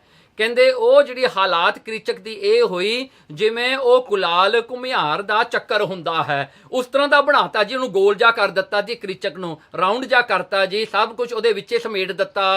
ਤੇ ਕੋ ਸਿਰੋਂ ਉਠਾਏ ਕੈ ਦੀਨ ਤਸਾਏ ਮਝਾਰ, ਤੇ ਸੋ ਸਿਰੋਂ ਕਹਿਣ ਲੱਗੇ, ਦੇਖੋ ਤਾਂ ਸਿਰ ਵੀ ਉਹਦੀ ਛਾਤੀ ਵਿੱਚ ਗੱਡ ਕਰਕੇ ਦੀਨ ਤਸਾਏ, ਸਭ ਉਹਦਾ ਸਰੀਰ ਦੇ ਅੰਗ ਜਿਹੜੇ ਹਨ ਉਹਦੇ ਢਿੱਡ ਵਿੱਚ ਤੇ ਉਹਦੇ ਛਾਤੀ ਵਿੱਚ ਗੱਡ ਦਿੱਤੇ। ਸਵਈਆ ਚਾਰ ਘੜੀ ਜਬ ਰਹਿ ਨ ਰਹੇ, ਹੁਣ 4 ਘੜੀਆਂ ਦਿਨ ਚੜ੍ਹਨ ਵਿੱਚ ਰਹਿ ਗਿਆ, 4 ਘੜੀਆਂ ਜਿਹੜੀਆਂ ਹੈ 1.5 ਘੰਟਾ 1 hour and 36 minutes ਜਾਂ ਜਿਹੜਾ ਇੰਨਾ ਕੁ ਸਮਾਂ ਬਣਦਾ, ਇੰਨਾ ਕੁ ਸਮਾਂ ਰਹਿ ਗਿਆ ਸੀ ਸਨਰਾਈਜ਼ ਹੋਣ ਨੂੰ। ਤਬ ਭੀਮ ਗਇਓ ਆਪਣੇ ਘਰ ਮਾਹੀ, ਭੀਮ ਜਿਹੜਾ ਹੈ ਥੱਕ ਟੁੱਟ ਕੇ ਜਿਹੜਾ ਹੈ ਆਪਣੇ ਘਰ ਚਲਿਆ ਗਿਆ, ਜਿੱਥੇ ਉਹਦਾ ਕੁਆਟਰ ਸੀ ਆਰਾਮ ਕਰਨ ਵਾਸਤੇ। ਦੇਹ ਭਇਓ ਸ਼ਰਮ ਸੋਏ ਰਹਿਓ, ਤੇ ਦੇਹ ਭਇਓ ਕਹਿਣ ਲੱਗੇ ਬੜਾ ਥੱਕਿਆ ਹੋਇਆ ਸੀ ਤੇ ਜਾ ਕੇ ਸੌਂ ਗਿਆ। ਔਰ ਵਿੱਚ ਲਖੇ ਕਿ ਨਹੂ ਸੁਧ ਨਾਹੀ, ਉਹ ਹੁਣ ਪੁਰੀ ਦੇ ਵਿੱਚ ਕਿਸੇ ਨੂੰ ਨਹੀਂ ਪਤਾ ਰਾਤ ਵੇਲੇ ਹੁਣ ਕੀ ਹੋਇਆ ਕੀ ਨਹੀਂ ਹੋਇਆ, ਕਿਸੇ ਨੂੰ ਕੁਝ ਨਾ ਪਤਾ ਲੱਗਿਆ। ਸਾਰੇ ਜਿਹੜੇ ਹਨ ਜਿਵੇਂ ਆਮ ਦਿਨ ਹੁੰਦਾ ਉਵੇਂ ਇੱਕ ਦਿਨ ਹੋਰ ਚੜ ਗਿਆ। ਭੋਰ ਪਏ ਸਭ ਲੋਕ ਉੱਠੇ, ਜਦੋਂ ਭੋਰ ਸਵੇਰ ਹੋਈ ਸਾਰੇ ਉੱਠੇ। ਵਿਖ ਕ੍ਰਿਚਕ ਪਾਏ ਨਾ ਧਾਮ ਜਹਾਹੀ, ਹੁਣ ਜਦੋਂ ਕ੍ਰਿਚਕ ਨੂੰ ਲੱਭਣ ਲੱਗੇ ਵੀ ਕ੍ਰਿਚਕ ਕਿੱਥੇ ਹੈ, ਉਹਦੇ ਕਮਰੇ ਵਿੱਚ ਗਏ, ਇੱਧਰ ਉੱਧਰ ਪੁੱਛਿਆ ਜੀ ਕ੍ਰਿਚਕ ਕਿੱਥੇ ਹੈ, ਕਿਸੇ ਨੂੰ ਨਾ ਲੱਭਿਆ। ਹੋਏ ਹਿਰਦੈ ਬਿਸਮੈ ਸਭ ਹੀ, ਸਾਰੇ ਹੈਰਾਨ ਹੋਏ ਵੀ ਕ੍ਰਿਚਕ ਰਾਤੋਂ ਰਾਤ ਕਿੱਧਰ ਨੂੰ ਚਲਿਆ ਗਿਆ। ਤਬ ਖੋਜਨ ਕੀਨ ਭਲੀ ਬਿਦ ਤਾਹੀ, ਉਹਨਾਂ ਨੇ ਸਾਰਿਆਂ ਨੇ ਇੱਕ ਸਰਚ ਟੀਮ ਬਣਾ ਲਈ ਜੀ, ਉਹਨੂੰ ਸਰਚ ਕਰਨ ਲੱਗੇ, ਲੱਭਣ ਲੱਗੇ ਕ੍ਰਿਚਕ ਨੂੰ ਵੀ ਕਿੱਥੇ ਚਲਿਆ ਗਿਆ ਇਹ। ਰੌਰ ਪਰਾ ਸਗਰੇਪੁਰ ਮੈਂ, ਸਾਰੇ ਕਿਤੇ ਰੌਲਾ ਪੈ ਗਿਆ ਜੀ, ਕ੍ਰਿਚਕ ਨਹੀਂ ਮਿਲਦਾ ਹੁਣ। ਮੈਂ ਕ੍ਰਿਚਕ ਪਾਵਤ ਕਹਿ ਕਿਹ ਥਾਈ, ਕਿਸੇ ਥਾਂ ਵੀ ਕ੍ਰਿਚਕ ਨਹੀਂ ਲੱਭਦਾ ਹੁਣ। ਦੇਖਿਓ ਤਬੈ ਛਟ ਸਾਰ ਮਝਾਰ, ਫੇਰ ਜਦੋਂ ਉਹ ਸਟੂਡੈਂਟ ਜਿਹੜੇ ਹਨ ਵਿਚਾਰੇ ਜਦੋਂ ਪੜਨ ਵਾਸਤੇ ਆਪਣੇ ਸਕੂਲ ਨੂੰ ਗਏ, ਕੁਲਾਲ ਕੇ ਚਾਕ ਸਮਾਨ ਬਣਾਈ, ਕੀ ਕੀਤਾ ਜੀ, ਅੱਜ ਉਹਨਾਂ ਨੂੰ ਐਸਾ ਦ੍ਰਿਸ਼ ਦੇਖਿਆ ਕਿ ਘੁਮਿਆਰ ਦਾ ਜਿਹੜਾ ਚੱਕ ਹੈ ਇੱਥੇ ਹੀ ਬਣਿਆ ਪਿਆ ਹੈ। ਕ੍ਰਿਚਕ ਨੂੰ ਦਾ ਪੂਰਾ ਗੋਲ ਮੋਲ ਕਰਕੇ ਸਟਫਡ ਕਰਕੇ ਪੂਰਾ ਸਾਰੇ ਅੰਗ ਉਹਦੇ ਸਟਫਡ ਉਹਦੇ ਅੰਦਰ ਕਰਕੇ ਉੱਥੇ ਰੱਖਿਆ ਹੋਇਆ ਹੈ, ਸਜਾਇਆ ਹੋਇਆ ਹੈ। ਆਨਨ ਦੇਖ ਪਛਾਨਤ ਭੇ, ਸੋ ਉਹਨਾਂ ਨੇ ਚੰਗੀ ਤਰ੍ਹਾਂ ਦੇਖਿਆ ਜੀ ਵੀ ਇਹ ਕੌਣ ਹੈ, ਇਹ ਕਿਹਦੀ ਬੋਡੀ ਹੈ। ਫੋਰੈਂਸਿਕ ਜਿਹੜੇ ਹਨ ਉਹਨਾਂ ਨੇ ਆ ਕੇ ਦੇਖਿਆ ਜੀ ਚੰਗੀ ਤਰ੍ਹਾਂ। ਸਿਰ ਤੋਰ ਜੋ ਪੇਟ ਕੇ ਮਾਹੇ ਟਿਕਾਏ, ਜਦੋਂ ਉਹਨਾਂ ਨੇ ਹੁਣ ਪਛਾਣਨ ਵਾਸਤੇ ਸਿਰ ਦੀ ਲੋੜ ਹੁੰਦੀ ਹੈ ਵੀ ਸਿਰ ਦੇਖਣਾ ਪੈਂਦਾ ਵੀ ਇਹਦਾ ਮੂੰਹ ਕੌਣ ਹੈ, ਇਹ ਕਿਹੜਾ ਬੰਦਾ ਹੈ, ਕਿਉਂਕਿ ਮੂੰਹ ਤਾਂ ਪਹਿਲਾਂ ਹੀ ਟੁੱਟਿਆ ਪਿਆ ਹੈ ਘਸੁੰਨ ਮੁੱਕੀਆਂ ਚਪੇੜਾਂ ਖਾ ਕੇ। ਸੋ ਉਸ ਵੇਲੇ ਜਦੋਂ ਉਹਨਾਂ ਨੇ ਪੂਰੀ ਖੋਜ ਕੀਤੀ, ਉਹਦਾ ਸਿਰ ਛਾਤੀ ਵਿੱਚੋਂ ਕੱਢ ਕੇ ਤੇ ਦੇਖਿਆ, ਹੱਥ ਨਾ ਪਾਵ ਨਾ ਪਾਵਤ ਹੈ, ਤੇ ਦੇਖਿਆ ਕਿ ਇਹਦੇ ਨਾ ਹੱਥ ਨਾ ਪੈਰ ਦਾ ਪਤਾ ਹੀ ਨਹੀਂ ਲੱਗਦਾ ਕਿਹੜਾ ਹੱਥ ਆ ਤੇ ਕਿਹੜਾ ਪੈਰ ਆ, ਸਾਰੇ ਢਿੱਡ ਵਿੱਚ ਧੱਸੇ ਪਏ ਹਨ। ਬਿਸਮਾਦ ਪਏ ਸਭ ਜਾਣਿਓ ਨਾ ਜਾਏ, ਸਾਰੇ ਹੈਰਾਨ ਹੋਏ, ਕਿਸੇ ਨੂੰ ਪਤਾ ਨਾ ਲੱਗੇ ਵੀ ਕਿਹਦੀ ਬੋਡੀ ਹੈ, ਇਹ ਕੌਣ ਹੈ। ਕੌਨੇ ਹੁਤਿਓ ਯਹ ਹੁਤੋ ਬਲੀ ਅਤ, ਪਰ ਕਹਿੰਦੇ ਕੌਨੇ ਹੁਤੋ, ਕਹਿਣ ਲੱਗੇ ਵੀ ਇਹ ਜਿਹੜਾ ਹੈ ਵੀ ਇਹਨੂੰ ਕੌਣ ਮਾਰ ਗਿਆ। ਹੁਣ ਇੱਕ ਗੱਲ ਹੋਰ ਵੀ ਹੈ, ਉਹਦਾ ਜਿਹੜਾ ਹੈ ਕ੍ਰਿਚਕ ਦੀ ਪਛਾਣ ਜਿਹੜੀ ਹੋਈ ਉਹਦੀ ਅੱਖਾਂ ਤੋਂ ਹੋਈ। ਹੁਣ ਅੱਖਾਂ ਤੋਂ ਪਤਾ ਲੱਗਿਆ ਵੀ ਇਹ ਤਾਂ ਕ੍ਰਿਚਕ ਸੀਗਾ। ਜਦੋਂ ਉਹਨਾਂ ਨੂੰ ਕ੍ਰਿਚਕ ਦਾ ਪਤਾ ਲੱਗਿਆ ਤਾਂ ਫਿਰ ਉਹ ਇਹ ਹੈਰਾਨ ਹੋਏ, ਕਿਉਂਕਿ 10,000 ਹਾਥੀ ਦਾ ਬਲ ਜਿਹਦੇ ਵਿੱਚ ਹੈ, ਉਹਦੀ ਇਹ ਜਿਹੜਾ ਹਨ ਸੈਂਡਵਿਚ ਕੌਣ ਬਣਾ ਗਿਆ, ਉਹਨੂੰ ਸਟਫਡ ਕਰਕੇ ਕੌਣ ਛੱਡ ਗਿਆ, ਇਹ ਹੈਰਾਨਗੀ ਹੋਈ। ਤੇ ਉਹ ਇੱਕ ਦੂਜੇ ਨੂੰ ਪੁੱਛਣ ਲੱਗੇ, ਕਹਿੰਦੇ ਕੌਣ ਵੀ ਕਿਹਨੇ ਇਹਨੂੰ ਮਾਰ ਦਿੱਤਾ, ਕਿਹਨੇ ਮਾਰਿਆ ਹੈ। ਹੁਤੋਂ ਬਲੀਅਤ, ਕਹਿੰਦੇ ਇਹ ਤਾਂ ਬੜਾ ਤਕੜਾ ਸੀ ਵਿਚਾਰਾ, 10,000 ਹਾਥੀ ਦਾ ਜਿਹੜਾ ਹੈ, ਕਹਿੰਦਾ ਸੀ ਮੈਨੂੰ ਤਾਂ 10,000 ਹਾਥੀ ਜਿੰਨਾ ਮੇਰੇ ਵਿੱਚ ਬਲ ਹੈ, ਤੇ ਇਹਦਾ ਤਾਂ ਪੂਰਾ ਹੀ ਜਿਹੜਾ ਹੈ ਉਹਨਾਂ ਨੇ ਜਿਹੜਾ ਹੈ ਮਿਕਸ ਵੈਜੀ ਜਿਵੇਂ ਬਣਾਉਂਦੇ ਉਵੇਂ ਬਣਾ ਕੇ ਬਣਾਤੀ, ਕਿਉਂਕਿ ਉੱਥੇ ਕੰਮ ਹੀ ਭੀਮ ਕਰਦਾ ਸੀ ਨਾ ਰਸੋਈਏ ਦਾ। ਆਯੁਧ ਕੋ ਛਤ ਲਾਗਿਓ ਨਾ ਕੋ। ਸੋ ਜਿਹੜਾ ਹਨ ਸ਼ਾਸਤਰ ਦਾ ਜ਼ਖਮ ਕੋਈ ਨਹੀਂ। ਦੇਖੋ ਉਹ ਲੜਾਈ ਜਿਹੜੀ ਹੈ ਹੱਥੋਂ ਹੱਥੀਂ ਕਿਉਂ ਕੀਤੀ। ਭੀਮ ਸੈਨ ਜਿਹੜਾ ਹੈ ਕੋਈ ਸ਼ਾਸਤਰ ਨਹੀਂ ਉਹਨੇ ਵਰਤਿਆ, ਨਾ ਇਹਨੇ ਕ੍ਰਿਚਕ ਨੇ ਵਰਤਿਆ ਸੀ। ਕਿਉਂ ਨਹੀਂ ਵਰਤਿਆ? ਦੇਖੋ ਹੁਣ ਉਹ ਜਿਹੜਾ ਹੈ ਇੱਥੇ ਆਉਂਦਾ ਹੈ, ਕਹਿੰਦੇ ਆਯੁਧ ਕੋ ਛਤ ਲਗਿਓ ਨਾ ਕੋ। ਉਹਨਾਂ ਨੇ ਦੇਖਿਆ ਵੀ ਇਹਦੀਆਂ ਲੱਤਾਂ ਬਾਹਾਂ ਜਿਹੜੀਆਂ ਹੈ ਕੋਈ ਜਿਹੜੀਆਂ ਹਨ, ਕੋਈ ਨਾਈਫ ਦੇ ਨਾਲ, ਕੋਈ ਤਿੱਖੀ ਚੀਜ਼ ਦੇ ਨਾਲ, ਕੋਈ ਜਿਹੜੀ ਹਨ ਤਲਵਾਰ ਦੇ ਨਾਲ ਨਹੀਂ ਕੱਟਿਆ। ਇਹ ਜਿਹੜਾ ਹੈ ਬਿਲਕੁਲ ਵੀ ਇਹਦੇ ਤੇ ਕੋਈ ਸ਼ਾਸਤਰ ਨਹੀਂ ਕਿਸੇ ਨੇ ਵਰਤਿਆ। ਫੇਰ ਵਿਚਾਰ ਕੇ ਉਹ ਸਭ ਨੇ, ਫੇਰ ਸਾਰਿਆਂ ਨੇ ਵਿਚਾਰ ਕੀਤੀ, ਕਹੇ ਸਯੰਦਰੀ ਬਾਣੀ ਭਈ ਸੱਚ ਸੋ। ਕਿ ਕਹਿੰਦੇ ਹਾਂ, ਕਹਿੰਦੇ ਦ੍ਰੋਪਦੀ ਕਹਿੰਦੀ ਸੀ ਵੀ ਉਹਦੇ ਜਿਹੜੇ ਪਤੀ ਹਨ ਉਹ ਗੰਧਰਵ ਹਨ। ਕਹਿੰਦੇ ਜੇ ਕੋਈ ਉਹਦੇ ਵੱਲ ਕਾਮ ਦੀ ਨਿਗਾਹ ਨਾਲ ਕੋਈ ਦੇਖੇਗਾ ਤਾਂ ਉਹ ਛੱਡਣਗੇ ਨਹੀਂ। ਉਹ ਕਹਿੰਦੇ ਉਹਦੀ ਗੱਲ ਸੱਚੀ ਹੋ ਗਈ। ਤੇ ਇਹਨੇ ਜਿਹੜਾ ਹਨ ਕ੍ਰਿਚਕ ਨੇ ਇਹੀ ਕੰਮ ਕੀਤਾ ਸੀ, ਦ੍ਰੋਪਦੀ ਦੀ ਬੇਇੱਜ਼ਤੀ ਕੀਤੀ। ਤੇ ਦ੍ਰੋਪਦੀ ਤਾਂ ਕਹੀ ਜਾਂਦੀ ਸੀ ਵੀ ਉਹਦੇ ਪਤੀ ਗੰਧਰਵ ਹਨ, ਤੇ ਹੋ ਗਿਆ ਕੰਮ ਜੀ ਹੁਣ ਕ੍ਰਿਚਕ ਦਾ। ਗੰਧਰਵ ਤਾਂ ਕੇ ਹੁਤੇ ਰਖਵਾਰ। ਹਾਂ ਵੀ ਗੰਧਰਵ ਤਾਂ ਉਹਦੇ ਰਖਵਾਲੇ ਸਨ, ਉਹਦੇ ਪਤੀ ਸਨ। ਅਵਗਿਆ ਬਿਲੋਕ ਕਹਿ ਮਾਰ ਦਿਓ। ਜ਼ਰੂਰ ਕ੍ਰਿਚਕ ਦੀ ਅਵਗਿਆ ਦੇਖ ਕੇ ਜੋ ਇਹਨੇ ਭੈੜਾ ਕਰਮ ਕੀਤਾ, ਦ੍ਰੋਪਦੀ ਦੇ ਨਾਲ ਬੇਇੱਜ਼ਤੀ ਕੀਤੀ, ਉਹ ਸਹਾਰ ਨਹੀਂ ਸਕੇ। ਉਹੀ ਆ ਕੇ ਰਾਤ ਨੂੰ ਮਾਰ ਗਏ ਇਹਨੂੰ, ਇਹਦੀ ਸੈਂਡਵਿਚ ਬਣਾ ਗਏ। ਜੋਧ ਲਰੈ ਤਾਂ ਲੱਗੈ ਅੰਗ ਆਯੁਧ। ਕਹਿਣ ਲੱਗੇ ਜੇ ਕਿਤੇ ਇਹ ਯੁੱਧ ਹੁੰਦਾ ਜਾਂ ਇਹਦੇ ਉੱਤੇ ਕਿਸੇ ਦੁਸ਼ਮਣ ਨੇ ਆ ਕੇ ਅਟੈਕ ਕੀਤਾ ਹੁੰਦਾ ਤਾਂ ਉਹ ਜ਼ਰੂਰ ਕੋਈ ਸ਼ਾਸਤਰ ਵਰਤਦੇ, ਤਲਵਾਰ ਵਰਤਦੇ, ਕਟਾਰ ਵਰਤਦੇ, ਪਰ ਇਹਦੇ ਤਾਂ ਕੁਝ ਨਹੀਂ ਹੋਇਆ ਐਸਾ ਕੋਈ। ਐਸੇ ਬਣਾਏ ਕਹੈ ਮਿਲ ਸੋ। ਤੇ ਕਹਿੰਦੇ ਐਸਾ ਕੌਣ ਕਿਸੇ ਨੂੰ ਬਣਾ ਕੇ ਜਾਂਦਾ ਹੈ, ਬਿਲਕੁਲ ਗੋਲ ਮੋਲ ਜਾਂ ਬਣਾ ਕੇ ਉੱਥੇ ਡੈਕੋਰੇਟ ਕਰਕੇ ਚਲਿਆ ਗਿਆ। ਵੀ ਕ੍ਰਿਚਕ ਨੂੰ ਜਿਹੜਾ ਹੈ ਵੀ ਇੰਨਾ ਡੈਕੋਰੇਸ਼ਨ ਕਰਨ ਦਾ ਕਿਹਨੂੰ ਕੰਮ ਪਿਆ ਸੀਗਾ। ਯੋਧੇ ਤਾਂ ਇੱਕ ਵਾਰੀ ਲੜ ਕੇ ਉਹ ਜਿਹੜਾ ਹਨ ਚਲੇ ਜਾਂਦੇ ਹਨ, ਪਰ ਇਹਨੂੰ ਤਾਂ ਸਜਾਉਣ ਵਾਸਤੇ ਵੀ ਕਾਫੀ ਐਫਰਟ ਲੱਗੀ ਹੋਣੀ ਹੈ। ਦੋਹਰਾ ਭਰਾਤ ਹੁਤੇ ਸਤ ਤਾਹੇ ਕੇ ਕਰਹਿ ਬਿਰਲਾਪ ਪੁਕਾਰ। ਹੁਣ ਦੇਖੋ ਕ੍ਰਿਚਕ ਕਿਹੜੇ ਕੱਲਾ ਸੀਗਾ, ਉਹਦੇ 100 ਭਰਾ ਸੀਗੇ ਜੀ ਕ੍ਰਿਚਕ ਦੇ।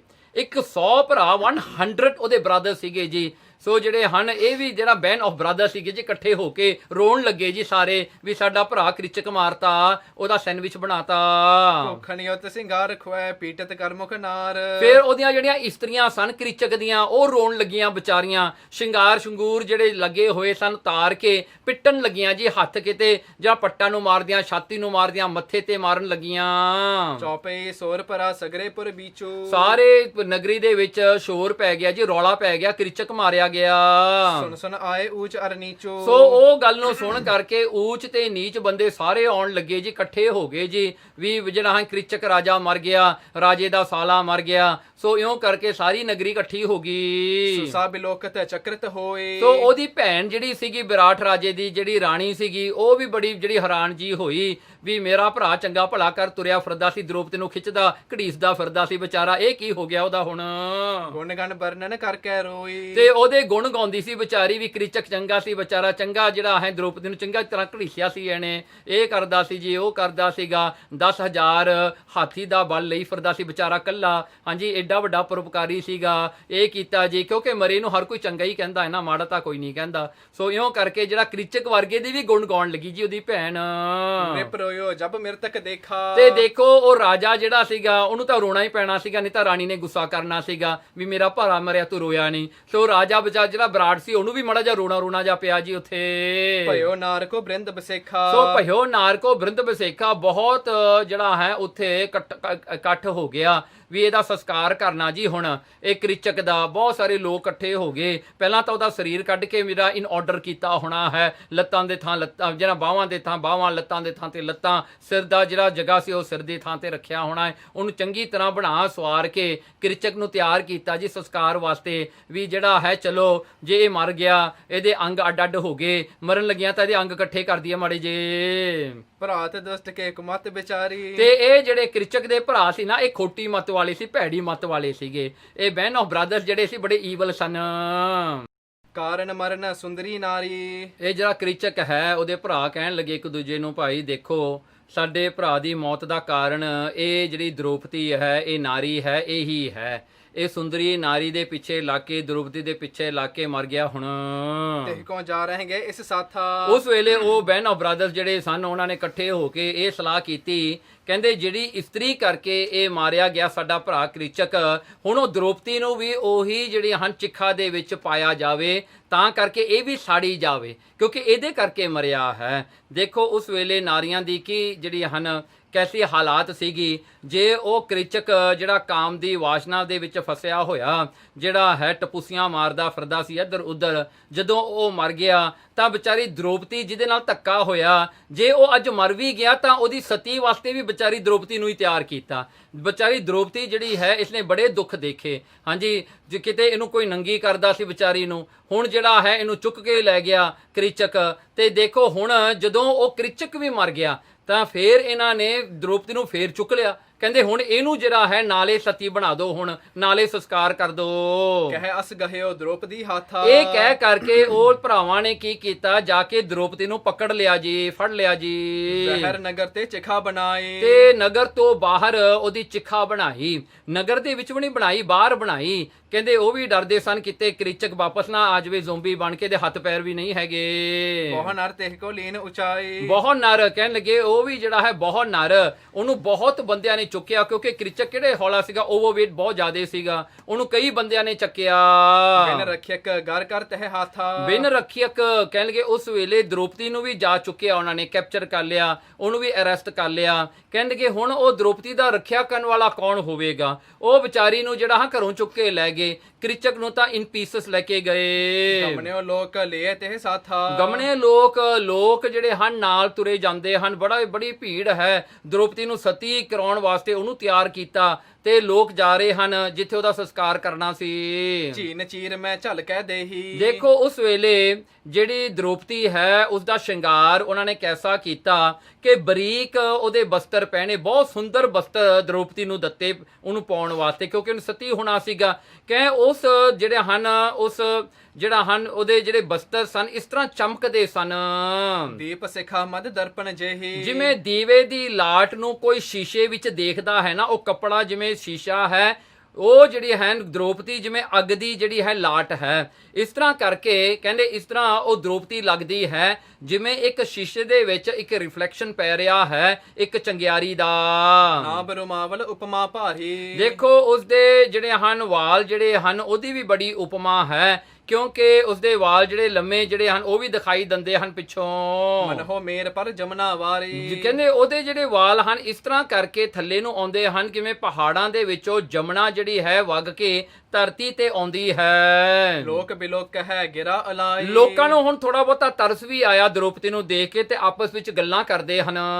ਬਿਨ ਅਪਰਾਧ ਦੇਹੋ ਛੁਰਵਾਈ। ਦੇਖੋ ਕਹਿੰਦੇ ਵਿਚਾਰੀ ਪਹਿਲਾਂ ਤਾਂ ਇਹਦੇ ਨਾਲ ਧੱਕਾ ਹੋਇਆ, ਕਹਿੰਦੇ ਬਿਨ ਅਪਰਾਧ ਦੇਹੋ ਛੁਰਵਾਈ। ਕਹਿੰਦੇ ਕਿ ਵਿਚਾਰੀ ਦਾ ਕੀ ਅਪਰਾਧ ਹੈ, ਇਹਦਾ ਕੀ ਕਸੂਰ ਆ ਵਿਚਾਰੀ ਦਾ। ਕਹਿਣ ਲੱਗੇ ਹੁਣ ਉਹ ਮਰ ਗਿਆ ਤੇ ਇਹਨੂੰ ਵਿਚਾਰੀ ਨੂੰ ਫੇਰ ਵੀ ਨਾ ਛੱਡਿਆ, ਕਹਿਣ ਲੱਗੇ ਇਹਨੂੰ ਦੇਹੋ ਛੁਰਵਾਈ। ਲੋਕਾਂ ਨੇ ਕਿਹਾ ਵੀ ਇਹਨੂੰ ਛੱਡ ਦਿਓ ਭਾਈ, ਇਹਦਾ ਕੀ ਕਸੂਰ ਹੈ। ਜੇ ਚਿੱਖਾ ਤੇ ਚੜਾਉਣੀ ਦਾ ਕ੍ਰਿਚਕ ਦੀਆਂ ਘਰ ਵਾਲੀਆਂ ਨੂੰ ਚੜਾਓ, ਇਹਨੂੰ ਵਿਚਾਰੀ ਨੂੰ ਕਿਉਂ ਚੜਾਉਂਦੇ ਹੋ। ਇਹ ਤਾਂ ਹਜੇ ਇਲੀਗਲ ਸੀ, ਵਿਚਾਰੀ ਲੀਗਲ ਵੀ ਨਹੀਂ ਸੀਗੀ। ਜਿਹੜੀਆਂ ਲੀਗਲ ਘਰ ਵਾਲੀਆਂ ਹੈ ਉਹਨਾਂ ਨੂੰ ਚੜਾਓ ਜਾ ਕੇ। ਕੋਈ ਨਾ ਮਨ ਹੈ ਕਿਸ ਕੋ ਕਹਿਨੋ। ਕੋਈ ਨਹੀਂ ਕਿਸੇ ਦੀ ਗੱਲ ਮੰਨਦਾ ਜੀ ਉੱਥੇ। ਸਾਰੇ ਹੀ ਗੁੱਸੇ ਵਿੱਚ, ਜਦੋਂ ਲੋਕ ਇਮੋਸ਼ਨ ਜੇ ਹੋ ਜਾਂਦੇ ਆ ਨਾ, ਜੋ ਬਹੁਤਾ ਜ਼ਿਆਦਾ ਇਮੋਸ਼ਨ ਜਾਂ ਕਰਨ ਲੈਂਦੇ ਹਨ, ਫਿਰ ਉਹ ਓਵਰ ਰਿਐਕਟ ਕਰਨ ਲੱਗ ਜਾਂਦੇ ਹਨ।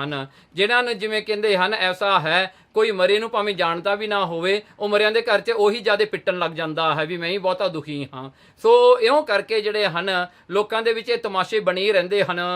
ਕ੍ਰਿਚਕ ਮਰਨ ਸੋਕ ਕੇ ਦਹਨੋ। ਕਹਿਣ ਲੱਗੇ ਦੇਖੋ ਕ੍ਰਿਚਕ ਦੇ ਮਰਨੇ ਵਾਸਤੇ ਜਿਹੜਾ ਹੈ ਉਸ ਨੂੰ ਸਾੜਨ ਵਾਸਤੇ ਜਦੋਂ ਗਏ ਉਹਦੀ ਚਿਖਾ ਦੇ ਕੋਲ, ਬਿਲ ਪਹਿ ਬਹੁਤ ਮਿਲੇ ਨਰ ਨਾਰੀ। ਉੱਥੇ ਬਹੁਤ ਸਾਰੇ ਲੋਕ ਰੋਏ। ਕਈ ਤਾਂ ਲੋਕ ਕਿਰਾਏ ਤੇ ਬੰਦਿਆਂ ਨੂੰ ਲਿਆਉਂਦੇ ਹਨ ਵੀ ਬਹੁਤਾ ਤੁਸੀਂ ਰੋਇਓ ਤਾਂ ਕਿ ਲੋਕ ਦੇਖਣਗੇ ਵੀ ਬੰਦਾ ਬੜਾ ਚੰਗਾ ਸੀ, ਬੜੇ ਰੋਂਦੇ ਹਨ। ਤੇ ਜੇ ਜ਼ਿਆਦੇ ਤਾਂ ਡੋਂਗੇ ਕਰਦੇ ਹਨ, ਚਿੱਖਾਂ ਤੇ ਜਾ ਕੇ ਉਹੀ ਵਾਧੂ ਦਾ ਜਿਹੜਾ ਹੈ ਰੋਣ ਲੱਗ ਜਾਂਦੇ ਹਨ। ਉਹ ਜਿਹੜੇ ਪਰਿਵਾਰ ਦੇ ਜਾਂ ਉਹਦੇ ਨੇੜੇ ਦੇ ਬੰਦੇ ਉਹ ਤਾਂ ਥੋੜਾ ਰੋਂਦੇ ਹਨ, ਜਿਹੜੇ ਕਿਤੇ ਉਹਨੂੰ ਮਿਲਦੇ ਵੀ ਨਹੀਂ ਸਨ ਉਹ ਤਾਂ ਬਹੁਤੀਆਂ ਚੀਕਾਂ ਮਾਰ ਕੇ ਰੋਂਦੇ ਹਨ। ਸੋ ਇਸ ਪ੍ਰਕਾਰ ਕਰਕੇ ਲੋਕਾਂ ਨੇ ਉੱਥੇ ਰੋਣਾ ਧੋਣਾ ਕੀਤਾ ਥੋੜਾ ਬਹੁਤਾ। ਭਇਓ ਦ੍ਰੋਪਦੀ ਕੋ ਦੁੱਖ ਭਾਰੀ। ਹੁਣ ਦ੍ਰੋਪਦੀ ਨੂੰ ਬੜਾ ਦੁੱਖ ਹੋਇਆ ਜੀ ਵਿਚਾਰੀ ਨੂੰ, ਕਹਿੰਦੀ ਉੱਥੋਂ ਤਾਂ ਮੈਂ ਬਚੀ, ਅੱਜ ਮੈਨੂੰ ਸਾੜਨੇ ਲੱਗੇ ਹਨ, ਰਹਿ ਕੀ ਗਿਆ, ਅੱਗੇ ਤਾਂ ਸਾੜੀ ਉਤਾਰੀ ਸੀ, ਫੇਰ ਜਿਹੜਾ ਹੈ ਖਿੱਚ ਕੇ ਘੜੀਸ ਕੇ ਦਰਬਾਰ ਨੂੰ ਲੈ ਗਏ, ਕਹਿੰਦੇ ਹੁਣ ਤਾਂ ਮੈਨੂੰ ਸਾੜਨ ਤੱਕ ਹੀ ਆ ਗਏ। ਹੁਣ ਗਹੇ ਹੱਥ ਤੇ ਵਿਆਕੁਲ ਹੋਈ, ਕਹਿੰਦੇ ਗਹੇ ਹੱਥ ਤੇ ਵਿਆਕੁਲ ਹੋਈ, ਉਹਨੂੰ ਹੱਥ ਤੋਂ ਪਕੜ ਕੇ ਜਿਹੜਾ ਹਨ ਉਹਨੂੰ ਚਿੱਖਾ ਵੱਲ ਲੈ ਕੇ ਜਾ ਰਹੇ ਹਨ। ਰੱਖਿਅਕ ਦੇਖਿਓ ਨਿਕਟ ਨਾ ਕੋਈ। ਉਹ ਦੇਖ ਰਹੀ ਆਲੇ ਦੁਆਲੇ ਕਿ ਮੇਰੀ ਰੱਖਿਆ ਕੌਣ ਕਰੇਗਾ, ਹੁਣ ਮੈਨੂੰ ਕੌਣ ਬਚਾਏਗਾ ਇੱਥੋਂ ਹੁਣ ਇਹ ਵਿਪਤਾ ਤੋਂ। ਰੋਦਨ ਕਰਤ ਨੈਣ ਝਲਕਾਹੀ, ਉਹਦੇ ਅੱਖਾਂ ਵਿੱਚੋਂ ਅਥਰੂ ਆ ਗਏ ਜੀ, ਰੋਣ ਲੱਗੀ ਦ੍ਰੋਪਦੀ ਆਲੇ ਦੁਆਲੇ ਦੇਖ ਕੇ। ਮਨਹੁ ਮੀਨ ਦਵੈ ਜਲ ਕੇ ਮਾਹੀ, ਦੇਖੋ ਕਹਿੰਦੇ ਮਨਹੁ ਮੀਨ ਦਵੈ ਜਲ ਕੇ ਮਾਹੀ, ਕਹਿਣਗੇ ਜਿਵੇਂ ਮੱਛੀ ਪਾਣੀ ਤੋਂ ਬਗੈਰ ਤੜਫਦੀ ਹੈ, ਇਸ ਤਰ੍ਹਾਂ ਕਰਕੇ ਤੜਫਣਾ ਕੀਤਾ ਦ੍ਰੋਪਦੀ ਨੇ ਦੁੱਖ ਵਿੱਚ। ਸੂਕੇ ਅਧਰ ਬੋਲ ਨਹਿ ਆਵਤ, ਬੁੱਲ ਵੀ ਸੁੱਕ ਕੇ ਜਿਹੜੇ ਹਨ, ਗਲਾ ਵੀ ਸੁੱਕ ਗਿਆ, ਹੁਣ ਕੁਝ ਬੋਲ ਵੀ ਨਹੀਂ ਸਕਦੀ। ਬਿਖਰੇ ਕੇਸ ਤਰਾਸ ਬਹੁ ਪਾਵਤ, ਹੁਣ ਤਾਂ ਕੇਸ ਵੀ ਉਹਦੇ ਸਾਰੇ ਖਿੱਲਰ ਗਏ ਤੇ ਜਿਹੜਾ ਹੈ ਉਸ ਦਾ ਜਿਹੜਾ ਬੁਰਾ ਹਾਲ ਹੋ ਗਿਆ।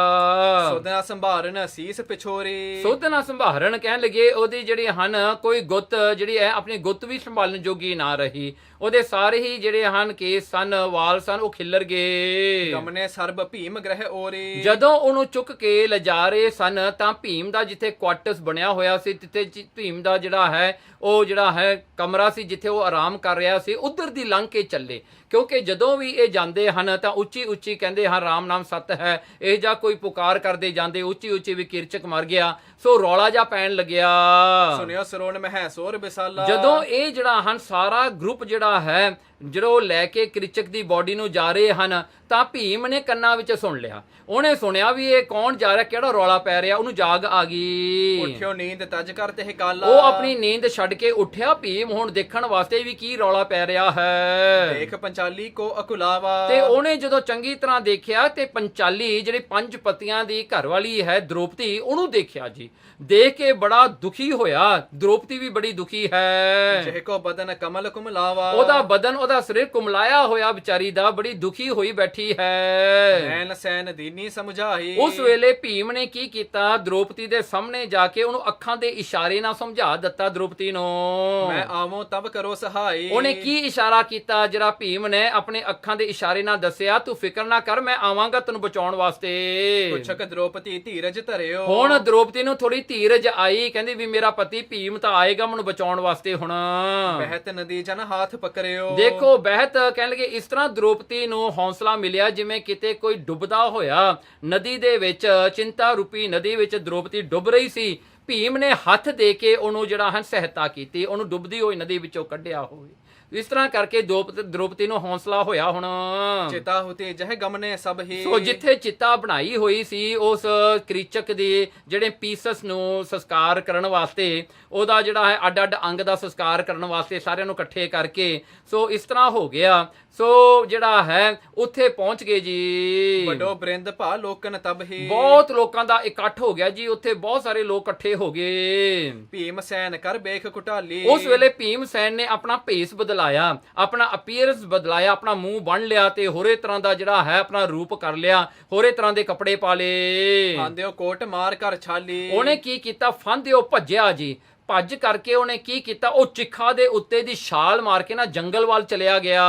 ਭਇਓ ਬਿਸਾਲ ਉਜਾਰ ਮਝਾਰਾ, ਤੇ ਜਦੋਂ ਉਹ ਵੱਡੇ ਜਿਹੜੇ ਹਨ ਜੰਗਲ ਵਿੱਚ ਚਲਿਆ ਗਿਆ, ਕਿਉਂਕਿ ਸੰਸਕਾਰ ਕਰਨ ਵਾਲਾ ਜਿਹੜਾ ਥਾਂ ਸੀਗਾ ਨਾ ਕ੍ਰਿਚਕ ਦਾ, ਉਹਦੇ ਪਿੱਛੇ ਜੰਗਲ ਸੀਗਾ, ਉਹ ਜੰਗਲ ਵਿੱਚ ਜਾ ਕੇ ਉਸਨੇ ਭੀਮ ਨੇ ਸੁਸਕ ਬਿਰਖ ਇੱਕ ਹੱਥ ਉਖਾਰਾ, ਇੱਕ ਸੁੱਕਿਆ ਹੋਇਆ ਦਰਖਤ ਉੱਥੇ ਖੜਾ ਸੀ, ਭੀਮ ਨੇ ਕੀ ਕੀਤਾ, ਉਹਨੂੰ ਆਪਣੇ ਹੱਥਾਂ ਦੇ ਨਾਲ ਜੜਾਂ ਤੋਂ ਪੁੱਟ ਲਿਆ ਉਹ ਸੁੱਕੇ ਹੋਏ ਦਰਖਤ ਨੂੰ, ਟਰੀ ਨੂੰ। ਕ੍ਰੋਧ ਧਾਰ ਕਰ ਮੁਰਿਓ ਬਹੋਰੇ, ਤੇ ਬਹੁਤ ਕ੍ਰੋਧ ਵਿੱਚ ਉਹ ਦਰਖਤ ਨੂੰ ਆਪਣੇ ਹੱਥਾਂ ਵਿੱਚ ਚੁੱਕ ਕੇ ਆਇਆ, ਬਾਹਰ ਆਇਆ ਜਿੱਥੇ ਲੋਕ ਖੜੇ ਸਨ ਸੰਸਕਾਰ ਕਰਨ ਵਾਸਤੇ ਕ੍ਰਿਚਕ ਦਾ। ਆਇਓ ਤੁਰਤ ਹੁਤੇ ਜਹ ਠੌਰੀ, ਉੱਥੇ ਪਹੁੰਚ ਗਿਆ ਜੀ, ਬਹੁਤ ਛੇਤੀ ਭੱਜ ਕੇ ਆ ਗਿਆ ਜੀ ਨੇੜੇ ਉੱਥੇ। ਦਾਰੁਨ ਬੇਖ ਅਰਨ ਕੋ ਮਾਰਨ, ਤੇ ਜਿਹੜਾ ਹਨ ਦਾਰੁਨ ਬੇਖ ਕਹਿਣ ਲੱਗੇ, ਉਹਦਾ ਮੂੰਹ ਜਿਹੜਾ ਬੜਾ ਡਰਾਉਣਾ ਸੀਗਾ, ਦਾਰੁਨ ਬੇਖ ਅਰਨ ਕੋ ਮਾਰਨ ਕਹਿਣ ਲੱਗੇ ਦੁਸ਼ਮਣਾਂ ਨੂੰ ਮਾਰਨ ਵਾਸਤੇ ਆਇਆ ਤੇ ਦ੍ਰੋਪਦੀ ਨੂੰ ਬਚਾਉਣ ਵਾਸਤੇ ਆਇਆ ਭੀਮ। ਪੰਚਾਲੀ ਕੇ ਪ੍ਰਾਣ ਉਬਾਰਨ, ਤੇ ਪੰਚਾਲੀ ਆਪਣੀ ਘਰਵਾਲੀ ਦ੍ਰੋਪਦੀ ਨੂੰ ਬਚਾਉਣ ਵਾਸਤੇ ਕੱਲਾ ਭੀਮ ਆਇਆ ਜੀ। ਜਾਏ ਸਮੀਪੰ ਦੀਨ ਦਿਖਾਈ। ਉਹਨੇ ਨੇੜੇ ਜਾ ਕੇ ਦ੍ਰੋਪਦੀ ਨੂੰ ਆਪਣੀ ਦਿਖਾਈ ਦਿੱਤੀ ਤੇ ਲੋਕਾਂ ਨੇ ਵੀ ਭੀਮ ਨੂੰ ਦੇਖ ਲਿਆ ਜੀ। ਇਹ ਕੌਣ ਆ ਗਿਆ? ਉਹਨੇ ਪਛਾਣਿਆ ਨਹੀਂ ਵੀ ਤਾਂ ਰਸੋਈਆ ਹੈ, ਇਹ ਕਿਚਨ 'ਚ ਕੰਮ ਕਰਨ ਵਾਲਾ ਹੈ। ਉਹਨਾਂ ਨੇ ਨਹੀਂ ਪਛਾਣਿਆ। ਉਹਨਾਂ ਨੂੰ ਲੱਗਿਆ ਪਤਾ ਨਹੀਂ ਜੰਗਲ 'ਚੋਂ ਕਿਹੜੀ ਬਲਾ ਆ ਗਈ, ਪਤਾ ਨਹੀਂ ਕੌਣ ਜੰਗਲ ਵਿੱਚੋਂ ਨਿਕਲ ਕੇ ਆ ਗਿਆ, ਕੋਈ ਤਾਜ਼ਨ ਆਇਆ ਜਾਂ ਹੋਰ ਕੋਈ ਆਇਆ। ਦ੍ਰੋਪਦੀ ਉੱਚੀ ਗਿਰਾ ਅਲਾਈ। ਉਸ ਵੇਲੇ ਦ੍ਰੋਪਦੀ ਨੇ ਉੱਚੀ ਆਵਾਜ਼ ਦੇ ਨਾਲ ਇਹ ਕਿਹਾ, ਗੰਧਰਬ ਜੋ ਮੇਰੋ ਰਖਵਾਰੀ। ਤੇ ਸਾਰਿਆਂ ਨੂੰ ਆਲੇ ਦੁਆਲੇ ਕਹਿਣ ਲੱਗੀ, ਦੇਖੋ ਮੈਂ ਤੁਹਾਨੂੰ ਕਿਹਾ ਸੀ ਨਾ, ਗੰਧਰਬ ਮੇਰੇ ਪਤੀ ਗੰਧਰਬ ਨੇ, ਉਹ ਮੇਰੀ ਰੱਖਿਆ ਵਾਸਤੇ ਆ ਗਏ। ਇਹ ਵੀ ਗੰਧਰਬ ਹੈ, ਇਹ ਆ ਗਿਆ ਮੇਰੀ ਰੱਖਿਆ ਵਾਸਤੇ। ਹੁਣ ਸੋ ਆਇਓ ਤੁਮ ਲੇਹੋ ਨਿਹਾਰੀ। ਦੇਖੋ ਕਹਿੰਦੇ ਉਹ ਆ ਗਿਆ, ਤੁਸੀਂ ਦੇਖ ਲਓ ਸਾਰੇ, ਹੁਣ ਨਹੀਂ ਤੁਹਾਨੂੰ ਛੱਡੇਗਾ। ਭਾਜ ਜਾਹੋ ਮੁਝਕੋ ਦੇਹੋ ਛੋਰੀ। ਦੇਖੋ ਕਹਿੰਦੇ ਦ੍ਰੋਪਦੀ ਨੇ ਇਹ ਵਾਰਨਿੰਗ ਵੀ ਦਿੱਤੀ ਸਾਰਿਆਂ ਨੂੰ, ਤੁਸੀਂ ਮੈਨੂੰ ਛੱਡ ਕੇ ਇੱਥੇ ਚਲੇ ਜਾਓ ਜੇ ਆਪਣੀ ਜਾਨ ਤੁਸੀਂ ਬਚਾਉਣੀ ਹੈ, ਨਹੀਂ ਤਾਂ ਤੁਹਾਨੂੰ ਕਿਸੇ ਨੂੰ ਨਹੀਂ ਛੱਡਣਾ ਇਸਨੇ। ਨਾਤਰ ਹਨੈ ਸਬਨ ਇਹ ਠੌਰੀ। ਤੇ ਤੁਹਾਨੂੰ ਇੱਥੇ ਹੀ ਮਾਰ ਦੇਣਾ ਹੈ। ਉਹ ਕ੍ਰਿਚਕ ਜਿਹੜਾ ਕੱਲੇ ਦਾ ਸੰਸਕਾਰ ਨਹੀਂ ਹੋਣਾ, ਤੁਹਾਡਾ ਵੀ ਨਾਲੇ ਹੋ ਜਾਣਾ ਇੱਥੇ, ਤੁਹਾਡਾ ਵੀ ਪ੍ਰੋਗਰਾਮ ਨਾਲੇ ਬਣ ਜਾਣਾ ਇੱਥੇ ਸੰਸਕਾਰ ਦਾ। ਤੇ ਜਿੱਥੇ ਕ੍ਰਿਚਕ ਨੂੰ ਜਿਹੜਾ ਹੈ ਸੰਸਕਾਰ ਕਰਨ ਵਾਸਤੇ ਆਏ ਹੋ, ਉੱਥੇ ਬਹੁਤ ਸਾਰਿਆਂ ਦਾ ਕਰਨਾ ਪੈ ਜਾਣਾ। ਹੁਣ ਸੁਨ ਬਾਨੀ ਕੋ ਦੇਖਣ ਲਾਗੇ। ਜੋ ਉਹ ਜਿਹੜਾ ਹਨ, ਜਦੋਂ ਦ੍ਰੋਪਦੀ ਦੀ ਉੱਚੀ ਆਵਾਜ਼ ਐਸੀ ਚੁਣੌਤੀ ਸੁਣੀ ਲੋਕਾਂ ਨੇ, ਉਹ ਦੇਖਣ ਲੱਗ ਪਏ। ਦੇਖਿਆ ਵੀ ਕਿਹੜਾ ਬੰਦਾ, ਕਿਹੜਾ ਗੰਧਰਵ, ਕਿਹੜਾ ਇਹਦਾ ਪਤੀ ਪਹੁੰਚ ਗਿਆ ਹੁਣ ਆ ਕੇ। ਦਾਰੁਣ ਵੇਖ ਲੱਗਿਓ ਸਭ ਭਾਗੇ। ਸੋ ਉਹਦਾ ਭਿਆਨਕ ਜਿਹੜਾ ਦ੍ਰਿਸ਼ਟ ਦੇਖ ਕੇ ਭੀਮ ਦਾ ਉਹ ਲੋਕ ਭੱਜਣਾ ਸ਼ੁਰੂ ਕਰਤਾ। ਆਮ ਲੋਕ ਜਿਹੜੇ ਸਨ ਉੱਥੇ ਭੱਜਣਾ ਸ਼ੁਰੂ ਕਰਤਾ। ਜਿਹੜੇ ਤਾਂ ਆਏ ਸੀ ਉਹੀ ਮੂੰਹ ਦਿਖਾਵੇ ਵਾਸਤੇ। ਕਈ ਹੁੰਦਾ ਨਾ, ਲੋਕ ਵਿਆਹ ਵਿੱਚ ਵੀ ਜਾ ਕੇ ਮੂੰਹ ਦਿਖਾਉਂਦੇ ਹਨ, ਸੰਸਕਾਰ ਦੇ ਥਾਂ ਤੇ ਵੀ ਜਾ ਕੇ ਮੂੰਹ ਦਿਖਾਉਂਦੇ ਹਨ। ਉਹ ਬੰਦਾ ਮਰਿਆ ਪਿਆ ਹੁੰਦਾ, ਲੋਕਾਂ ਨੂੰ ਆਪਣੇ ਮੂੰਹ ਦਿਖਾਈ ਦੀ ਲੱਗੀ ਪਈ ਹੁੰਦੀ ਹੈ ਵੀ ਮੈਨੂੰ ਕੋਈ ਦੇਖ ਲਵੇ ਵੀ ਮੈਂ ਆ ਗਿਆ ਜੀ ਸੰਸਕਾਰ ਤੇ। ਮਰੇ ਦਾ ਕੌਣ ਫਿਕਰ ਕਰਦਾ ਹੈ? ਜਿਉਂਦਿਆਂ ਬੰਦਿਆਂ ਨੂੰ ਆਪਣਾ ਮੂੰਹ ਦਿਖਾਉਣਾ ਦਾ, ਮਰੇ ਨੂੰ ਕੌਣ ਮੂੰਹ ਕਹਿੰਦੇ ਜੀ ਮਰੇ ਦਾ ਮੂੰਹ ਦੇਖਣ ਚੱਲੇ ਹਾਂ, ਵੀ ਮਰੇ ਦਾ ਮੂੰਹ ਦੇਖ ਕੇ ਕਿਹੜੇ ਤੁਸੀਂ ਉਹਨੂੰ ਮੁਕਤੀ ਦੇ ਦੇਣੀ ਆ। ਹਾਂਜੀ, ਸੋ ਇਸ ਤਰ੍ਹਾਂ ਕਰਕੇ ਜਿਹੜਾ ਕੋਈ ਇਹ ਜਿਹੜਾ ਹੈ ਮਰੇ ਨੂੰ ਜਿਹੜਾ ਹੈ ਇਸ ਤਰ੍ਹਾਂ ਕਰਦੇ ਜਿਵੇਂ ਕੋਈ ਐਕਸੀਬਿਸ਼ਨ ਲੱਗਿਆ ਹੁੰਦਾ ਹੈ, ਸਾਰੇ ਹੀ ਦੇਖਣਾ ਸ਼ੁਰੂ ਕਰ ਦਿੰਦੇ ਆ ਵੀ ਜਿਹੜਾ ਹਨ ਜਿਉਂਦੇ ਨੂੰ ਦੇਖ ਲਓ, ਮਰੇ ਨੂੰ ਕਿਉਂ ਦੇਖਣਾ ਹੈ। ਕਈ ਤਾਂ ਉਡੀਕਦੇ ਹੁਣ ਵੀ ਮਰੇ ਤਾਂ ਸਹੀ ਤੇ ਫੇਰ ਜਾ ਕੇ ਦਾ ਮੂੰਹ ਦੇਖੀਏ। ਕੌਣ ਹੈ ਕਾਹੂ ਸੰਗ ਬੁਲਾਏ। ਹਾਂ, ਕੌਣ ਹੈ ਕਾਹੂ ਸੰਗ ਬੁਲਾਏ। ਕਹਿਣਗੇ ਉਸ ਵੇਲੇ ਕਿਸੇ ਨੇ ਵੀ ਕਿਸੇ ਨੂੰ ਨਹੀਂ ਸੱਦਿਆ। ਜਿਹੜਾ ਰਾਹ ਸੀ ਸਾਰੇ ਅੱਡ ਅੱਡ ਲੱਗ ਕੇ ਭੱਜਣਾ ਸ਼ੁਰੂ ਕਰਤਾ ਜੀ ਉਹਨਾਂ ਨੇ ਵੀ ਅਸੀਂ ਤਾਂ ਆਪਣੀ ਜਾਨ ਬਚਾ ਲਈਏ, ਅਸੀਂ ਕ੍ਰਿਚਕ ਕਰਕੇ ਥੋੜੋ ਮਰਨਾ ਹੈ। ਹਾਂਜੀ, ਕੌਣ ਮਰਦਾ ਜੀ ਕਿਸੇ ਵਾਸਤੇ? ਚਾਹਤ ਆਪਣੇ ਪ੍ਰਾਣ ਬਚਾਏ। ਸਾਰੇ ਆਪੋ ਆਪਣੇ ਪ੍ਰਾਣ ਬਚਾਉਣ ਵਾਸਤੇ ਉੱਥੇ ਉਹਨਾਂ ਨੇ ਭੱਜਣਾ ਕੀਤਾ। ਸਿਆਣੇ ਸੀ ਵਿਚਾਰੇ। ਧਾਇਓ ਭੀਮ ਸੈਨ ਰਿਸ ਭਾਰੀ। ਧਾਇਓ ਕਹਿੰਦੇ ਉਹ ਭੱਜਿਆ ਆ ਰਿਹਾ ਭੀਮ ਸੈਨ ਦ੍ਰੋਪਦੀ ਵੱਲ ਉਹਨੂੰ ਬਚਾਉਣ ਵਾਸਤੇ, ਬਹੁਤ ਗੁੱਸੇ ਦੇ ਵਿੱਚ। ਘੇਰੇ ਸਭ ਹੀ ਜਾਏ ਅਗਾਰੀ। ਕੀ ਹੋਇਆ? ਘੇਰੇ ਸਭ ਹੀ ਜਾਏ ਅਗਾਰੀ। ਕਹਿਣਗੇ ਕੀ ਉਸ ਭੀਮ ਨੂੰ ਘੇਰ ਲਿਆ ਜੀ। ਹੁਣ ਕਿਹਨੇ ਘੇਰਿਆ ਜੀ? ਇਹ ਕ੍ਰਿਚਕ ਦੇ ਭਰਾਵਾਂ ਨੇ ਘੇਰ ਲਿਆ ਜੀ ਵੀ ਹੁਣ ਇਹਨੂੰ ਮਾਰਾਂਗੇ ਅਸੀਂ ਇਹਨੂੰ। ਸਹਿਸ ਭਰਾਤ ਕੁਛ ਪਟਨ ਸਮੇਤਾ। ਦੇਖੋ ਇੱਕ ਤਾਂ ਸੀਗੇ ਉਹਦੇ 100 ਭਰਾ ਕ੍ਰਿਚਕ ਦੇ, ਨਾਲ ਉਹਨਾਂ ਦੀਆਂ ਫੌਜ, ਜਿਹੜੀ ਫੌਜ ਆਈ ਹੋਈ ਸੀ ਉਹ ਸਾਰੀ ਇਕੱਠੀ ਹੋ ਕੇ ਭੀਮ ਨੂੰ ਘੇਰਨ ਵਾਸਤੇ ਤੁਰ ਪਈ। ਮੈਨੂੰ ਘੇਰ ਕੇ ਮਾਰ ਦੇਣਾ, ਇਹਨੂੰ ਸਰਾਊਂਡਡ ਕਰਕੇ। ਤਬ ਸਨਮੁਖ ਆਏ ਰਣ ਹੇਤਾ। ਸੋ ਲੜਨ ਵਾਸਤੇ ਜਦੋਂ ਸਾਹਮਣੇ ਆਇਆ ਭੀਮ, ਉਹਨਾਂ ਨੂੰ ਲੜਨ ਵਾਸਤੇ, ਉਹਨਾਂ ਨਾਲ ਜਿਹੜਾ ਹਨ ਯੁੱਧ ਕਰਨ ਵਾਸਤੇ। ਹਥਿਆਰਨ ਕੇ ਕਰਹਿ ਪ੍ਰਹਾਰਾ। ਉਹ ਕੋਈ ਜਿਹੜਾ ਹੈ ਆਪਣੀਆਂ ਐਰੋ ਚਲਾਉਂਦਾ ਹੈ, ਕੋਈ ਤਲਵਾਰ ਚਲਾਉਂਦਾ ਹੈ, ਆਪਣੇ ਆਪਣੇ ਸ਼ਾਸਤਰ ਜਦੋਂ ਚਲਾਉਂਦੇ ਹਨ ਆ ਕੇ ਨੇੜੇ। ਮਾਰੋ ਮਾਰੋ ਸਭਨ ਪੁਕਾਰਾ। ਸਾਰਿਆਂ ਨੇ ਮਾਰੋ ਮਾਰੋ ਕਿਹਾ। ਕ੍ਰਿਚਕ ਦੇ ਭਰਾਵਾਂ ਨੇ ਉਹਦੇ ਫੌਜਾਂ ਨੂੰ ਕਹਿੰਦੇ ਮਾਰ ਦਿਓ ਜੀ ਇਕੱਠੇ ਹੋ ਕੇ, ਹੁਣ ਇੱਕ ਵਾਰੀ ਇਹਨੂੰ ਮਾਰ ਦਿਓ। ਮਾਰੋ ਮਾਰੋ ਕਰਨ ਲੱਗੇ ਸਾਰੇ। ਰਿਸਿਓ ਵਿਸਾਲ ਲਾਲ ਕਰ ਨੈਣਾ। ਹੁਣ ਰਿਸਿਓ ਵਿਸਾਲ ਜਿਹੜਾ ਭੀਮ ਸੈਨ ਸੀਗਾ, ਇਹਨੇ ਆਪਣੇ ਅੱਖਾਂ ਲਾਲ ਕਰ ਲਈਆਂ ਜੀ। ਇਹਨੂੰ ਬੜਾ ਕ੍ਰੋਧ ਚੜਿਆ ਜੀ ਉਸ ਵੇਲੇ। ਮਾਰ ਬਿਰਖ ਪਠੇ ਜਮ ਐਨਾ। ਉਹਨੇ ਪਹਿਲਾਂ ਹੀ ਦਰਖਤ ਜਿਹੜਾ ਟਰੀ ਸੀਗਾ ਨਾ, ਸੁੱਕਿਆ ਹੋਇਆ, ਜਿਹੜਾ ਜੜਾਂ ਚੋਂ ਕੱਢਿਆ ਹੋਇਆ, ਉਹਦੇ ਹੱਥ ਵਿੱਚ ਸੀਗਾ। ਉਹਨੇ ਕੀ ਕੀਤਾ, ਉਹਨਾਂ ਨੇ ਘੇਰਿਆ ਤੇ ਇਹਨੇ ਚੱਕ ਕੇ, ਉਹ ਦਰਖਤ ਲੰਮਾ ਸੀਗਾ ਤੇ ਮੋਟਾ ਸੀਗਾ, ਉਹਨੇ ਚੱਕ ਕੇ ਸਾਰਿਆਂ ਦੇ ਸਿਰ 'ਚ ਮਾਰਿਆ ਜੀ। ਸੋ ਭੀਮ ਸੈਨ ਘੁੰਮਣ ਲੱਗ ਗਿਆ ਵਿਚਾਲੇ, ਜਿੰਨੇ ਵੀ ਆਲੇ ਦੁਆਲੇ ਖੜੇ ਸਨ ਸਾਰਿਆਂ ਨੂੰ ਦਰਖਤ ਮਾਰ ਮਾਰ ਕੇ ਉਹਨਾਂ ਦੇ ਸਿਰ ਭੰਨ ਦਿੱਤੇ ਜੀ। ਕ੍ਰਿਚਕ ਭਰਾਤ ਸਰਬ ਤਹਿ ਮਾਰੇ। ਦੇਖੋ ਐਸਾ ਉੱਥੇ ਯੁੱਧ ਹੋਇਆ, ਕ੍ਰਿਚਕ ਦੇ 100 ਭਰਾ ਮਾਰਿਆ ਗਿਆ। ਦੇਖੋ ਇੱਕ ਕ੍ਰਿਚਕ ਦਾ ਸੰਸਕਾਰ ਕਰਨ ਵਾਸਤੇ ਆਏ ਤੇ 100 ਭਰਾ ਵੀ ਨਾਲੇ ਮਰ ਗਏ ਜੀ। ਉਹਨਾਂ ਨੂੰ ਵੀ ਨਾਲੇ ਤੋਰਤਾ ਵੀ ਕ੍ਰਿਚਕ ਵਿਚਾਰਾ ਇਕੱਲਾ, ਉਹਦੇ ਅੰਗ ਉਂਗ ਵੀ ਹੈ ਨਹੀਂ ਵਿਚਾਰੇ ਦੇ, ਇਹਨੂੰ ਹੈਲਪ ਕਰਨ ਵਾਸਤੇ ਉਹਦੇ 100 ਭਰਾ ਵੀ ਨਾਲ ਤੋਰਤੇ। ਕੁਛ ਸੁਭਟ ਕੋ ਦੀਨ ਸੰਘਾਰੇ। ਹਾਂ, ਕੁਝ ਕੁ ਸੁਭਟ ਕੋ ਦੀਨ ਸੰਘਾਰੇ, ਤੇ ਕੁਝ ਕੁ ਉਹਦੀਆਂ ਫੌਜਾਂ ਜਿਹੜੀਆਂ ਸਨ ਉਹਨਾਂ ਨੂੰ ਵੀ ਮਾਰ ਦਿੱਤਾ ਭੀਮ ਨੇ। ਬਹੁਰੋ ਗਇਓ ਉਜਾਰ ਮਝਾਰਾ। ਫੇਰ ਉਹਨਾਂ ਸਾਰਿਆਂ ਨੂੰ ਮਾਰ ਕੇ ਉੱਥੇ ਲੋਥਾਂ ਤੇ ਲੋਥਾਂ ਚੜਾ ਕੇ ਭੀਮ ਸੈਨ ਨੇ ਕੀ ਕੀਤਾ, ਵਾਪਸ ਉਹ ਜੰਗਲ ਵਿੱਚ ਚਲਿਆ ਗਿਆ। ਉਹਨਾਂ ਨੂੰ ਇਉਂ ਲੱਗੇ ਵੀ ਜੰਗਲ ਵਿੱਚੋਂ ਆਇਆ ਸੀ ਤੇ ਜੰਗਲ 'ਚ ਚਲਿਆ ਗਿਆ। ਆਪਣੋ ਵੇਖ ਸਰਬ ਤਨ ਧਾਰਾ। ਫੇਰ ਉਹਨੇ ਅੰਦਰ ਜਾ ਕੇ ਆਪਣਾ ਭੇਖ ਮੁੜ ਕੇ ਰਸੋਈਏ ਦਾ, ਮੁੜ ਕੇ ਉਹਨੇ ਯੂਨੀਫਾਰਮ ਪਾ ਲਿਆ ਜੀ ਇੱਕ ਚੈਫ ਦਾ। ਵੀ ਉਹ ਇੱਕ ਵੱਡਾ ਚੈਫ ਹੈ, ਉਹ ਵਾਪਸ ਆਪਣੇ ਜਿਹੜਾ ਹਨ ਕਿਚਨ ਵਿੱਚ ਜਾ ਵੜਿਆ। ਦਹਿਨ ਗਏ ਇੱਕ ਕ੍ਰੀਚਕ ਹੇਤਾ, ਸਾੜਨ ਵਾਸਤੇ ਗਏ ਸਨ ਇੱਕ ਕ੍ਰੀਚਕ ਨੂੰ, ਉਹ ਵੀ ਜਿਹੜਾ ਹਨ ਜਿਹਦੇ ਅੰਗ ਅੱਡ-ਅੱਡ, ਜਿਹੜਿਆਂ ਦੀ ਬੋਡੀ ਪੀਸਸ ਸਾਰੇ ਅੱਡ-ਅੱਡ ਹੋਏ ਪਏ ਸਨ, ਜੋ ਪੂਰਾ ਸੈਂਡਵਿਚ ਬਣਾਇਆ ਹੋਇਆ ਉਹਨਾਂ ਨੇ ਮਸਾਂ ਅੱਡ-ਅੱਡ ਕੀਤਾ ਸੀ ਵਿਚਾਰਿਆਂ ਨੇ। ਜਰਿਓ ਤਹਾਂ ਸਪਤ ਭਰਾਤ ਸਮੇਤਾ। ਤੇ ਫੇਰ ਕੀ ਹੋਇਆ ਜੀ, ਕ੍ਰੀਚਕ ਆਪਣੇ 100 ਭਰਾ ਵੀ ਨਾਲ ਲੈ ਕੇ ਚਲਿਆ ਗਿਆ ਜੀ, ਆਪਣੇ 100 ਭਰਾਵਾਂ ਨੂੰ ਵੀ ਮਰਵਾ ਦਿੱਤਾ ਜੀ। ਦੇਖੋ ਇੱਕ ਭੈੜੀ ਨੀਅਤ ਨੇ, ਜਿਵੇਂ ਰਾਵਣ ਦਾ ਹਾਲ ਹੋਇਆ ਸੀਗਾ, ਇੱਕ ਸੀਤਾ ਨੂੰ ਚੁੱਕ ਕੇ ਲਿਆਇਆ ਤੇ ਉਹ ਸਾਰੀ ਨਗਰੀ ਨੂੰ ਉਜਾੜ ਕੇ ਬਹਿ ਗਿਆ। ਹੁਣ ਦੁਆਪਰ ਵਿੱਚ ਵੀ ਐਸਾ ਹੋਇਆ, ਕ੍ਰਿਚਕ ਨੇ ਜਿਹੜਾ ਹਨ ਇੱਕ ਭਰਾ ਨੇ ਗਲਤੀ ਕੀਤੀ ਤੇ ਆਪਣਾ 100 ਭਰਾ ਮਰਵਾ ਲਿਆ ਜੀ। ਇਸ ਪ੍ਰਕਾਰ ਇਹ ਹੁਤੋ ਪ੍ਰਸੰਗਾ, ਇਸ ਪ੍ਰਕਾਰ ਕਰਕੇ ਪ੍ਰਸੰਗ ਹੋਇਆ ਜੀ ਇਹ ਪਾਂਡਵਾਂ ਦਾ। ਸਰੋਤਾ ਸੁਨੋ ਹਿਰਦੈ ਸੋ ਉਮੰਗਾ। ਸੋ ਹੇ ਸਰੋਤਾ ਜਨੋ, ਆਪਣੇ ਜਿਹੜਾ ਹਨ ਬੜੇ ਚਾਅ ਨਾਲ ਤੁਸੀਂ ਇਹ ਪ੍ਰਸੰਗ ਨੂੰ ਸੁਣਨਾ ਕਰੋ। ਉਤੇ ਸਮਰੱਥ ਸਰਬ ਵਿਦ ਜੋਈ। ਦੇਖੋ ਇਸੇ ਕਰਕੇ ਮਹਾਰਾਜ ਨੇ ਕਿਹਾ ਹੈ ਨਾ, ਕਹਿੰਦੇ ਵੀ ਦੇਖੋ ਜਦ ਇਹ ਜਿਹੜੇ ਪਾਂਡਵ ਸਨ, ਕਹਿੰਦੇ ਹੁਤੋ ਸਮਰੱਥ, ਸਾਰੇ ਪ੍ਰਕਾਰ ਕਰਕੇ ਸ਼ਕਤੀਵਾਨ ਸਨ, ਤਕੜੇ ਸਨ, ਰਾਜੇ ਵੀ ਸਨ, ਇਹਨਾਂ ਕੋਲ ਕੀ ਘੱਟ ਸੀਗਾ। ਜਿਹੜਾ ਹਨ ਕ੍ਰਿਸ਼ਨ ਭਗਵਾਨ ਜਿਹੜਾ ਅਵਤਾਰ ਹੈ, ਰਹੇ ਹਦੂਰ, ਉਹਨਾਂ ਦੇ ਹਦੂਰ ਵਿੱਚ ਰਹਿੰਦਾ ਸੀਗਾ, ਉਹਨਾਂ ਦੇ ਕੋਲ ਰਹਿੰਦਾ ਸੀਗਾ, ਪਰ ਫਿਰ ਵੀ ਜਿਹੜਾ ਉਹਨਾਂ ਦਾ ਇਹ ਹਾਲ ਹੋਇਆ। ਗਏ ਕੂਚ ਕਰ ਰਹਿਓ ਨਾ ਕੋਈ। ਦੇਖੋ ਇਸ ਸੰਸਾਰ ਵਿੱਚ ਸਾਰਿਆਂ ਨੂੰ ਜਾਣਾ ਪੈਂਦਾ ਹੈ, ਕੋਈ ਵੀ ਸੰਸਾਰ ਵਿੱਚ ਪੱਕਾ ਨਹੀਂ ਰਹਿੰਦਾ, ਸਾਰਿਆਂ ਨੂੰ ਜਨਮ ਲੈ ਕੇ ਮਰਨਾ ਹੀ ਪੈਂਦਾ ਹੈ। ਜਿਨ ਕੋ ਗਿਆਨ ਭਇਓ ਔਰ ਮਾਹੀ। ਪਰ ਜਿਨ੍ਹਾਂ ਨੂੰ ਗਿਆਨ ਹੋ ਜਾਂਦਾ ਹੈ ਆਪਣੇ ਜੀਵਨ ਕਾਲ ਦੇ ਵਿੱਚ, ਆਪਣੀ ਲਾਈਫ ਟਾਈਮ ਦੇ ਵਿੱਚ, ਜਿਨ੍ਹਾਂ ਨੂੰ ਐਨਲਾਈਟਮੈਂਟ ਹੋ ਜਾਂਦਾ ਹੈ, ਸਦਾ ਸੁਖੀ ਤਿਨ ਕੋ ਦੁਖ ਨਾਹੀ। ਉਹੀ ਸੁਖੀ ਰਹਿੰਦੇ ਨੇ, ਉਹਨਾਂ ਨੂੰ ਕੋਈ ਦੁੱਖ ਨਹੀਂ ਹੁੰਦਾ। ਉਹ ਜਿਹੜੇ ਹਨ ਆਪਣੇ ਪ੍ਰਾਲਬੱਧ ਕਰਮ ਵੀ ਜਿਹੜੇ ਹਨ ਪਰਮਾਤਮਾ ਦੇ ਭਾਣੇ ਵਿੱਚ ਹੀ ਰਹਿੰਦੇ ਹਨ, ਉਹਨਾਂ ਨੂੰ ਦੁੱਖ ਨਹੀਂ ਲੱਗਦਾ, ਉਹ ਹਮੇਸ਼ਾ ਹੀ ਸੁਖੀ ਰਹਿੰਦੇ ਹਨ। ਤੇ ਉਹੀ ਸੁਖੀ ਹਨ ਜਿਨ੍ਹਾਂ ਨੇ ਪਰਮੇਸ਼ਰ ਦਾ ਨਾਮ ਜਪਿਆ ਹੈ। ਇਸ ਕਰਕੇ ਪਰਮੇਸ਼ਰ ਦਾ ਨਾਮ ਹੀ ਜਪਣਾ ਚਾਹੀਦਾ ਹੈ, ਨਹੀਂ ਤਾਂ ਸਾਰੇ ਸੰਸਾਰ ਵਿੱਚ ਲੋਕ ਦੁਖੀ ਹੀ ਰਹਿੰਦੇ ਹਨ, ਦੁੱਖ ਦੇ ਵਿੱਚ ਹੀ ਰੋਂਦੇ ਰਹਿੰਦੇ ਹਨ। ਇਸ ਕਰਕੇ ਪਰਮੇਸ਼ਰ ਦਾ ਨਾਮ ਹੀ ਹੈ ਜਿਹੜਾ ਕਿ ਜਿਹਦੇ ਗਿਆਨ ਕਰਕੇ ਹੀ ਸੁਖ ਹੁੰਦਾ ਹੈ। ਇਸ ਪ੍ਰਕਾਰ ਕਰਕੇ ਇਹ ਪਾਂਡਵਾਂ ਦੀ ਸਾਖੀ ਜਿਹੜੀ ਕਿ ਗੁਰੂ ਨਾਨਕ ਸਾਹਿਬ ਸੱਚੇ ਪਾਤਸ਼ਾਹ ਜੀ ਨੇ ਭਾਈ ਮਰਦਾਨੇ ਨੂੰ ਦੱਸੀ, ਤੋ ਉਹ ਆਪ ਜੀ ਨੇ ਸਰਵਣ ਕੀਤੀ। ਸੋ ਇਹ ਸਾਖੀ ਜਿਹੜੀਆਂ ਹੁੰਦੀਆਂ ਨੇ, ਇਹ ਸਾਖੀਆਂ ਆਪਾਂ ਨੂੰ ਸਿੱਖਿਆ ਦਿੰਦੀਆਂ ਨੇ, ਬੜੇ ਸੌਖੇ ਤਰੀਕੇ ਨਾਲ ਆਪਾਂ ਸਿੱਖਿਆ ਲੈ ਸਕਦੇ ਹਾਂ।